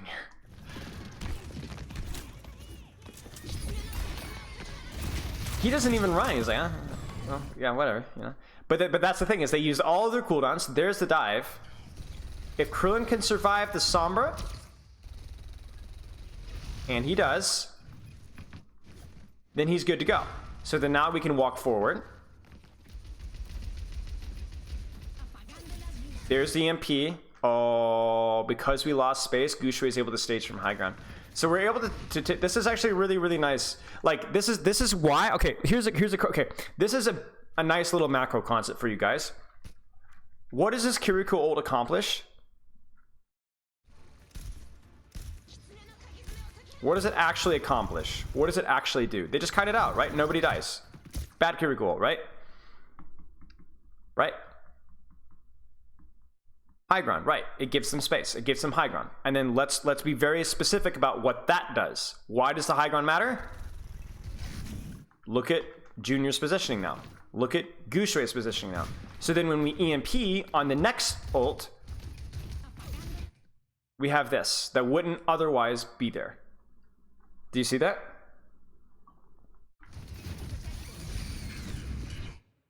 Which forces them to tuck into here.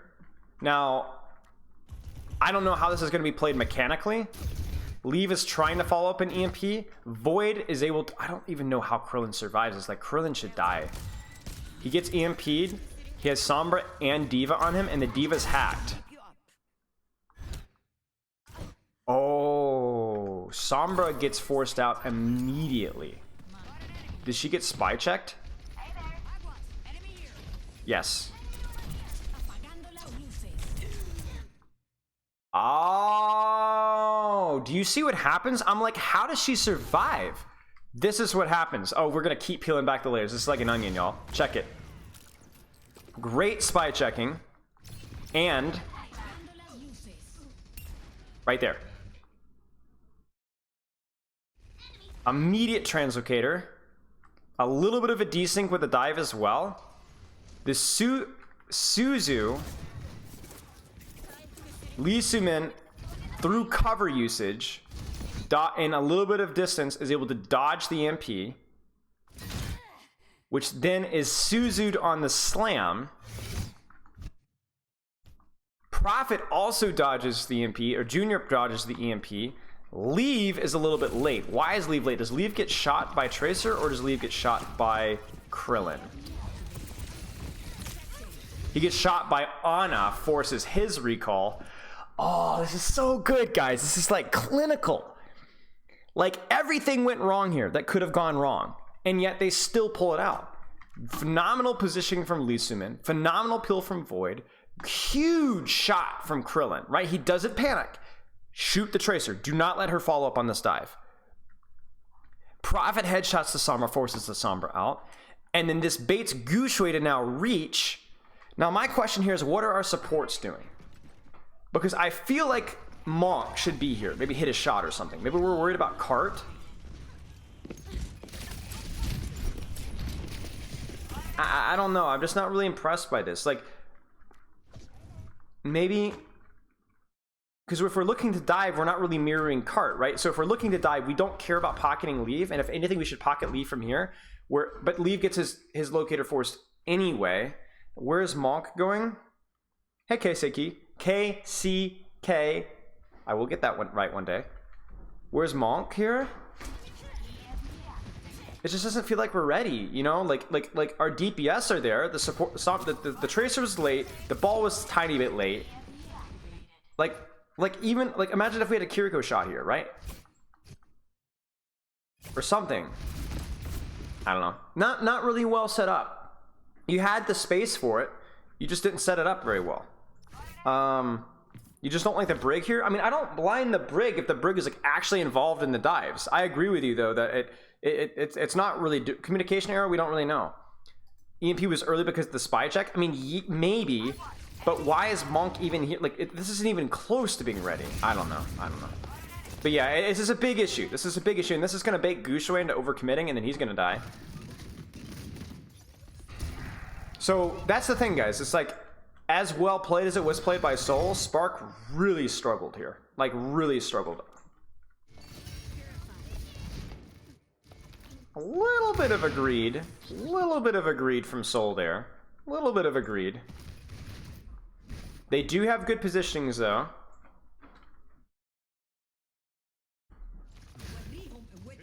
It's a phenomenal Nemo.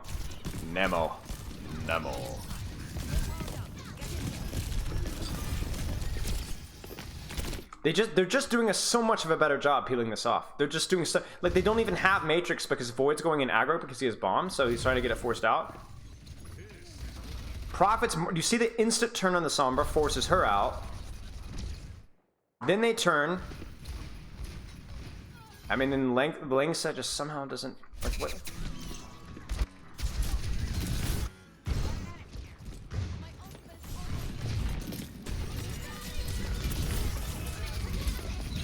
They're able to disengage that, which is huge. Reset up for next fight.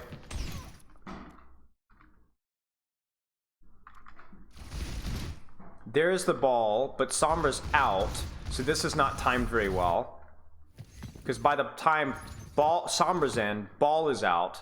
Tracer goes in, so we've got 2 in 1, but then a ball's a little late. It just feels like we're a little bit desynced. From Spark with when we're going in. That and Soul is playing this one nicely. Soul so far from both the Junkertown and this map just looks like the better team. They just look like the better team, the more responsive team. Hey, Conk. Soul so far, at least this early in scrims, have looked a little bit more cohesive. What is it? Is it a bird? Birds on here, they'll scare the cardinal away. Uh-oh. Oh gosh, the whole... There he is! What? The cowbird just landed right on the... The whole thing is shaking. The bird feeder's shaking. There's a bunch of them. Bullies. Huh. Little turds. Grill. I say turds on street. Sorry. My bad. Sorry, everyone. Uh-oh. Yeah, a little bit agreed here. The Reinhardt swap's pretty funny, and the Ana Zen swap is pretty funny. Now, let me ask you guys a question. Why do you think that they're playing Ana Zen? Oh my gosh, look at them go. No, leave it. Look at the cardinal. Whoa, he's fighting them. Fighting them. What the heck? Yo, this is straight savage. Bro, there's a cardinal out here, y'all, and the cardinal's straight up fighting the cowbirds for the bird feeder. But there's Mama Cardinal down there. I'm sorry, chat. We have to pause. This is nature in action. Yo, he just like straight up. What a Sigma male. What a Chad. Dude, he just bullied 4 cowbirds out to feed his woman over there. Like, she's trying to. Yo. That was. What the heck? It's out. I wish I could. There's like 4 big. I don't know if you guys know what cowbirds are. These big ugly like birds, you know. They're bigger than the cardinal. There's 4 of them, just big pigs, you know, the ugliest thing. They look like actual, like, they're just brown. They're just kind of ugly, you know. And this cardinal comes up, and he goes bam, bam, bam, smacks the crap out of him. What is it? He like punched him. That's wild. I'm sorry, y'all. That's hilarious. That was the funniest thing I've seen all day. Stop. All right. Ana Zen defensive spam. Yeah, I mean, basically it's just like the Ana Zen, if you're playing for like the back half of second point or third point, it's really hard to dive because you could just like put your Ana Zen and spawn, and it's like really hard to like actually kill them. So then why not play the greediest heroes that you could possibly can? So weird not to show us. I'm sorry, guys. Brown bird kind of ugly. Oh, dang it. You know what I meant? They're just like all one color.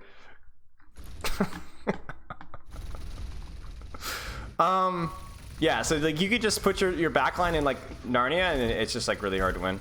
A diva is also going to feel atrocious here because there's like no high grounds whatsoever. So what I'm expecting from swaps, like I don't even know what you'd swap here, honestly. I don't know what you'd swap here, honestly. There's no, maybe Sigma? You play for bomb for sure. Yeah, there's the Ashe swap, something a little greedier. I actually don't know if I like the Ashe swap. I feel like Cass is just as good there. The tighter sightlines are just as good as Ashe.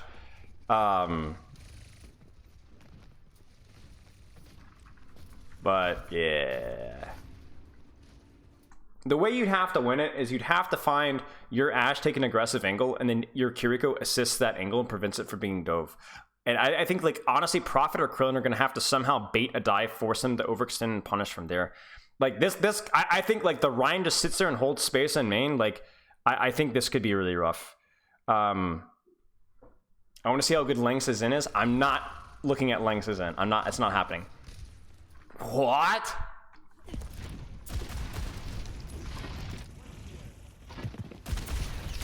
Oh, I was gonna say that's crazy. Like look at how fast Shy gets his translocator force. Crazy. And you know who did that? You know who did that? Check it. There it is. Spy check. Oh my gosh. Okay, remember guys, remember the weakness of the Ana Zen, or the strength of the Ana Zen is being able to hold like the back angles where he can't get dove. Now, as soon as you walk forward to here, you open up the sight line for you to be flanked. And guess what happens? He gets flanked. Because you're like, oh, the Diva dive, right? Well, yes, but also Tracer dive, right? And once again, Leave. This is honestly a really big mistake from Leave. I don't care if you have Pulse Bomb. You're playing Ana Zen backline. You have to shoot Tracer. You have to shoot Tracer. I don't like this. I really don't like this. This is so frustrating to me. This is so frustrating to me. This is just way too easy. Way too easy to just dive in, walk in this in. And remember, again, as soon as you guys walk forward, you're open up. You open wide open. And look at them. They're still going. They're still going. And it doesn't matter, right? Because they could just bomb. There's the bomb. Look at this. Look at this. Look at this. Look at this. That's just wild to me. That's just wild to me. And then now, you probably will see Nano Tracer here. Probably. And they'll try and get on the Prophet. But obviously, you could just Kiriko ult and point if you survive long enough to get Nano. So they're hard marking the Sombra. The Shatter should be free, on even if it's just a Diva. This is what we were expecting, right? This is kind of what we're expecting. Yeah, the Dynasty play has been very enjoyable. I'm not gonna lie to you guys. It's been a lot of fun to watch. There's a Kiriko on the flank, and they dodge the Rhine to go for backline. That's cute. Because that's one of the weaknesses of the Kiriko, is that, like, it can be just shut off by Rhine, right? So they dive in deep. That's a great sleep. Great peel. Profits out. This is not bad from Spark. And then they trade backlines here. This is an okay setup from Spark. I like this. There's the EMP. It's fat.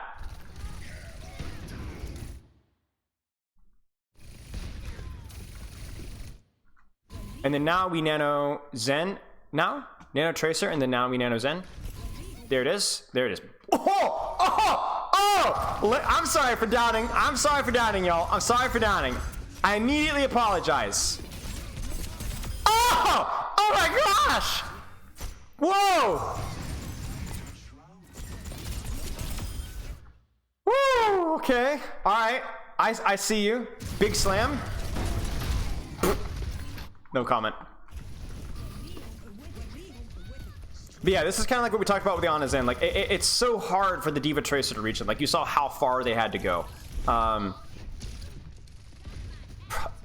Junior's just going to reset. And then do we see a swap here? Surely. Yeah, we see a swap. I don't know. Okay, let's try and predict the swap. Let's try and predict the swap. Predict the swap. Predict the swap.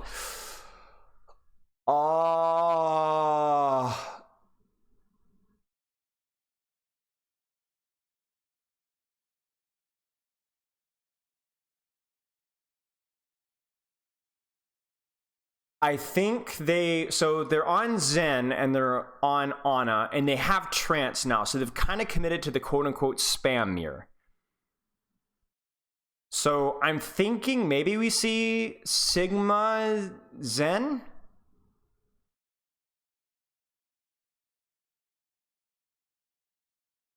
The Ryan is tough in the choke.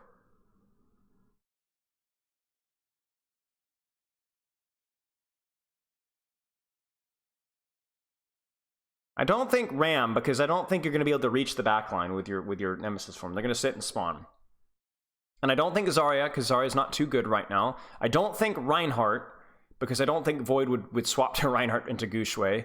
I don't think Winston, although Winston maybe, because you could play for like Nano Primal, and Void is, even if he's not that good of a Winston, it's okay.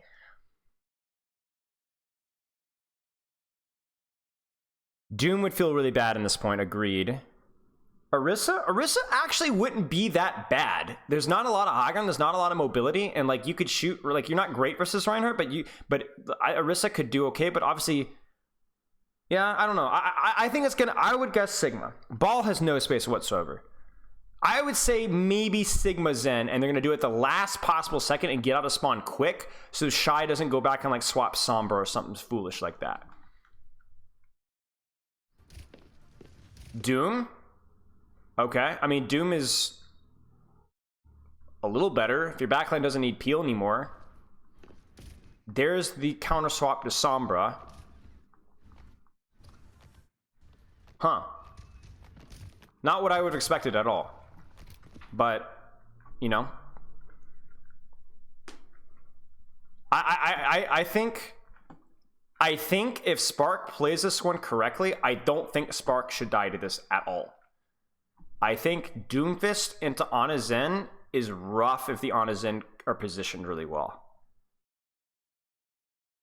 Because you can only win if you bait sleep and kill somebody, but if they're positioned in like really safe angles, I don't know that you can kill them. And every mistake that you make will get you killed. Play to bully the Rhine, but I don't think you can bully the Rhine without a Discord or something of your own. Like I don't think the Gushue should never die. Reinhardt is literally just played because you could sit in this choke and hold point, and then if the backline gets too aggressively, you walk on the backline. There's just no high ground. There's not a lot of good flanks. You just play the hero that's best in main, and that's Reinhardt. Not saying that's how you always play Reinhardt, but that's what his strength is. So, you know, I don't doubt Soul's team play, but I would be surprised if we saw a cap here with this comp.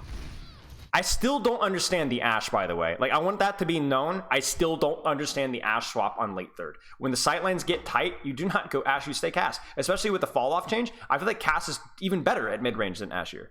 I don't get it. Oh, Junker Queen. No, I don't think I would have liked Junker Queen. This is crazy from Shy. Let's just enjoy this. Who's your daddy?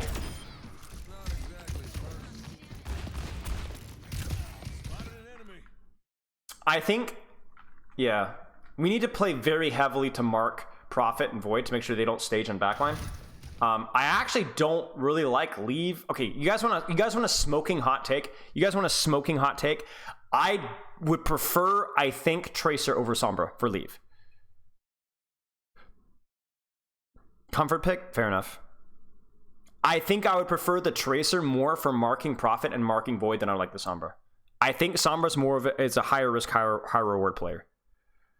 I just shoot the Tracer and Doomfist with Discord and you will win. That's it. I don't like the Sombra as much because he's good. I think the Sombra's honestly like a skill check for Doomfist. You know what I'm saying? I don't think we need the Sombra here. I want to watch a little bit here. Like this is why, case in point, like that right there is more of a mistake from Prophet than it is the Sombra showing her true colors. Like I feel like just a Tracer sitting here with Harmony and Discord would do this job but do it better. I know I'm the king of horrific timing when it comes to saying things like this, but you guys could probably see what I'm saying. just can't sustain on a flank. Exactly. And that's what actually makes you vulnerable to Ana's Zen, I feel like. Like, you need a Tracer that can hold space and prevent the flank from being taken so that your Zen just doesn't die off of cooldown. That being said, I'm a lot more sussed on the Doomfist than I am sussed on the Sombra. 60 seconds remaining. Ha, Gushue.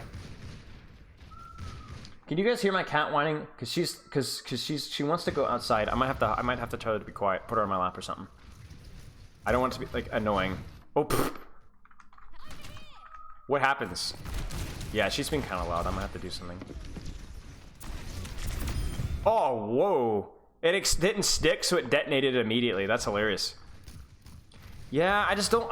There's the Ryan swap. Okay, the Doom swapped off of. Nice. There's the Ryan swap. We're still on the Kiriko, which makes sense if you play Kiriko like this, so that this is at least good. This is like, you remember we talked about this, guys. If you don't have an angle to support, take an angle on yourself. Just grab the cat. I'll get it in a second. Let me just finish this defense. They hunt, they clear the Sombra. They're just gonna W key with Trance, and that should be it. Yeah. Good credit to Lee Sumin and Tracer to try, because this is how you'd have to win, is to try, especially because they don't have Tracer, to try and abuse like your Kiriko Tracer advantage on the flank. But I don't think it's gonna be enough. It's a nice shatter. It's gonna force a big mess, and yeah, that's a full hold. Full hold, I say. Close enough. Amari, come here. Amari, come here. Come here. Come here. She's coming. Come here. Come here. Don't fuss. Come here. Look. Hey. Hey. So she'll probably sit in my lap now. Uh-oh, no, she's gonna chase her brother, who's come over and to investigate. He's a little bit of an instigator. And now they're going to play and probably run screaming across the floor. Okay, let's move on to the next map. So yeah, I mean, Seoul is just really showing themselves to be the better team. At least this early in scrims. In scrims early in the season. So don't do that as you will. I have a question. Is there a good rule of thumb to decide between peeling off divers and settling your own? I really think it depends on the position that you're in. So like, let's say you have, like, you guys saw that with Void there. Like when Void had a really good high ground and was staged closer to the enemy backline, rather than try and turn around all the way around and chase for his backline when they were being pressured, he needed to trust that his good backline positions would be safe enough, and that he needed to make sure there was no follow-up to the dive or dive himself. It obviously depends on the hero. Something like a Winston should almost never peel, should almost always try and trade backlines. But the big thing is that, like, just try and using the positions that you already have to try to control space. If you're positioned closer to your dive, to your backline, then probably prioritizing peeling backline as a diva. If you're positioned closer to the enemy DPS, then probably prioritize and prevent the follow-up. So this will be fun. I guess for me, this will be a theoretically here. Everybody outside of, like, you know, Prophet and Leave, I feel like, chat, is Prophet a better Tracer than Leave? I haven't followed in his, like, what do you guys think about Monk versus Lee Sumin? Because Gushue and Shy, I feel like Shy is probably the better Sojourn, and Gushue is probably the better Monkey. So I feel like in terms of mechanics here, Spark should have the advantage for comfort picks right now. So it'll come down to more of the team play. You know what I'm saying?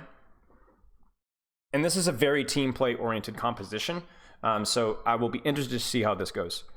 But yeah, I don't really want to get into the details of this. If any of you guys have sat in on any of my Winston Sojourn reviews, we've talked about it a lot. A lot of it's about passive advantage, taking good angles so that your Sojourn does more damage to the enemy Monkey and the enemy backline. Therefore, not only does she do more damage, but she also builds a rail, which means that we have an advantage in the neutral. We need to be timing our Winston bubbles when we're also pressuring at the same time. Obviously, this first choke is disgusting. It's just a horrific map design. Shame on you, Blizzard. However, as the map opens up, we want to make sure that we're setting up a little bit of an angle with a Tracer at the same time, even if it's just the mirror of the enemy Tracer. Yeah. That's the big one. Kiriko should be probably heal botting Winston as much as she can and then looking for angles when she can. But yeah, hot take, y'all. Hot take. This was a fine grand finals matchup because it was fresh and unique. But I find this to be one of the most boring mirrors in Overwatch history.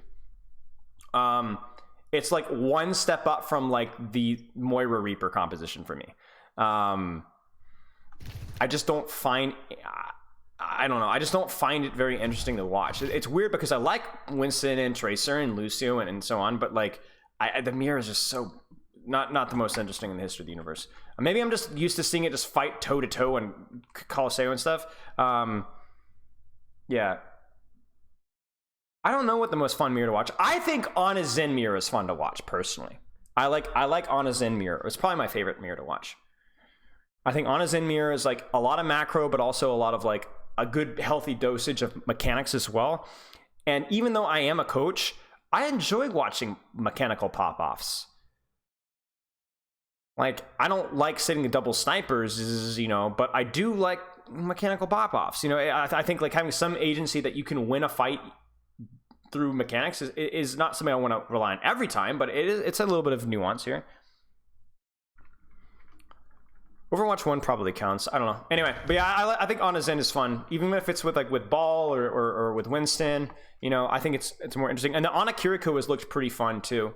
Why is Tracer better than Reaper in the mirror in this map? Okay, so here's the thing. I will touch on this briefly. I go in way more detail on the Glads versus Saints thing, which I just uploaded to YouTube this morning. So if you guys want to hear more about that, skip to that, Matt Esperanza. But basically, the idea is that Tracer has received buffs since then.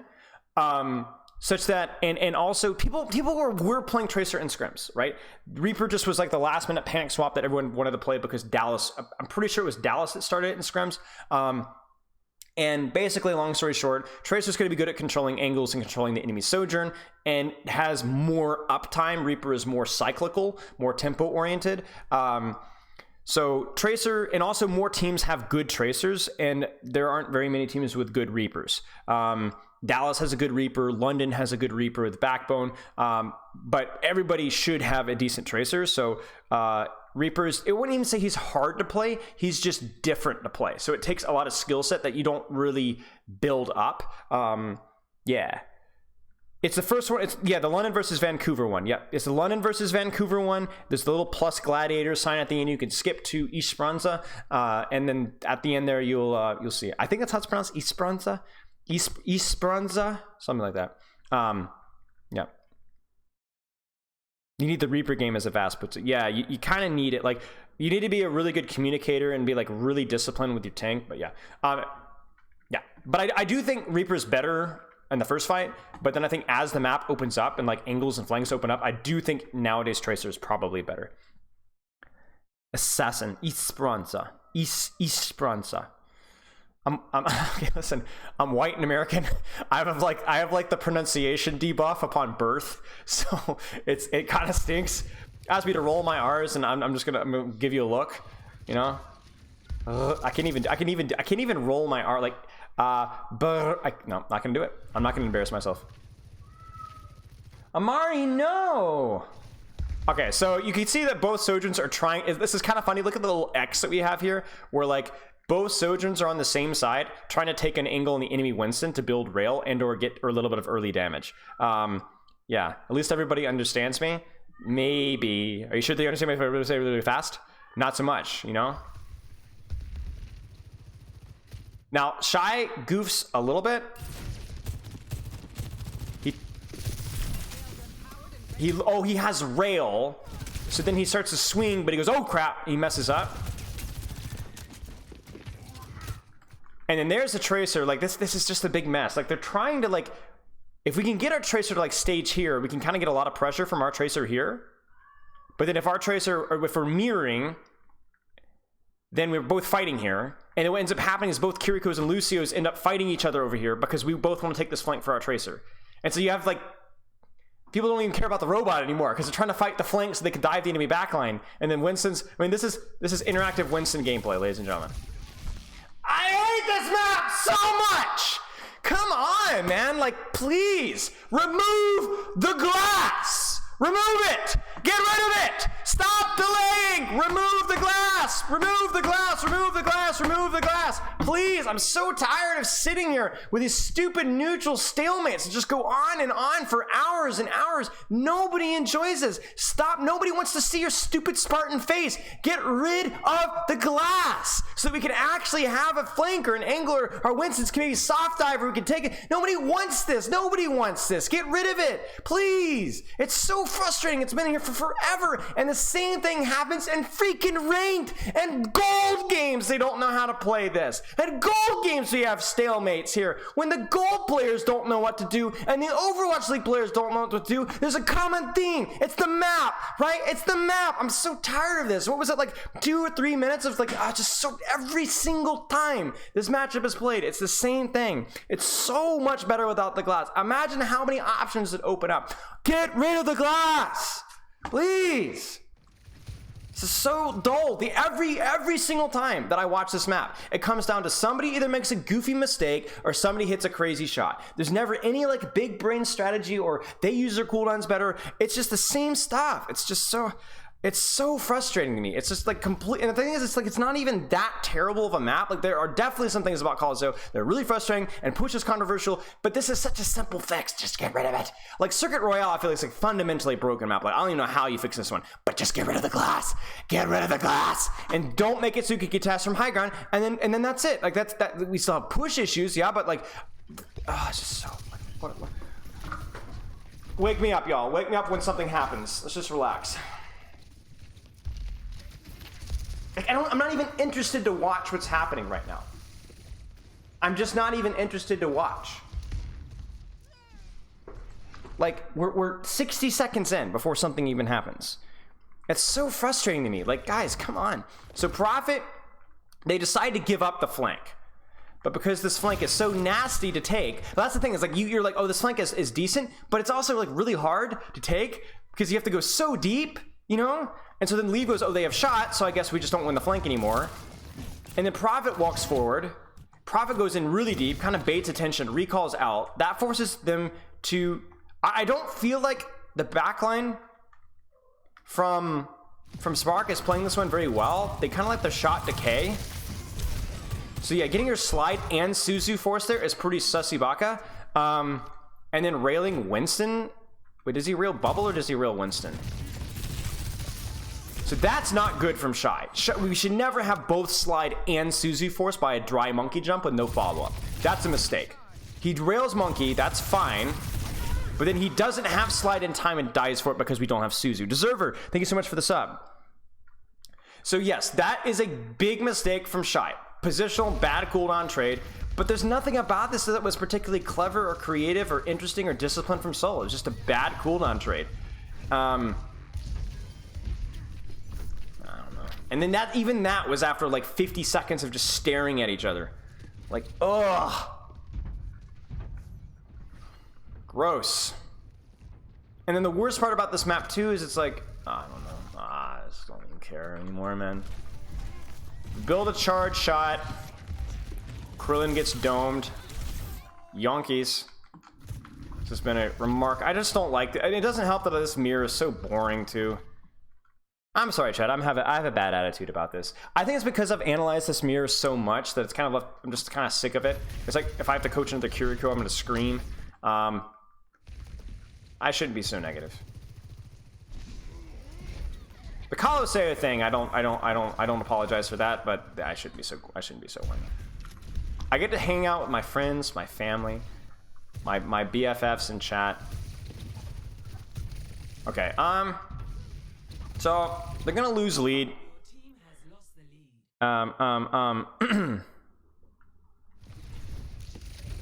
So they're gonna clear Shy. Void has to use Bubble. This is a big mistake. Okay, so Void needs the way you play this comp, especially when people are hard committing, is you generally need to find the slow kid. You guys remember we were talking about the slow kid with the Cassidy, right? Basically, you need to find the slow kid, and then that's the person that you target when the ult fights get messy, right? And that's usually Sojourn, because her mobility is not quite as good as other heroes. The problem here is that Void has already lost 100 armor for what? To shoot a right click and miss it? And Lee Sumin doesn't assist Void. Void jumps in hard. And this sucks.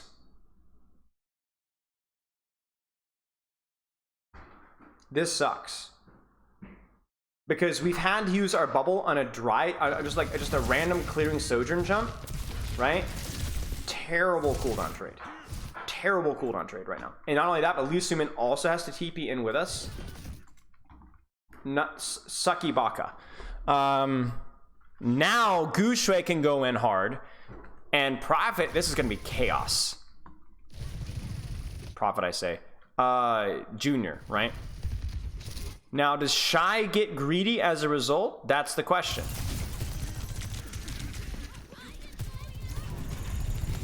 Yes, Shy does. This is silly. This is silly. Silly, silly, silly, silly, silly. I don't want to watch this. I don't want to. This is not. I don't like. I'm interested in the bubble mistake and the peeking mistake and the timing and the split. Shy just ends. Pulse Bomb just slides up. He's trolling. He's trolling. He's 80 HP. He doesn't have slide. The enemy team has ults. Ah!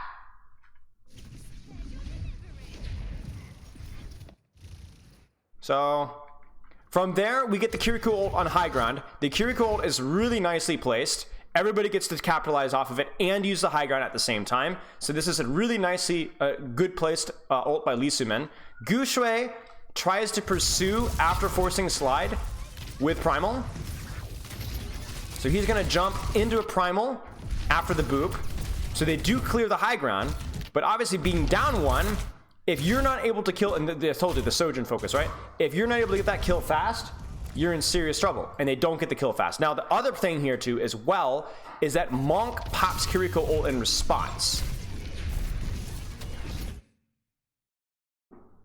Oh, see, Chad, this is why you don't whine. This is why you don't whine. Oh, okay. She's been very whiny. Very, that's okay. I just whiny in general. Yeah, sure. This is okay. So this is why you don't whine, ladies and gentlemen, because obviously that Suzu, that whole thing was just a bit of a disaster, right? Okay, but do you see this, guys? Watch. Bad mistake. Hey, Berkeley, thank you so much. That's another reason why you shouldn't be grumpy. Nice people say nice things. Gu Shui is Primal. Shouldn't need help.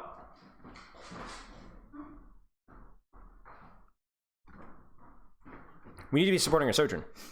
And we definitely should not be TPing away from our Sojourn. This is a huge, huge, huge mistake from both Shy and Monk simultaneously. It's beautifully timed. And right there. That's a big deal. That's a really, really, really big deal right there.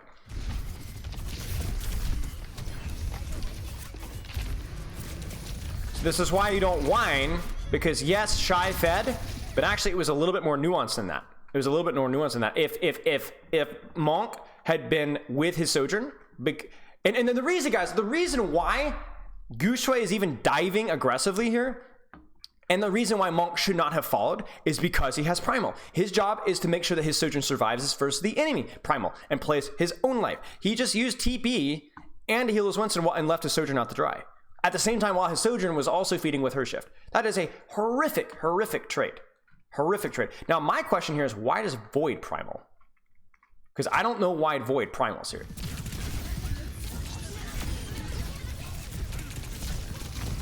I think he gets just a little bit spooked.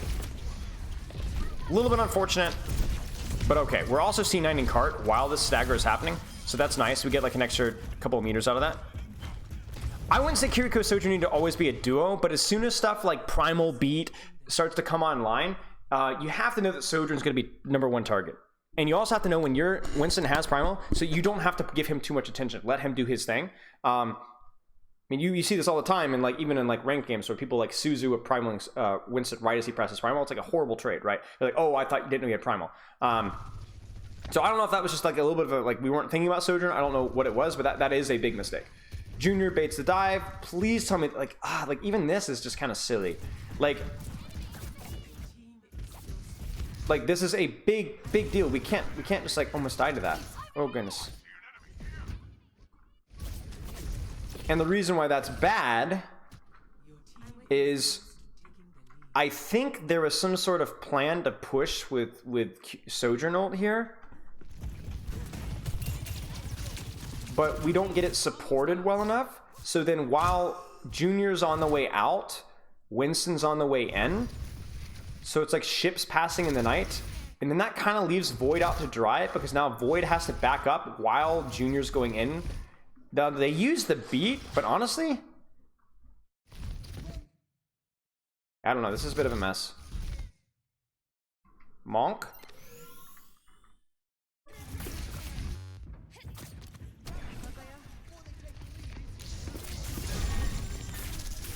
I will say we're having similar issues again here with the Sojourn. This is the second time that I dry Winston jump. Guys, when I say dry, I don't, or naked, or I think I'm just trying to say like when there's no follow up, there's no additional ults, there's no additional pincer, it's just the Winston. But like this can't happen. Like I don't want Monk on top of Shy because I can't have that forcing Suzu as that easily. Because now, it's definitely mechanics, but like we should have had Suzu for this. There's no spice, right? It's so easy for like a Winston. Please tell me Winston jump doesn't force jump or slide and Suzu and Amp. It looked like as well. It shouldn't happen. You shouldn't happen. You should have better spacing. So what that would look like is you'd have your Sojourn playing aggressively here.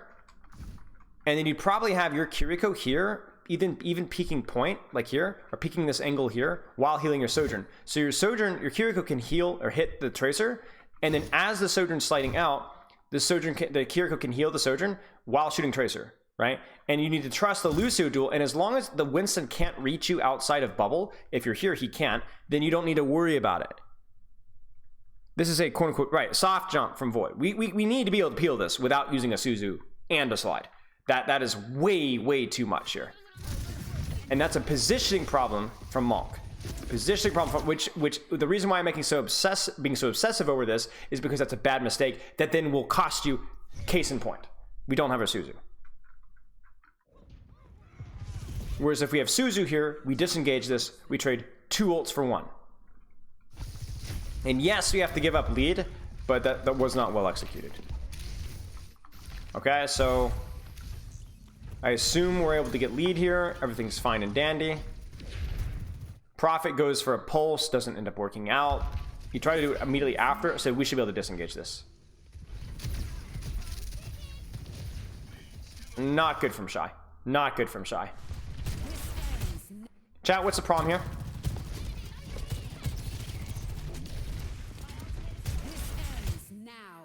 What's the problem? You guys watch the Vancouver-Vegas matchup. You should know the problem here. You should know the problem. You've used slide. The enemy team has used 0 cooldowns. Sun Tzu. Yep. When you are strong right now because you have. Then you cannot rush in and appear strong. You have no way of chasing anymore. You have no way of chasing anymore. This would be probably unwise even if you did have your shift because it'd be still possible for the enemy team to kite it out. Why not just walk, take an angle, shoot point, and then look for an opportunity to shift later? The enemy team has used 0 cooldowns, so guess what they do? They jump, they bubble, they blink, they Suzu, they TP, they have amp, right? It's just a bad play. It's just a bad play. And unless they hit the shot, then they don't get anything out of it. We needed our slide there for that to work. We needed our slide, or we needed to force enemy cooldowns first before we did that there. Probably both. So that's just a free 2 ults for 1. For 0, actually. 2 ults for 0. And then we go back and staring at each other for about 6 hours until we get our Kiriko ult. Oh, bless me, this map.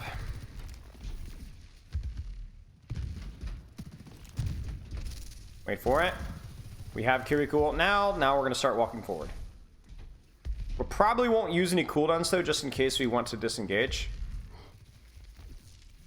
You know, the funny thing is too, as well, is you could make a good argument for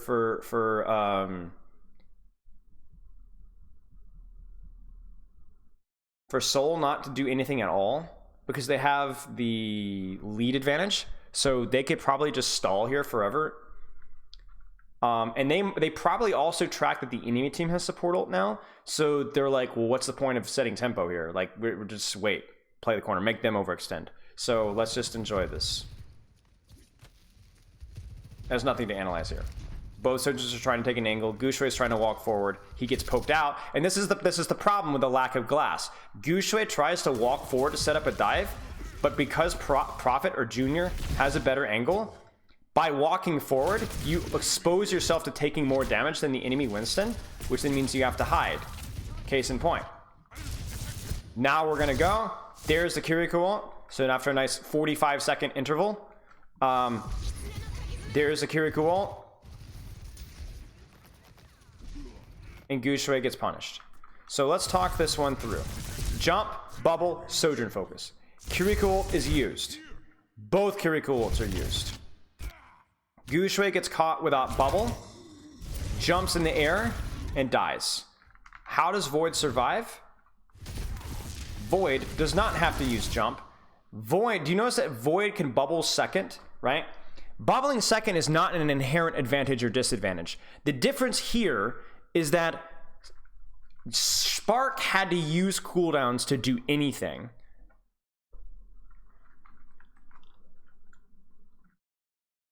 Soul didn't have to use a single thing. Soul didn't have to do anything. Soul, it's not about who's first or who's second. If you're first and you get an advantage, it's fine. But there is no advantage to diving here first. Because my Winston is able to easily peel off the backline in the same way that Gushui was trying to do it. But the difference here, let's keep dissecting this a little bit further by a little bit further.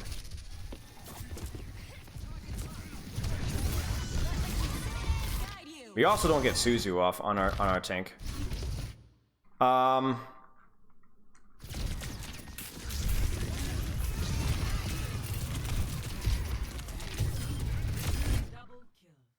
It's easy.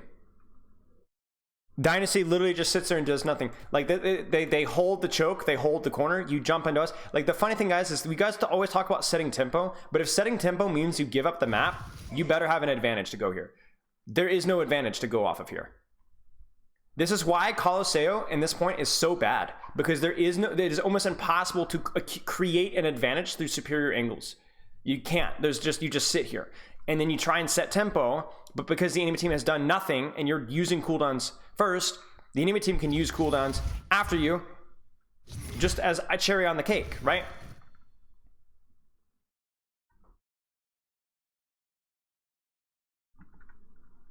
I don't know. So if you don't one-shot Shy there, or Prophet, or oh my gosh, Junior here, this isn't gonna work. Easy. All of your resources, and all you did was force a Suzu and slide.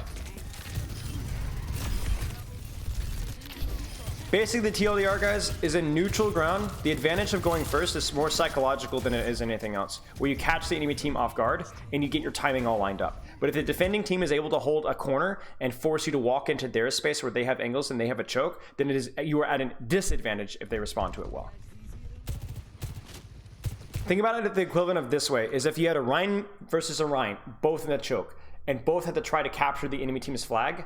If neither team did anything, nothing would happen, right? However, if one team walked through the choke to try and capture the enemy team at Ryan's flag, the fact of walking through the choke means that you're automatically a disadvantage in the fight. So what happens is both teams stalemate at each other and don't do anything until one of them gets bored and tries to do something. The only way that you could break the choke like that is to either have more ults than the enemy team, or you land a mechanical shot through the choke, or through some miracle the enemy team messes up and uses a couple of cooldowns. Like let's say Junior there had accidentally used his slide, or like let's say he messed up and shot rail and didn't have rail, or like let's say they accidentally used Suzu. Then you could go through the choke, because them not having Suzu compensates for the fact that you just had to walk through a choke. How would Spark have to play that to have an advantage? I don't know. There isn't a way outside of trying to build an ultimate before you went. and hoping through the chaos that compensates for the fact that you just walk through the choke. That's the problem, because when it's another map, there are ways that you can rotate and fight a flank and flip the map and try a cheese play to compensate for the fact that you have to walk through the choke. With this map, there is no way to compensate. There is no way to compensate. That you can't flip them, you can't do anything. So you have to sit there and wait. Literally the best thing that Spark could have done here is sit here and roll the dice and pray that Shy hit a shot. Or pray that Shy hits a shot that forces a couple of cooldowns. Or farm up a primal. The enemy team will also farm up a primal, but again, the more ultimates online, the more that there's more chaos. You sow instability to where RNG can kick into play more. And if you're at a disadvantage, RNG is your friend. There's really nothing you can do. Like again, the analogy is that both teams are standing at a choke and neither team wants to cross the enemy team into the other team's choke. That's Colosseo. It has nothing to do with, oh, setting tempo is bad. Setting tempo is fine if it doesn't lose you a ton of, if it doesn't walk into the enemy team's offangles, right? And that's exactly what happens. And it was smart from Soul, because Soul goes, we can just hold the corner, an advantage, and just wait for you to do something because we have lead. We don't have to do anything. Basically, Hanamura first, right? Wouldn't that make snipers really good for this part of the map? Yeah, well, yes and no, because snipers are played here on this map way disproportionately more than you think they would, because teams do tend to get stuck here. However, if you go lean too far into the sniper thing, you do open yourself up to getting flanked here. But if you were to run like a Widow Tracer, then yeah, it wouldn't be bad. Yeah. It just becomes a little bit more of a liability as the map opens up. Not opens up in terms of sightlines, but in terms of the flanks open up. Okay, so now, again, we're in a situation where there's going to be a couple of ultimates online, so Lee Soo-min really needs to make sure that we pocket Junior out here. Void kind of plays for himself. There's the dive with Primal. Prophet's just going to sit on cart, honestly. All we have to do now is keep Junior alive, and this fight should go fine.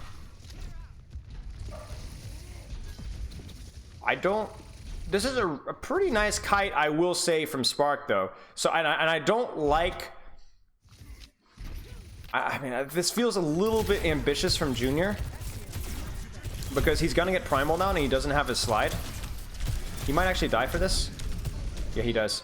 Yeah, that was ambitious. You can't use your shift like this when they have Primal.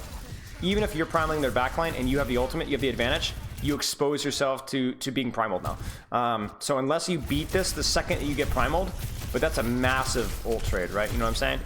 This is a really good play from Gushui. This is a mistake from Junior. Big mistake from Junior. You need your cooldown there, and then that's a beat for essentially nothing, because now they don't have the Sojourn, so they won't kill anything. Now the cart's being C9'd.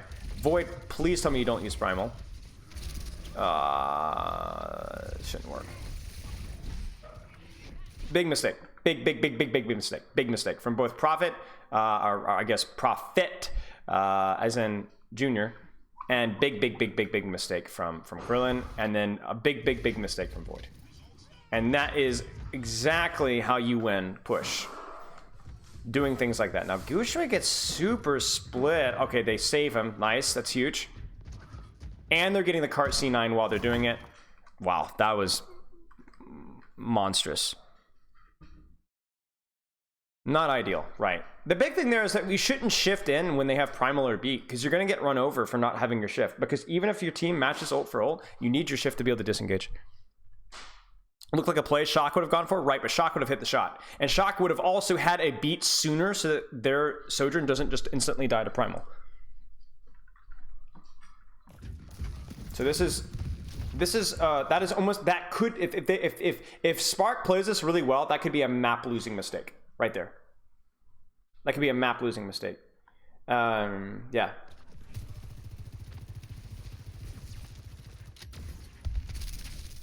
So how will they take high ground? How will they take high ground? So I do think here the play is to take high ground. When you have Beat, Pulse, Sojourn, I think like when they have such an overwhelming ult advantage, I don't think you play for cart. I think you try to set up cart and then try to look for an opportunity to go high ground. And again, Sojourn becomes priority. So I imagine we'll probably see a 3-2-1. Gushui jumps up top. We TP up top. Remember, we're playing a comp that everybody can go high ground whenever they want. So we'll probably see a beat engage here. With probably a Sojourn ult, actually, just to make sure that they win the fight. There it is. They don't even need the beat. Shy is...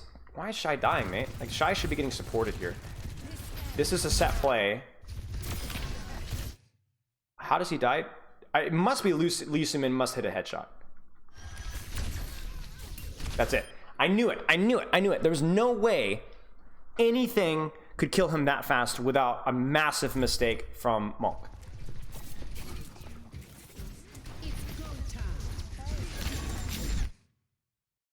Little bit of an early shot at Suzu there, but yeah.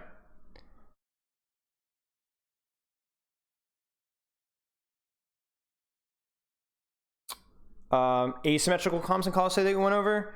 I don't know, honestly. Yeah, the Suzu was probably because they think Junior has shot. Does Junior have shot? Yeah, so if Junior has shot, this is reasonable to Suzu early to make sure that you guarantee win the duel. But yeah, not great for Monk. This should be still a good fight win though, as long as we're able to peel properly. Our bubble's still alive, which helps out a lot.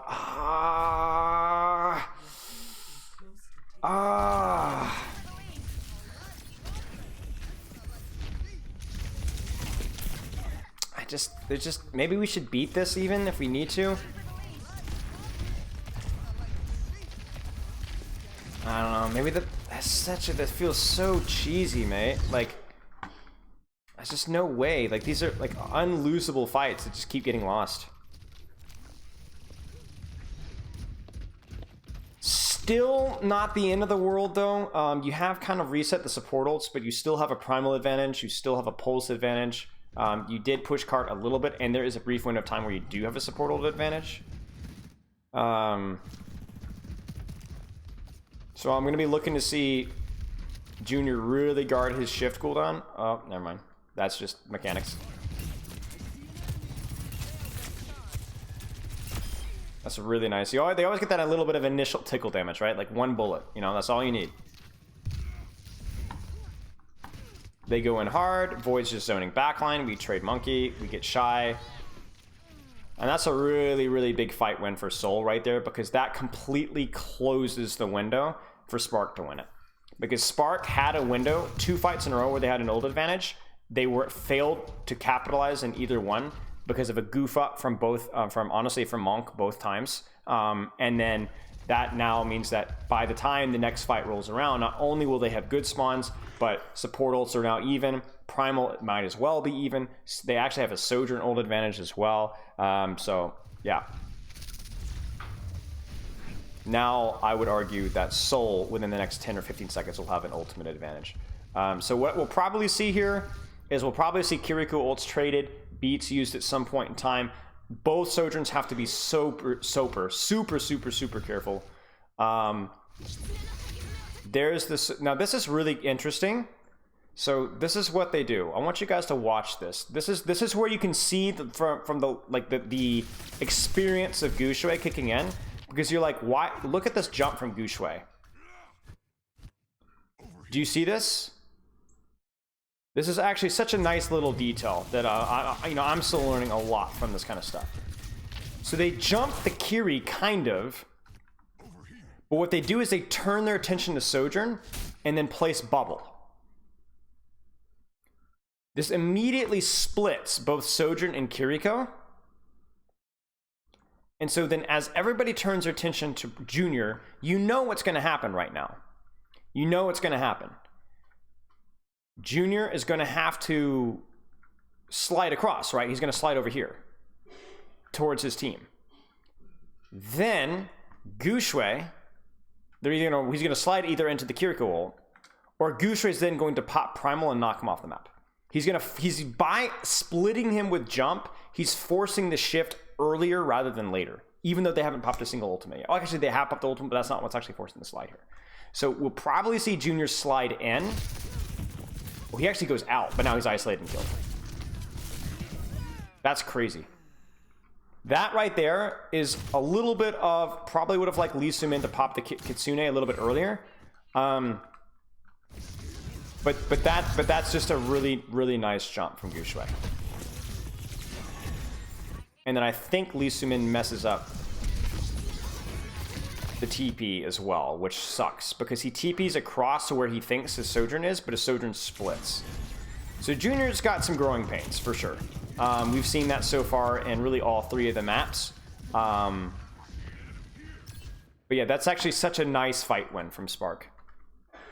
Why does Al like Winston so much? Because Al is full of good Winstons, and Winston is a relatively strong hero, but is harder to play.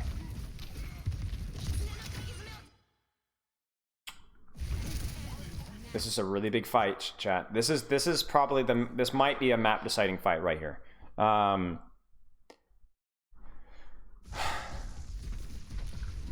So we get a little sloppy, Gushui does, when they're up 1 or up 2. But they have good spawns. So Junior's right here. Gushui jumps here. Probably didn't need to jump here. This is just kind of like a little bit of tickle damage. It's kind of lazy. And then that triggers Soul to flip the switch. Bubble used. Let's go, guys. Kitsune rush. Suzu. Everybody burn Gushui. We force beat, but we also have our Sojourn in a really good angle and with a little bit of distance and her shift. So this could really go either way. This really could go either way. Even with Prophet and Spawn, this really could go either way. So there's the Primal. Now, all we have to do now is focus Gushui and survive, and if Void can survive this, then we're good to go. Yep, Void survives it. Not only will Void survive it, but he will easily Primal backline. There's the Primal Shy. Either Shy will die or Gushui will die, I imagine. There's the beat. Probably not even necessary. And actually, it's in that order. Shy then Gushui. That was a good flip the switch. They utilized the use of Gushui's Winston bubble to take the opportunity to quickly ult, and because Gushui doesn't have bubble or jump now, they have to panic beat really fast. And then because their Sojourn is now playing here, their Sojourn's at 0 risk. Yeah. What are the odds Hog gets any play this Owl season? Almost 0, unless depending on his rework. Almost 0. So that's a classic example of a 4v5 going your way because you have the space and ult and cooldown advantage. Gushui messes up with his bubble, gets punished for it almost immediately. You wouldn't even notice that the bubble was a waste until you look back at it slowly and realize what it actually cost. The reason the bubble was a waste is because the bubble waste by Gushui is what forced the beat to happen so fast. And the beat happening so fast meant that they were not able to push enough with the beat to counter the Kiriko ult.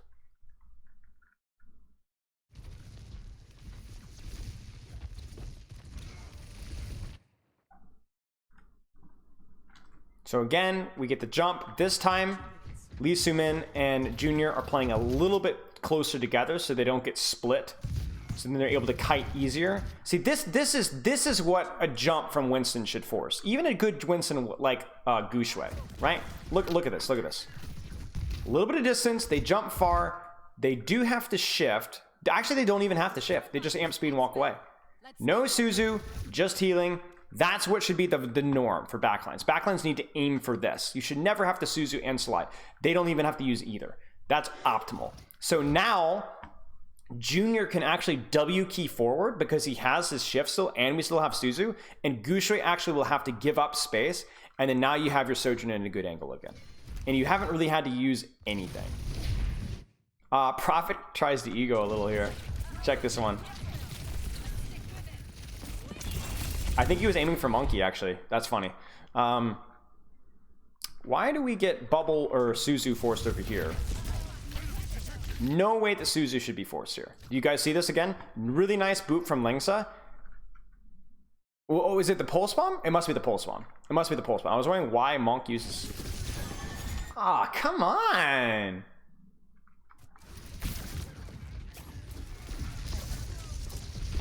So I think again it's Monk's positioning here. Like why are we walking this far forward, Monk? Heal your team, trust your tank, trust your Lucio, Check the Tracer flank. This is Monk's Kiriko has been a big problem this map. Because now we don't have Suzu. So now we're exposed to them just W keying forward. And you can't, now you can't keep this up. Wait, how does Void die? Oh, he gets split. He gets split. So he overstays his welcome a little bit here. He walks outside a bubble, takes too much damage. He needs to jump back to his team. Instead, he overstays his welcome, and he gets railed, and then he ends up kiting the wrong direction. So that's a big mistake by Void. Big mistake by Void. What did you say earlier about Monk Kiriko? I'm not familiar with Monk Kiriko, honestly, y'all. I don't think we saw enough Kiriko to really know. But it doesn't look super tight. This is Spark and Soul. Dynasty. I realize I always have to elaborate on the Soul part. Always takes me a second. Oh, got it. So they're gonna go in hard. They're just gonna force him out. You see the way that they went in though. It was the way Void jumps is he jumps to cover. So it's not like, oh, I jump in and I feed. He jumps and immediately forces the Sojourn out. But if he gets pushed here, he just ducks into cover. Right? They can't really punish him for using bubble and jump there. Bump and juggle. Good disengage. Really nice disengage. The only problem obviously is that Void doesn't have bubble. So then Monk counters that with, I think honestly Monk could have gone even sooner here. Monk should have gone even sooner here. That being said, because they don't have bubble, Prophet's gonna die. So not a bad Kiriko ult. They saw enough cooldowns to make it work, and that's why the kite didn't work. I mean, the reason why that kite didn't work is because they had used a couple of cooldowns. That's why.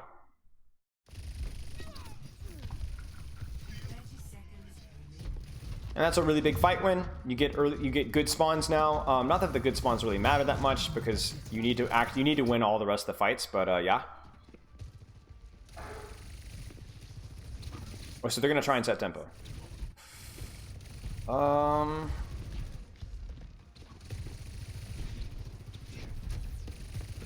I just don't like it that much, guys. It's not the idea that's I don't like. It's the execution. Look at this execution. No.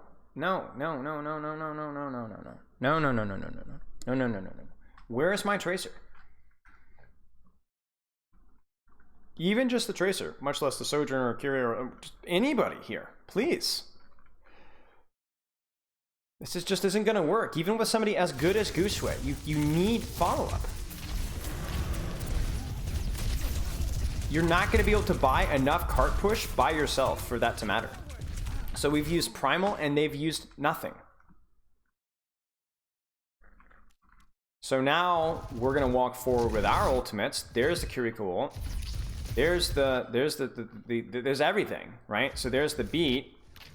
And as long as Void can hold on till his Primal, that should probably be the match. Oh.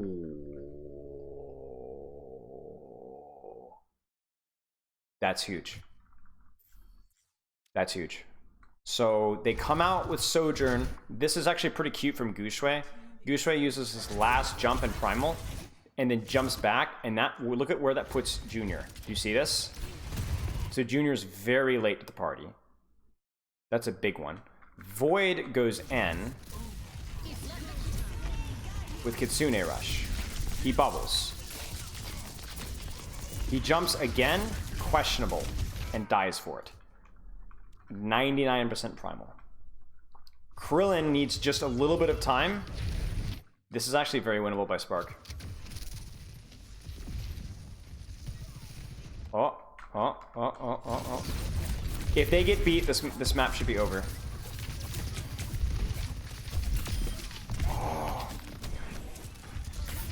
Oh. They'd get it. Can they get a kill with it? Maybe I spoke too soon. Void comes out of spawn with Primal. They get the kill. Linkson might die. Oh, Linkson must die. Oh, no. That's it, guys. That's it. That... Is it? Surely that's it. Yes. This is insanity. Oh, what? They do an amazing job juggling cart. Prophet? Profit. Ooh. The most valuable kill you could have gotten. Juggling cart. He dies for it, but now Void's back in. And Junior's back in the Pharah. One rocket could end this. There's a huge rocket on Shy. Ah, this is so stressful. A monster stick. We must hit a direct on leave. We have to hit leave. Oh my gosh. What a butt clincher. Yeah, the Pharah swap is really big. The reason people go Pharah is because it gets out of spawn pretty quick. And Pharah is a great pick for when people fall asleep just a little bit. It's kind of like it's an upgraded Bastion, at least in higher tiers, because one rocket when the enemy team isn't paying attention just kills somebody.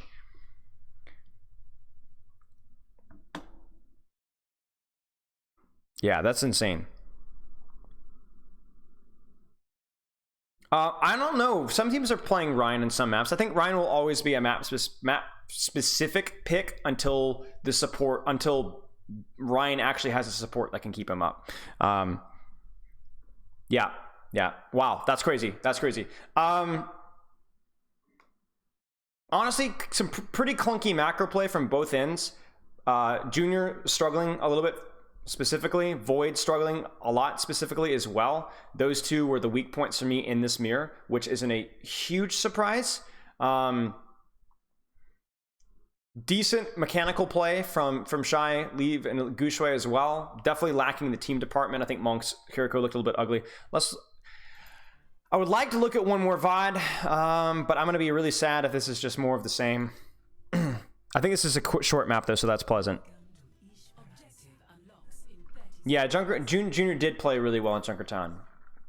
Okay, more of the same. Tragic. Okay, we'll take a look. I'm going to try and be a little bit more efficient with this map, especially because we kind of know what we're looking for here. But yeah, this mirror is something else. Do people play Ryan in scrims? I don't know. I have heard mixed reports. Let's put it that way. I think that some teams have played Ryan in scrims, but I don't know how much teams play Ryan in scrims. It's definitely a map-specific point. Do you think this mirror is here to stay? I hope not. I hope not. I hope not.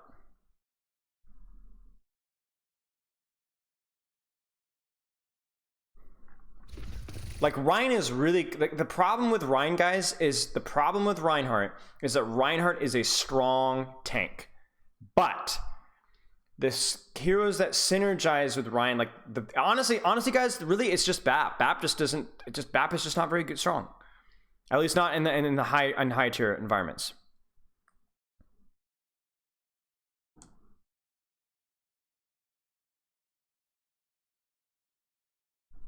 Like, just BAP is just not that good of a hero. As soon as ults come online, BAP is just an outdated hero.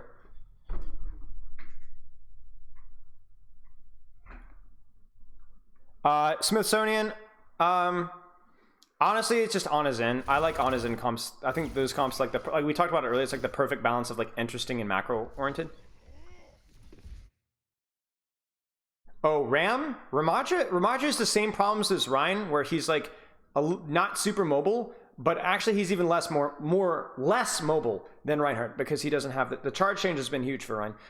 Even with his increased speed, I don't think Ramaja is that good. I think, okay, you guys want a really scalding hot take? Here's your scalding hot take.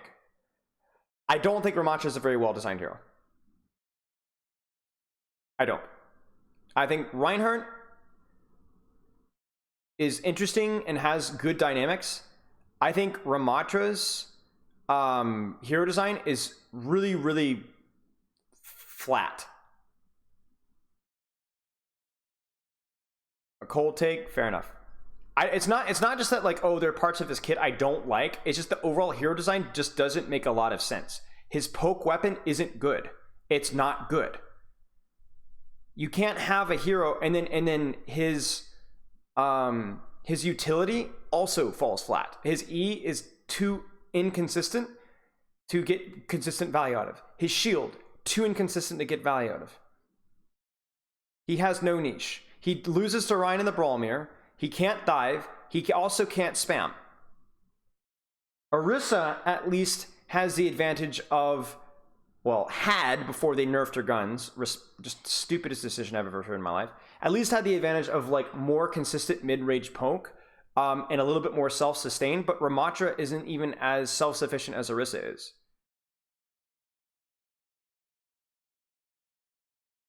And even when he was good for a brief period of time, he was annoying as all get out to play against. His ult is either is a noob stomper. It honestly feels like Ramatra's like a bit of a noob check. Like, if he can walk on top of you and punch you, you've done something wrong. If you get in his ultimate, you've done something wrong. If his E gets value, you've done something wrong. If you're dying to his mouse 1 or taking immense pressure from his mouse 1 and Omnic form, you've done something wrong. I just don't think Ramatra is a good designed hero. They needed to make his shield a lower cooldown and a lower HP, and to be actually not like Sigma level, but something that offered more flexibility. His gun, being the awkward projectile that it is, just has not worked out well at all. It does too much damage and travels too slow to be consistent in any way, shape, or form.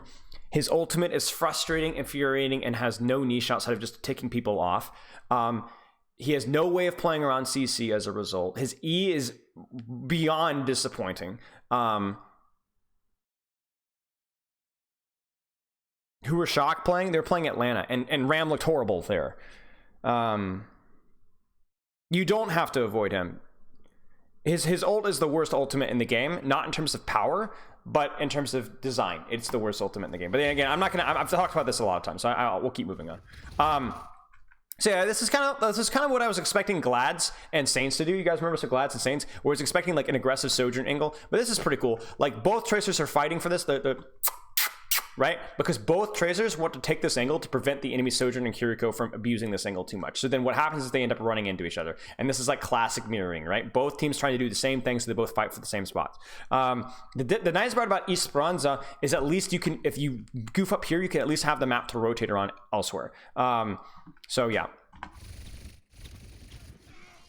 So then I guess it comes down to a little bit more mechanics than anything else, like who's hitting the shots. Maybe the Kiriko hits a body shot, maybe the Tracer gets a better clip. Like, Prophet right here gets the worst of it, but because Monk isn't able to help in time, they're able to keep Prophet in his position. Like, this is really good from Prophet. Like, Prophet loses this trade, right? Like, he loses this trade, but he doesn't immediately panic.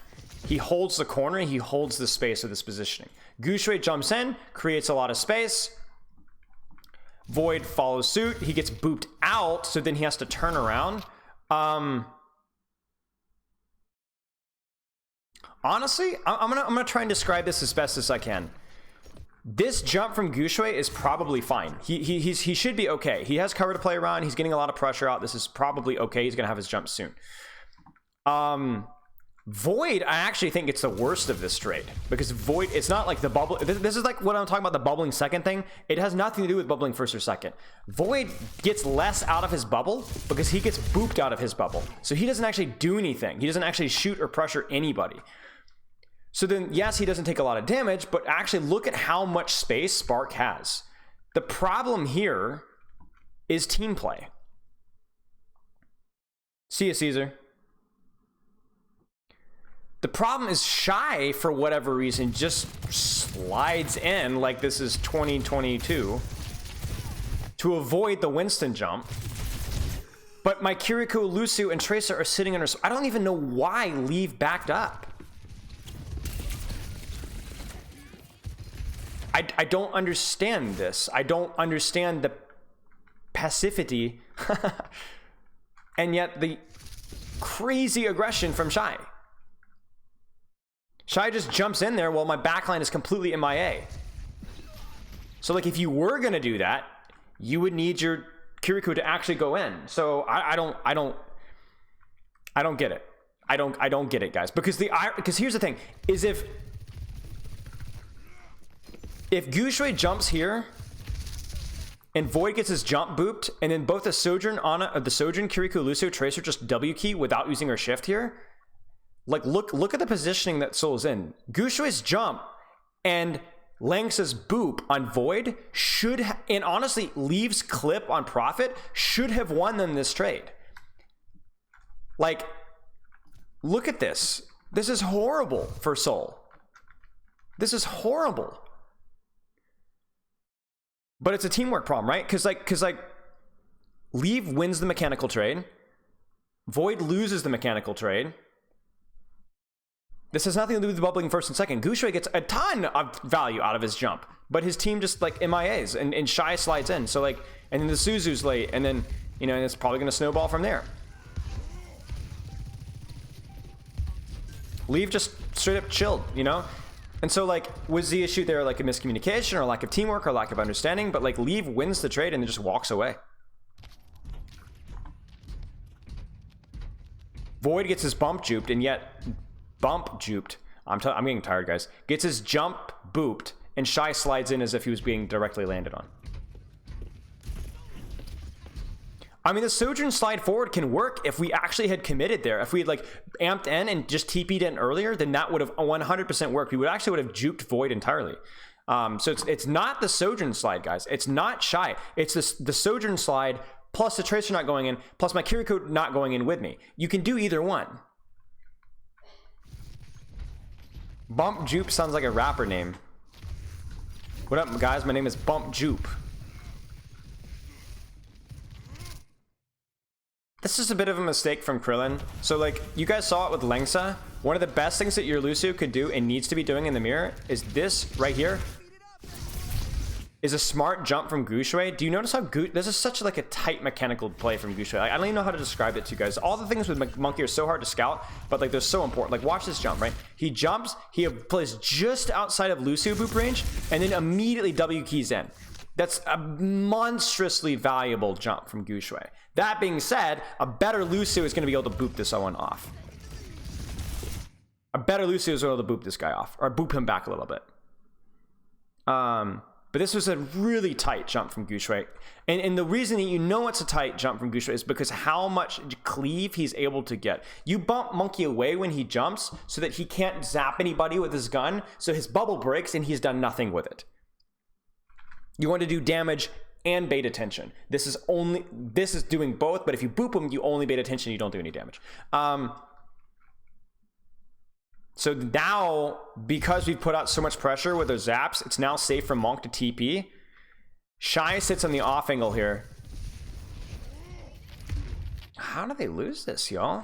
This is like such a nice... Is it Shy's angle? Because actually here...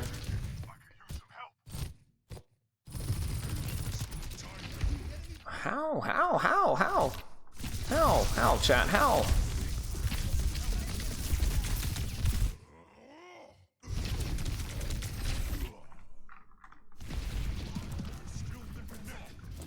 I have to investigate.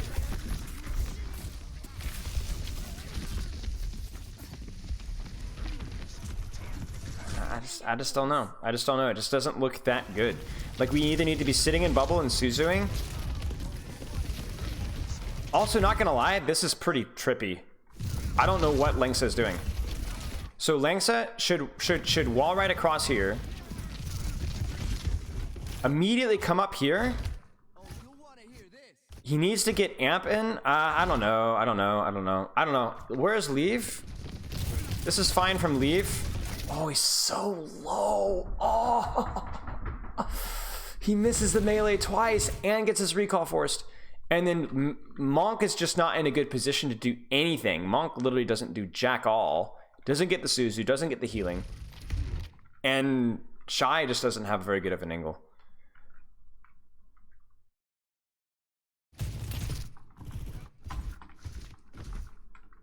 I will say Gushui probably should not have jumped. He probably should have trusted Suzu and then either jumped out after Suzu or something along those lines. Because that is like a hairbreadth away from being a beautiful trade from Spark, but yeah.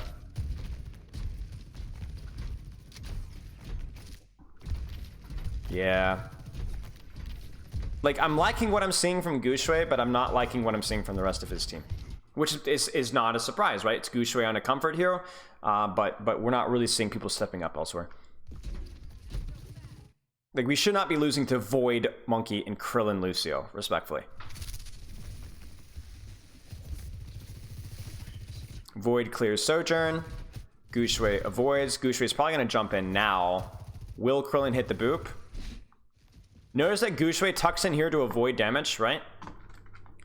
So that he can also jump easier on the high ground with a low risk of getting booped by Lucio.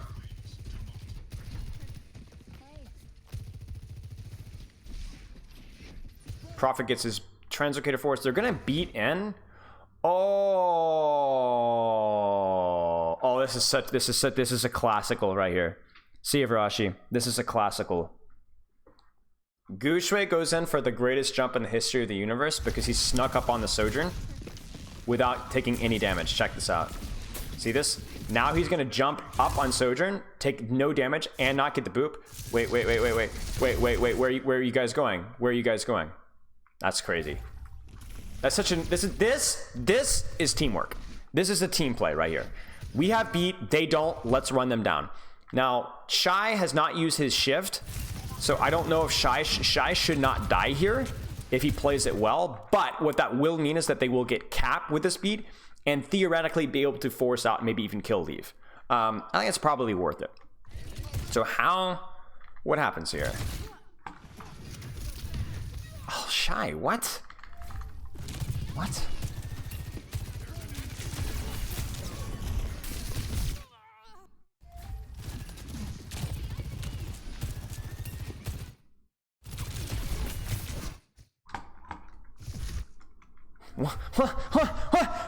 What's going on? We slid into a wall.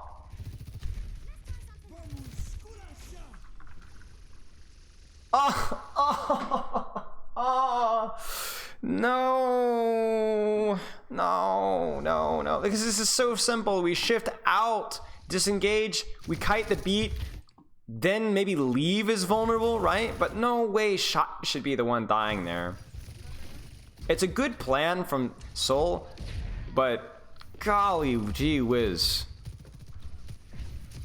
That's just agony. They are going to try and commit it with Primal. He probably saw something. Oh, it's a huge pocket for Lee Sumin. Check this guy's out. Check this guy's out. I'm getting tired, guys. Check this out, guys. Forces Suzu, then immediately turns into Lucio. Huge. Okay, well, this is tragic. They go in hard. The Kiriko ult, Junior gets caught off guard. What's the mistake here, guys? I told you guys. Junior's having some problems here. Junior's having some problems here. Check this out.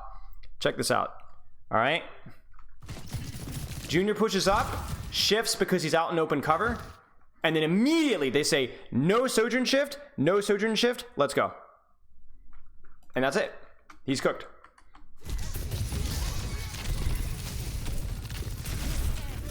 Doesn't matter. Where did Suzu go, though? They should have had Suzu. Yeah, see, they also have to use TP on it, too. Oh, it gets blocked by bubble. Yeah. Not good. Not good. Well, you guys have seen that a lot from Junior. Junior's having a real hard time with the shifts. Void again commits the jump and I mean, it's hard to say because Krillin dies literally as he primals. But I was wondering why this wasn't a faster full cap. We're seeing now. That's tragic.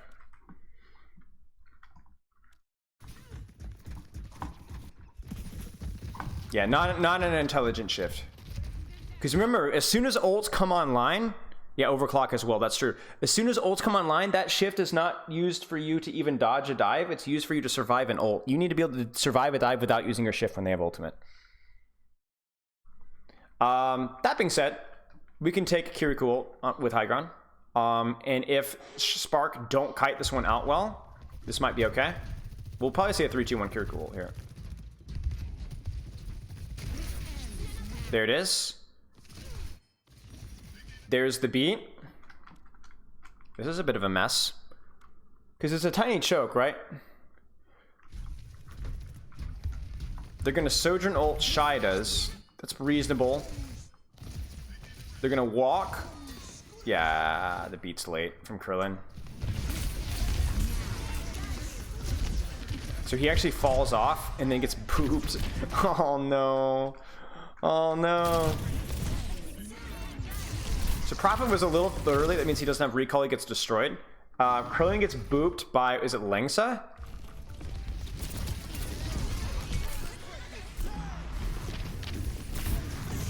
No, was it? It might have just been Monkey Jump, y'all.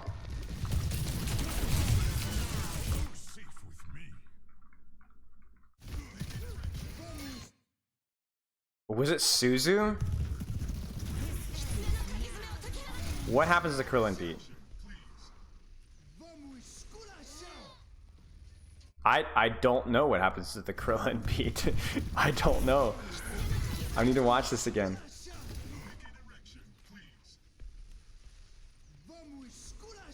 Maybe it is Boop. It is Boop. It is Boop. I was wondering, it is Boop. That's crazy.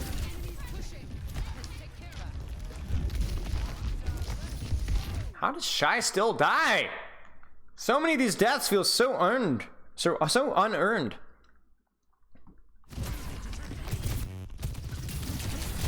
So he's gonna use his shift to get away. But he should still be okay. He has his shift. He fights in Kiriko. He doesn't slide out in time. Where's Monk here? Alright, y'all, listen. I'm gonna be that guy. Monk's Kiri is giving me some serious Sussy Baka vibes. We're beated here. We're full HP, and we have full HP underneath it. We're still healing with beat HP. We Suzu when Shy is at, I don't know. When do we Suzu? Oh, only Shy was at a measly 422 HP, so clearly necessary. Then we miss our healing, take a shot at Winston, get isolated, and split. This is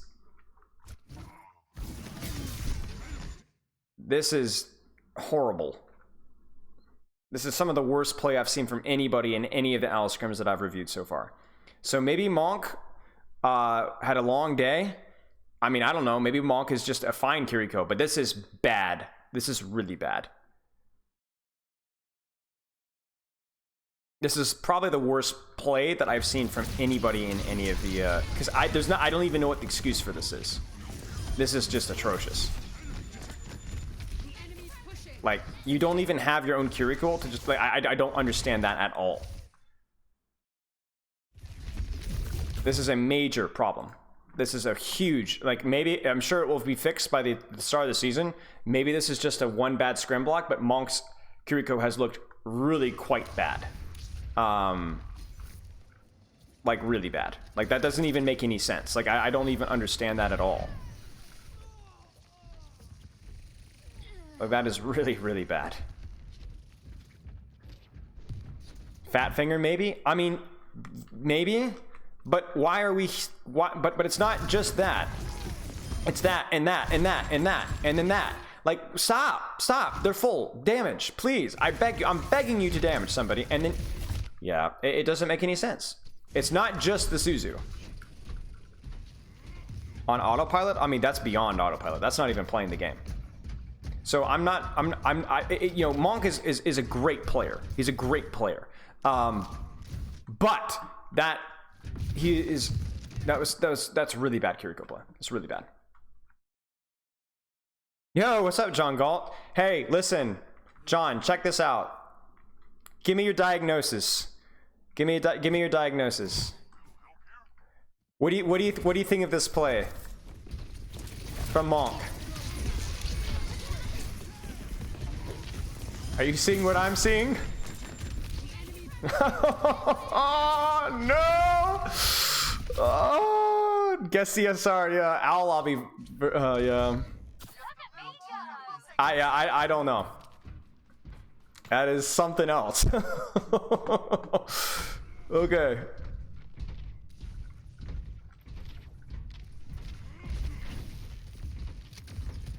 All right, high ground held. So we would probably see primal backline here. I'm actually kind of curious how how Seoul wins this, because this is a really difficult situation. They stick the Winston to force an early primal as well, which is really, really good as well, which is nice. But maybe it must be a shot from Shy. Well, no, Shy. Wait, no, they must lose this, right, guys? Do Spark full cap? Who full caps here? I don't even know who full caps anymore. It could be either team. What? He goofs his Suzu. He gets shot by Shy and leave tickles. Just weird Kiriko play, guys. I am not gonna lie. This is some of the strangest Kiriko play. I don't like this angle too much because I think this. I mean, this is okay. But then he Suzus. He messes up his Suzu and he messes up his TP, and then he peeks again, gets railed, and then dies. This is some of the weirdest Kiriko play I think I've ever seen.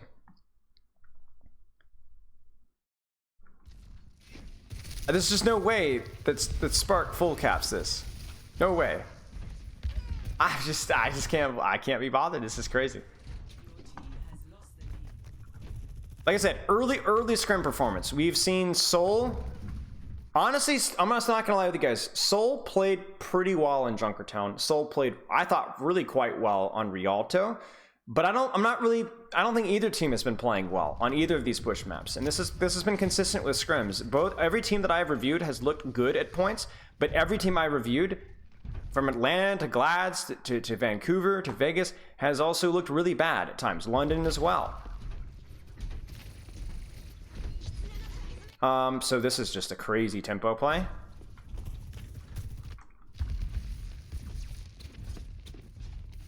They go in super hard. This is way too early. Like, there's just no way this should work, guys. Like, this is like ranked moment. You know what I'm saying?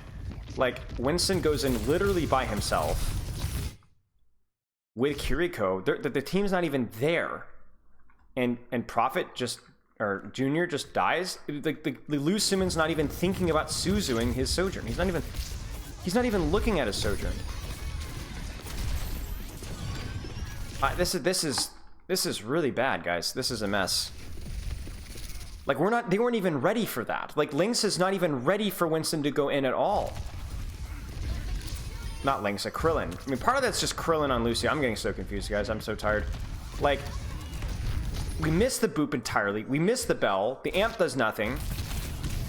Like, this is horrendous. This is horrible. This is not even a good dive. Like, it's not even a good dive, guys. Like, Gushui goes in by himself for like a solid 3 seconds before Monk even shows up. Leave is nowhere to be seen. Leave is sitting on cart along with 3 other members of, like, this is insanity, guys. Chinese contenders is very different from Korean. Normally, the way is the priority is to fight first, no matter what. That sounds like NA contenders too. NA contenders, whenever there's any doubt, guys, we needed to fight faster. We needed to go first.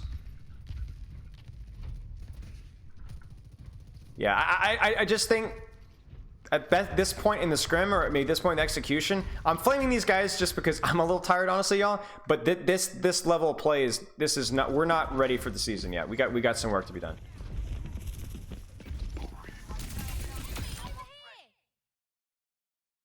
Okay. Well, that's something. Okay. Well, we're not gonna even get a chance to use our supportals, maybe. Oh no, we will. Pardon me for doubting. What? I don't think it was technically a 1 clip, guys. I'm pretty sure there was some sort of follow-up damage elsewhere. Who would it have been?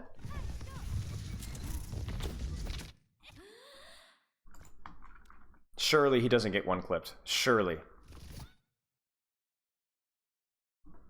Does he get 1 clipped? Does Monk hit a body shot?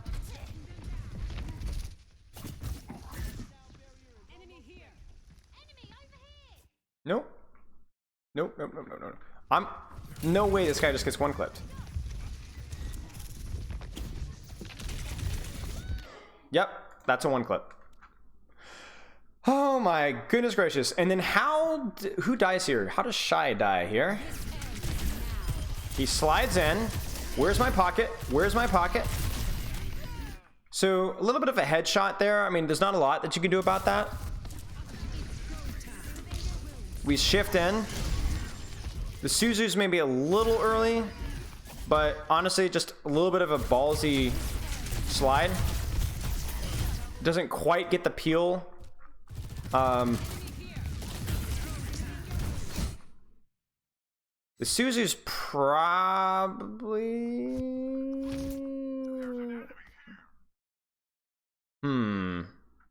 I don't know.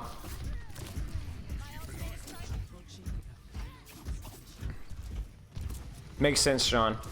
John Goss is filling in all the voids. No pun intended. Actually, really no pun intended. Gushui is gonna die, or maybe he primals. He primals. We go. That's gonna be a very expensive primal. Oh, what is happening, chat? What is happening? This is complete chaos. People are dying left and right. I don't know why I'm still watching Monk POV.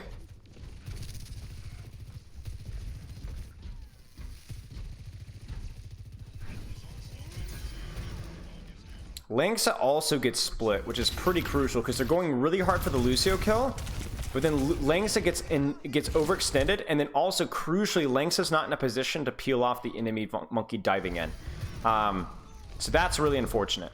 Like, Lucio is actually really important to deal with monkey. You need both Lucio and Kiriko to deal with monkey dives most of the time, and if you don't have either one of those, generally it's, especially a good monkey, you need both. Because you need the boop and or the speed to avoid the monkey cleave from bubble, and then you need the Kiriko for just the raw healing itself.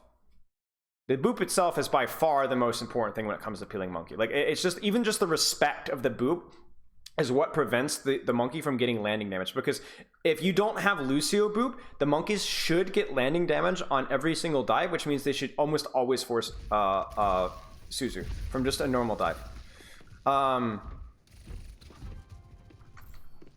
So what will I don't know how, this is probably a stick here, a stick or a shot, but I don't, this is a full cap, guys, but this would be shocking to me that Spark full cap is this fast.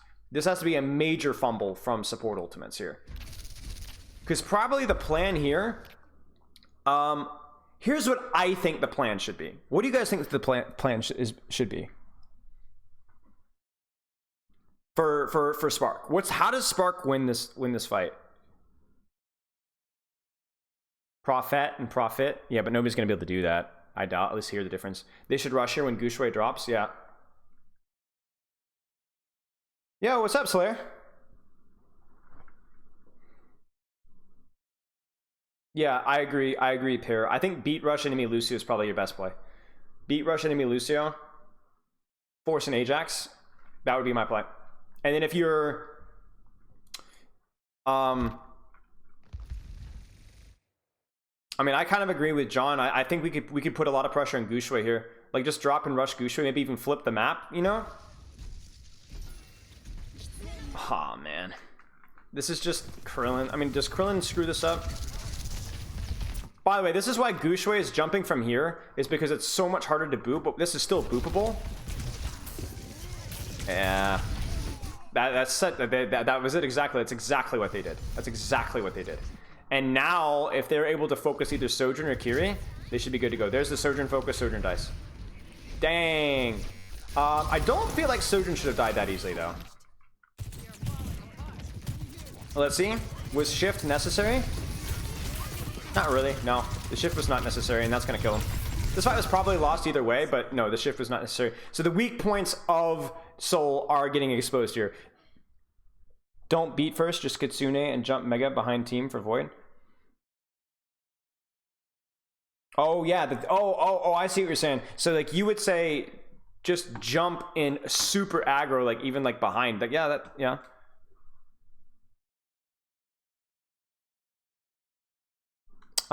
Let's check out. Yeah, you're right. You're 100% right. We're TPing away. I do feel like that was been one of the weaknesses with Lee Sumin, is he doesn't seem to be on the same page with a lot of times we're moving away from what am I trying to say here? Actually, no, that was Monk with Shy. Yeah, I don't know. Unfortunate.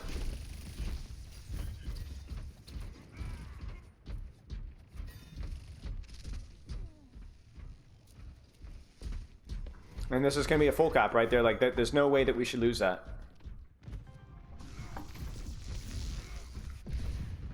We're essentially in one fight territory now. At least one clean fight. Are we going to get a stagger? We're going to get a stagger, aren't we? We're going to get a stagger, aren't we? No, no, no, we're not. No, we're not. Okay, so again, this fight, probably just pop Kiriko like right now and then play to survive the beat rush and then just outvalue it over time. Again, though, I don't feel like you should lose this one if you're Soul. So what I would do if I was Soul, probably beat rush Shy, and then use your Sojourn ult on top of that if you'd like to. And then if you're Spark, just Kiriko ult, play around Kiriko ult and just play to survive. Sit on your shift though. Dynasty is better, but they're getting lost in the sauce. Yeah, true, Jungle. I mean, honestly, like Spark, we're getting absolutely smoked on the previous two maps. So there's a Kitsune rush. I think it's too aggressive though. I think this is too aggressive. This Kitsune rush is too close. And if please tell me Shy didn't use shift. Please tell me Shy didn't use shift.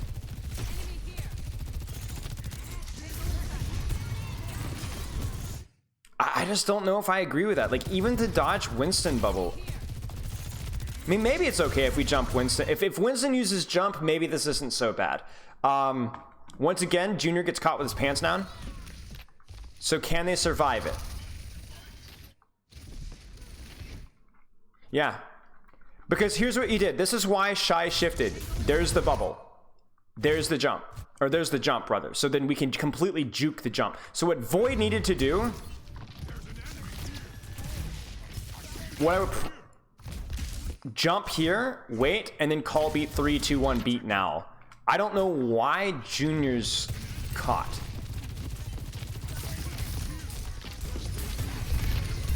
The timing's just not there. The timing's just not there. Lisa Min throws here. He TPs to Goose Ray before fight starts.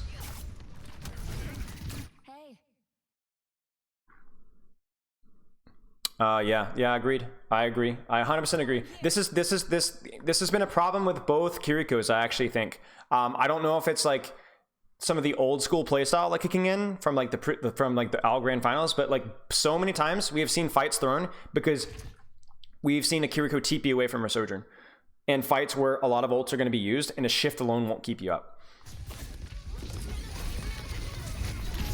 And then obviously when he's in the air, you can't Suzu him. Yeah. Good catch. All right, final fight. Still very, very winnable. We're going to walk out in Sojourn ult. Will we get there in time? You're going to choke them out with Primal. The Widow swap's not going to matter. They can't even touch. Dynasty playing it correct. Void jumps to force Sojourn slide, then Soundberry after and chase Sojourn. Yeah. Because the thing is, this also with Void's jump is he didn't have to use bubble because he jumped to cover. So then if you can wait and then beat 3, 2, 1, go, you will have a bubble and jump to be able to pursue. But yeah, the barrier is late, and then the Kiriko is not there to support the the Sojourn. Yeah. Yes, it does recently. It actually does, because with new Kiriko, you don't regenerate your cooldowns fast enough to get your second Suzu usually. So even with the increased HPS, if the Sojourn slides into her own Kiriko, it's not awful, but it's not a get out of jail free card, because the Winston will then Void would have pursued with bubble, and you can still kill people through the Kiriko ult with beat, especially if the target focus is there. I mean, John, you've been scrimming this more. You'd let me know what you think, but that's my impression. About getting Sojourn getting a slide back a second time, that's true, but I don't think it happens in time. I think there's about a 3-second window where you can get her without it, and I think that's when you can punish. It honestly depends on whether the Sojourn has Suzu or not. So like let's talk about this. So if they carry ult here,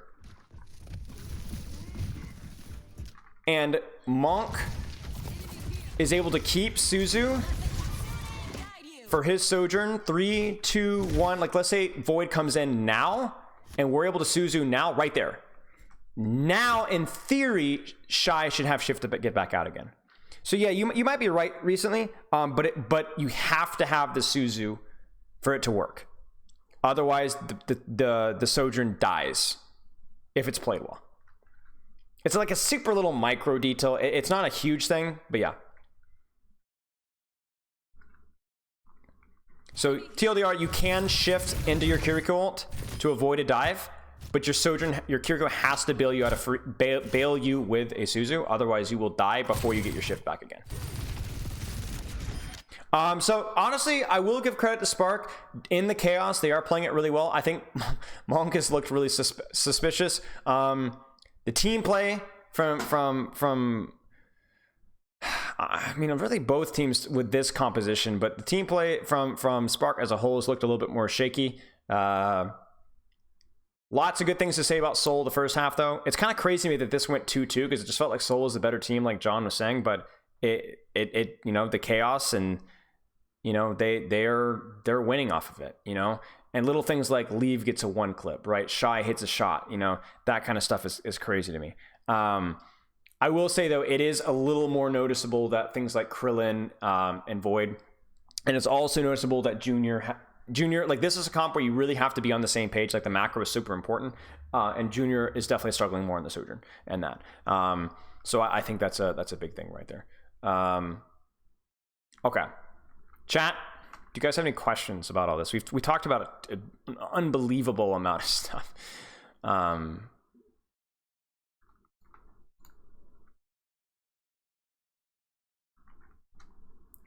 I think to me it's just interesting to see that like how performances can differ. Even like though theoretically the team plays there, like there was some struggle there, right? There's some struggle. I think obviously they got bodied on Rialto, which, you know, it happens, but yeah. The double sniper matchup was cool. The double sniper matchup was really cool. Why did my dad leave? Boy, every single time I ask that question gets asked. It's just it's just exhausting, you know. Who are they building around this comp? So generally, I mean, honestly, before I would have said Sojourn. Now Sojourn definitely has a big impact, but a little bit less so. So it's more of a little bit of everything. I wouldn't say they're building around anybody necessarily. I missed the last couple of max. How did Little P and Soul do? I think I don't know. I think Lil P or Junior did really well on Junkerton in terms of like mechanics and stuff like that. I think he did okay.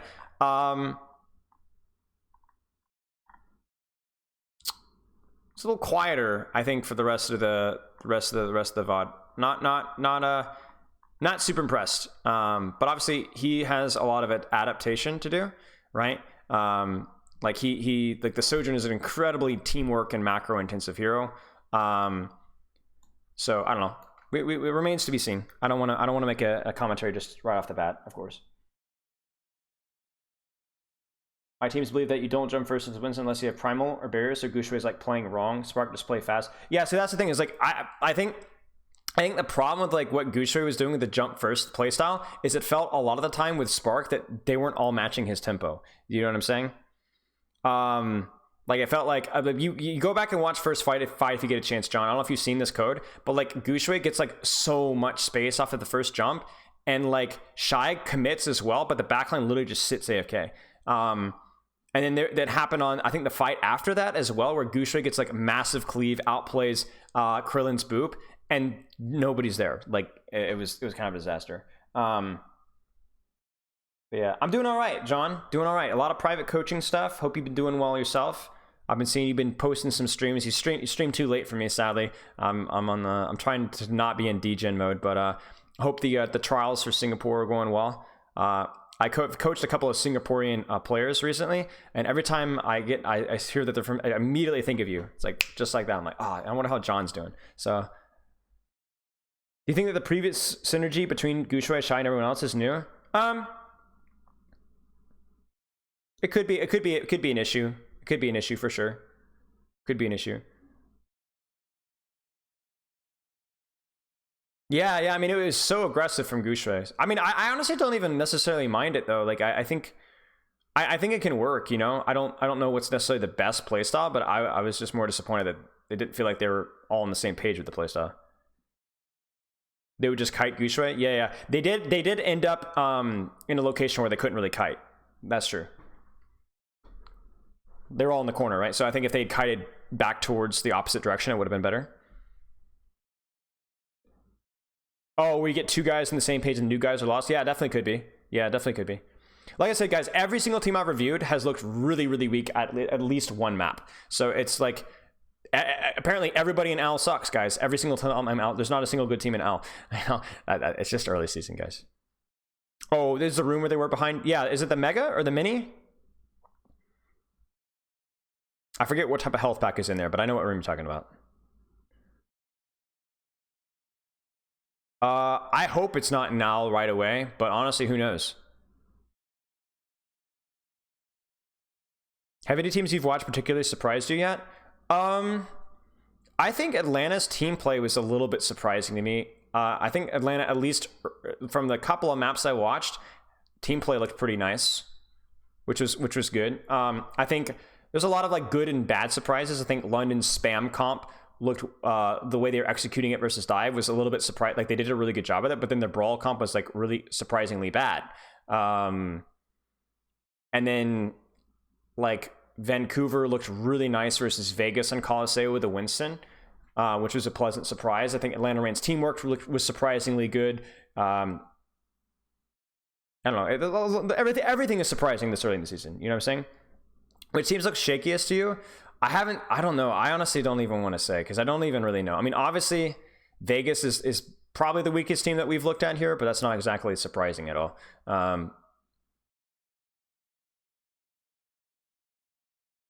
Sugar Free? I haven't seen enough Sugar Free to know.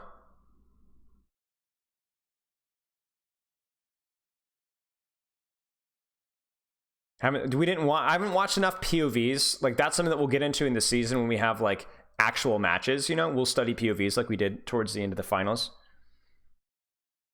Vegas and Valiant. Honestly, I don't even know what the Valiant's roster is. Like, I don't even know the Valiant situation, y'all. Like, I don't even know what's going on, y'all. Have I looked at the New York Excelsior code yet? I'm not going to be looking at the New York Excelsior code. I heard it was a bit of a rough match, and I don't know. I think I would prefer for the roster to like actually be announced and for them to get off to a good start. Like Vegas at least has the excuse that they've been playing for a little while. I don't know. At some point, guys, like I'm also not going to be reviewing any more Vegas VODs moving forward either. I don't want to gang up on these guys. Seeker, N2S, Crawley, Paintbrush, CJ.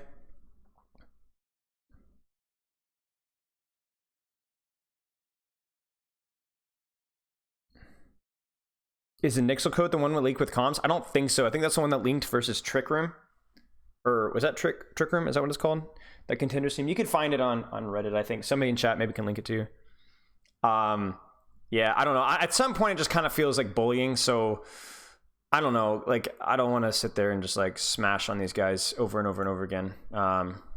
So, I'm not going to be doing any more Vegas leaks if anything comes out. Probably not going to do any New York leaks. It's just, I remember that the whole point of these, like, is to, like, learn something. And if I feel like a team is struggling a lot, then I don't see, if somebody's struggling objectively, then it's not, like, I don't know, it just seems like, ugh, I don't know. I want to learn something from watching. Like, I felt like I learned something today, you know? Yeah, I've been in that position before with like really rough teams, or like when team with confidence was like really low as well. Because I think Vegas is objectively a not very skilled team, but Vegas could also surprise a lot of teams. It's happened before. It happened even a little bit last season. I don't think London was like the mechanical warlords, right? So I don't also want to be trashing on those guys when confidence could be like the key for them. And I also, there's not as much to learn. And also, it's just not a very nice thing to do. So if there's a match, I'm not going to avoid bad teams because, oh no, I don't want to, it's disrespectful, but I also don't want to go out of my way to like review that. Thoughts on Spark? I mean, Spark had their moments. More mechanical moments than anything else, I'd say. Kiriko comp, the Moira comp, very similar. Has a lot more flexibility with how they can like rotate and move though, because Kiriko is just a more flexible hero. Reaper and Tracer. Reaper plays tighter sightlines. Tracer controls more space, more open space. You should make a preseason ranking list video. I don't want to do that stuff, y'all. I just don't. I don't personally. I know it's what most people find fun. And I, as a kid, like I was obsessed with like sports rankings when I was a kid. Like I would always be like, who's the best running back in the NFL? Who is the best this, or my top 5 players or whatever. I love that stuff, but it was just like, it's like super like casual, you know what I'm saying? Because it's super fun, right? But like for me, it's like I'm cursed with knowledge to the point to where like I know my own limitations, you know what I'm saying? So I feel stupid making rankings because I know I could never know the rankings, you know? And I know that's not a very fun mindset to have, but it's too late. I'm cursed with it. I can't do it anymore. Best Kiriko player you've seen so far? I mean, I don't know. I think Lee Min-soo, or I want to say, I can't remember how to pronounce his name. Looked like he was doing well on the Kiriko play on Rialto, but I don't know. He's not Platchet yet, but I don't want to like bully on Platchet either, because like their job is to entertain, you know? And they're pretty educated guys too, right? So it's not like complete guesses, but it's just, I just know, yeah. Platchet has to be entertained, right? People watch me for my analysis, but I think there's probably like a hard ceiling of like how popular it can get, because I'm not very spicy, and that's just how it is. Moira comp got played in scrims? No, it's more like this comp, the Moira, like the Sojourn Lucio comp is similar to like the Moira Reaper comp way back in the day. And I guess the question was like more as how does it operate in comparison to that Moira comp back in the day? Platchat is a YouTube channel, like a podcast that does a lot of rankings with like some of the yeah. Is there any Boston Games leagues? I don't think so. Although those would be pretty spicy, I'm sure, because like, you know, very big name players, you know. Player rankings are mostly subjective. Agreed. Mostly. They're objectively good players. They're objectively not so good players, but there's a lot of like nuance. You know, there's like a wiggle room of like 20 to 25%. You know, so it's like it's hard to say. You know, tactical crouch. Yeah, tactical crouch is good too. Yeah.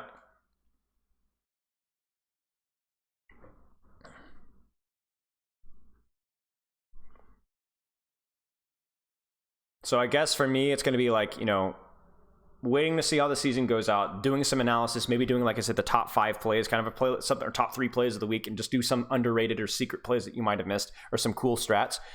Is Moira playable top 500? Yeah, she's playable. There's a lot of top 500 Moira one tricks. A lot of them. In fact, Crow, the YouTube channel you guys might have seen recently, did a video on one just the other day. On a Korean OTP, Moira OTP. I think she peaked like 45 or something like that.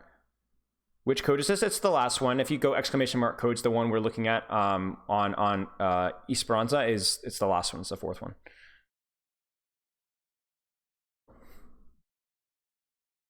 Yeah. Very interesting. Okay, chat. I'm going to wrap this up. If you guys are interested in coaching, ! Coaching, as always. And if you're interested in free coaching, jump in my ! Discord. And here you go. Check it out. These are all free. Every single one of these VOD reviews, and this is updated every single stream, is free. All of them.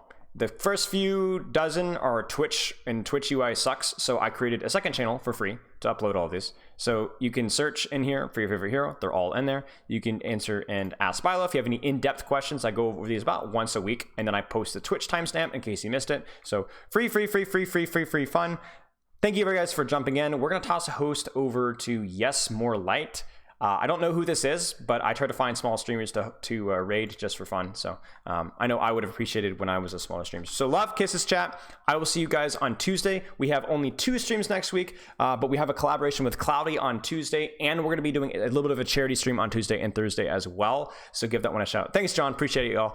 Are these new codes? I'm not sure what those codes are. So anyway, chat, loves and kisses. Yes, you're very welcome. All right, chat, let's hop in. Appreciate it. I can't join the Discord. If the Discord link doesn't work, you can check out the link in the description, but I'm honestly not too sure. check the link just in my description of my Twitch chat right below. Should be a big fat button there. We're gone.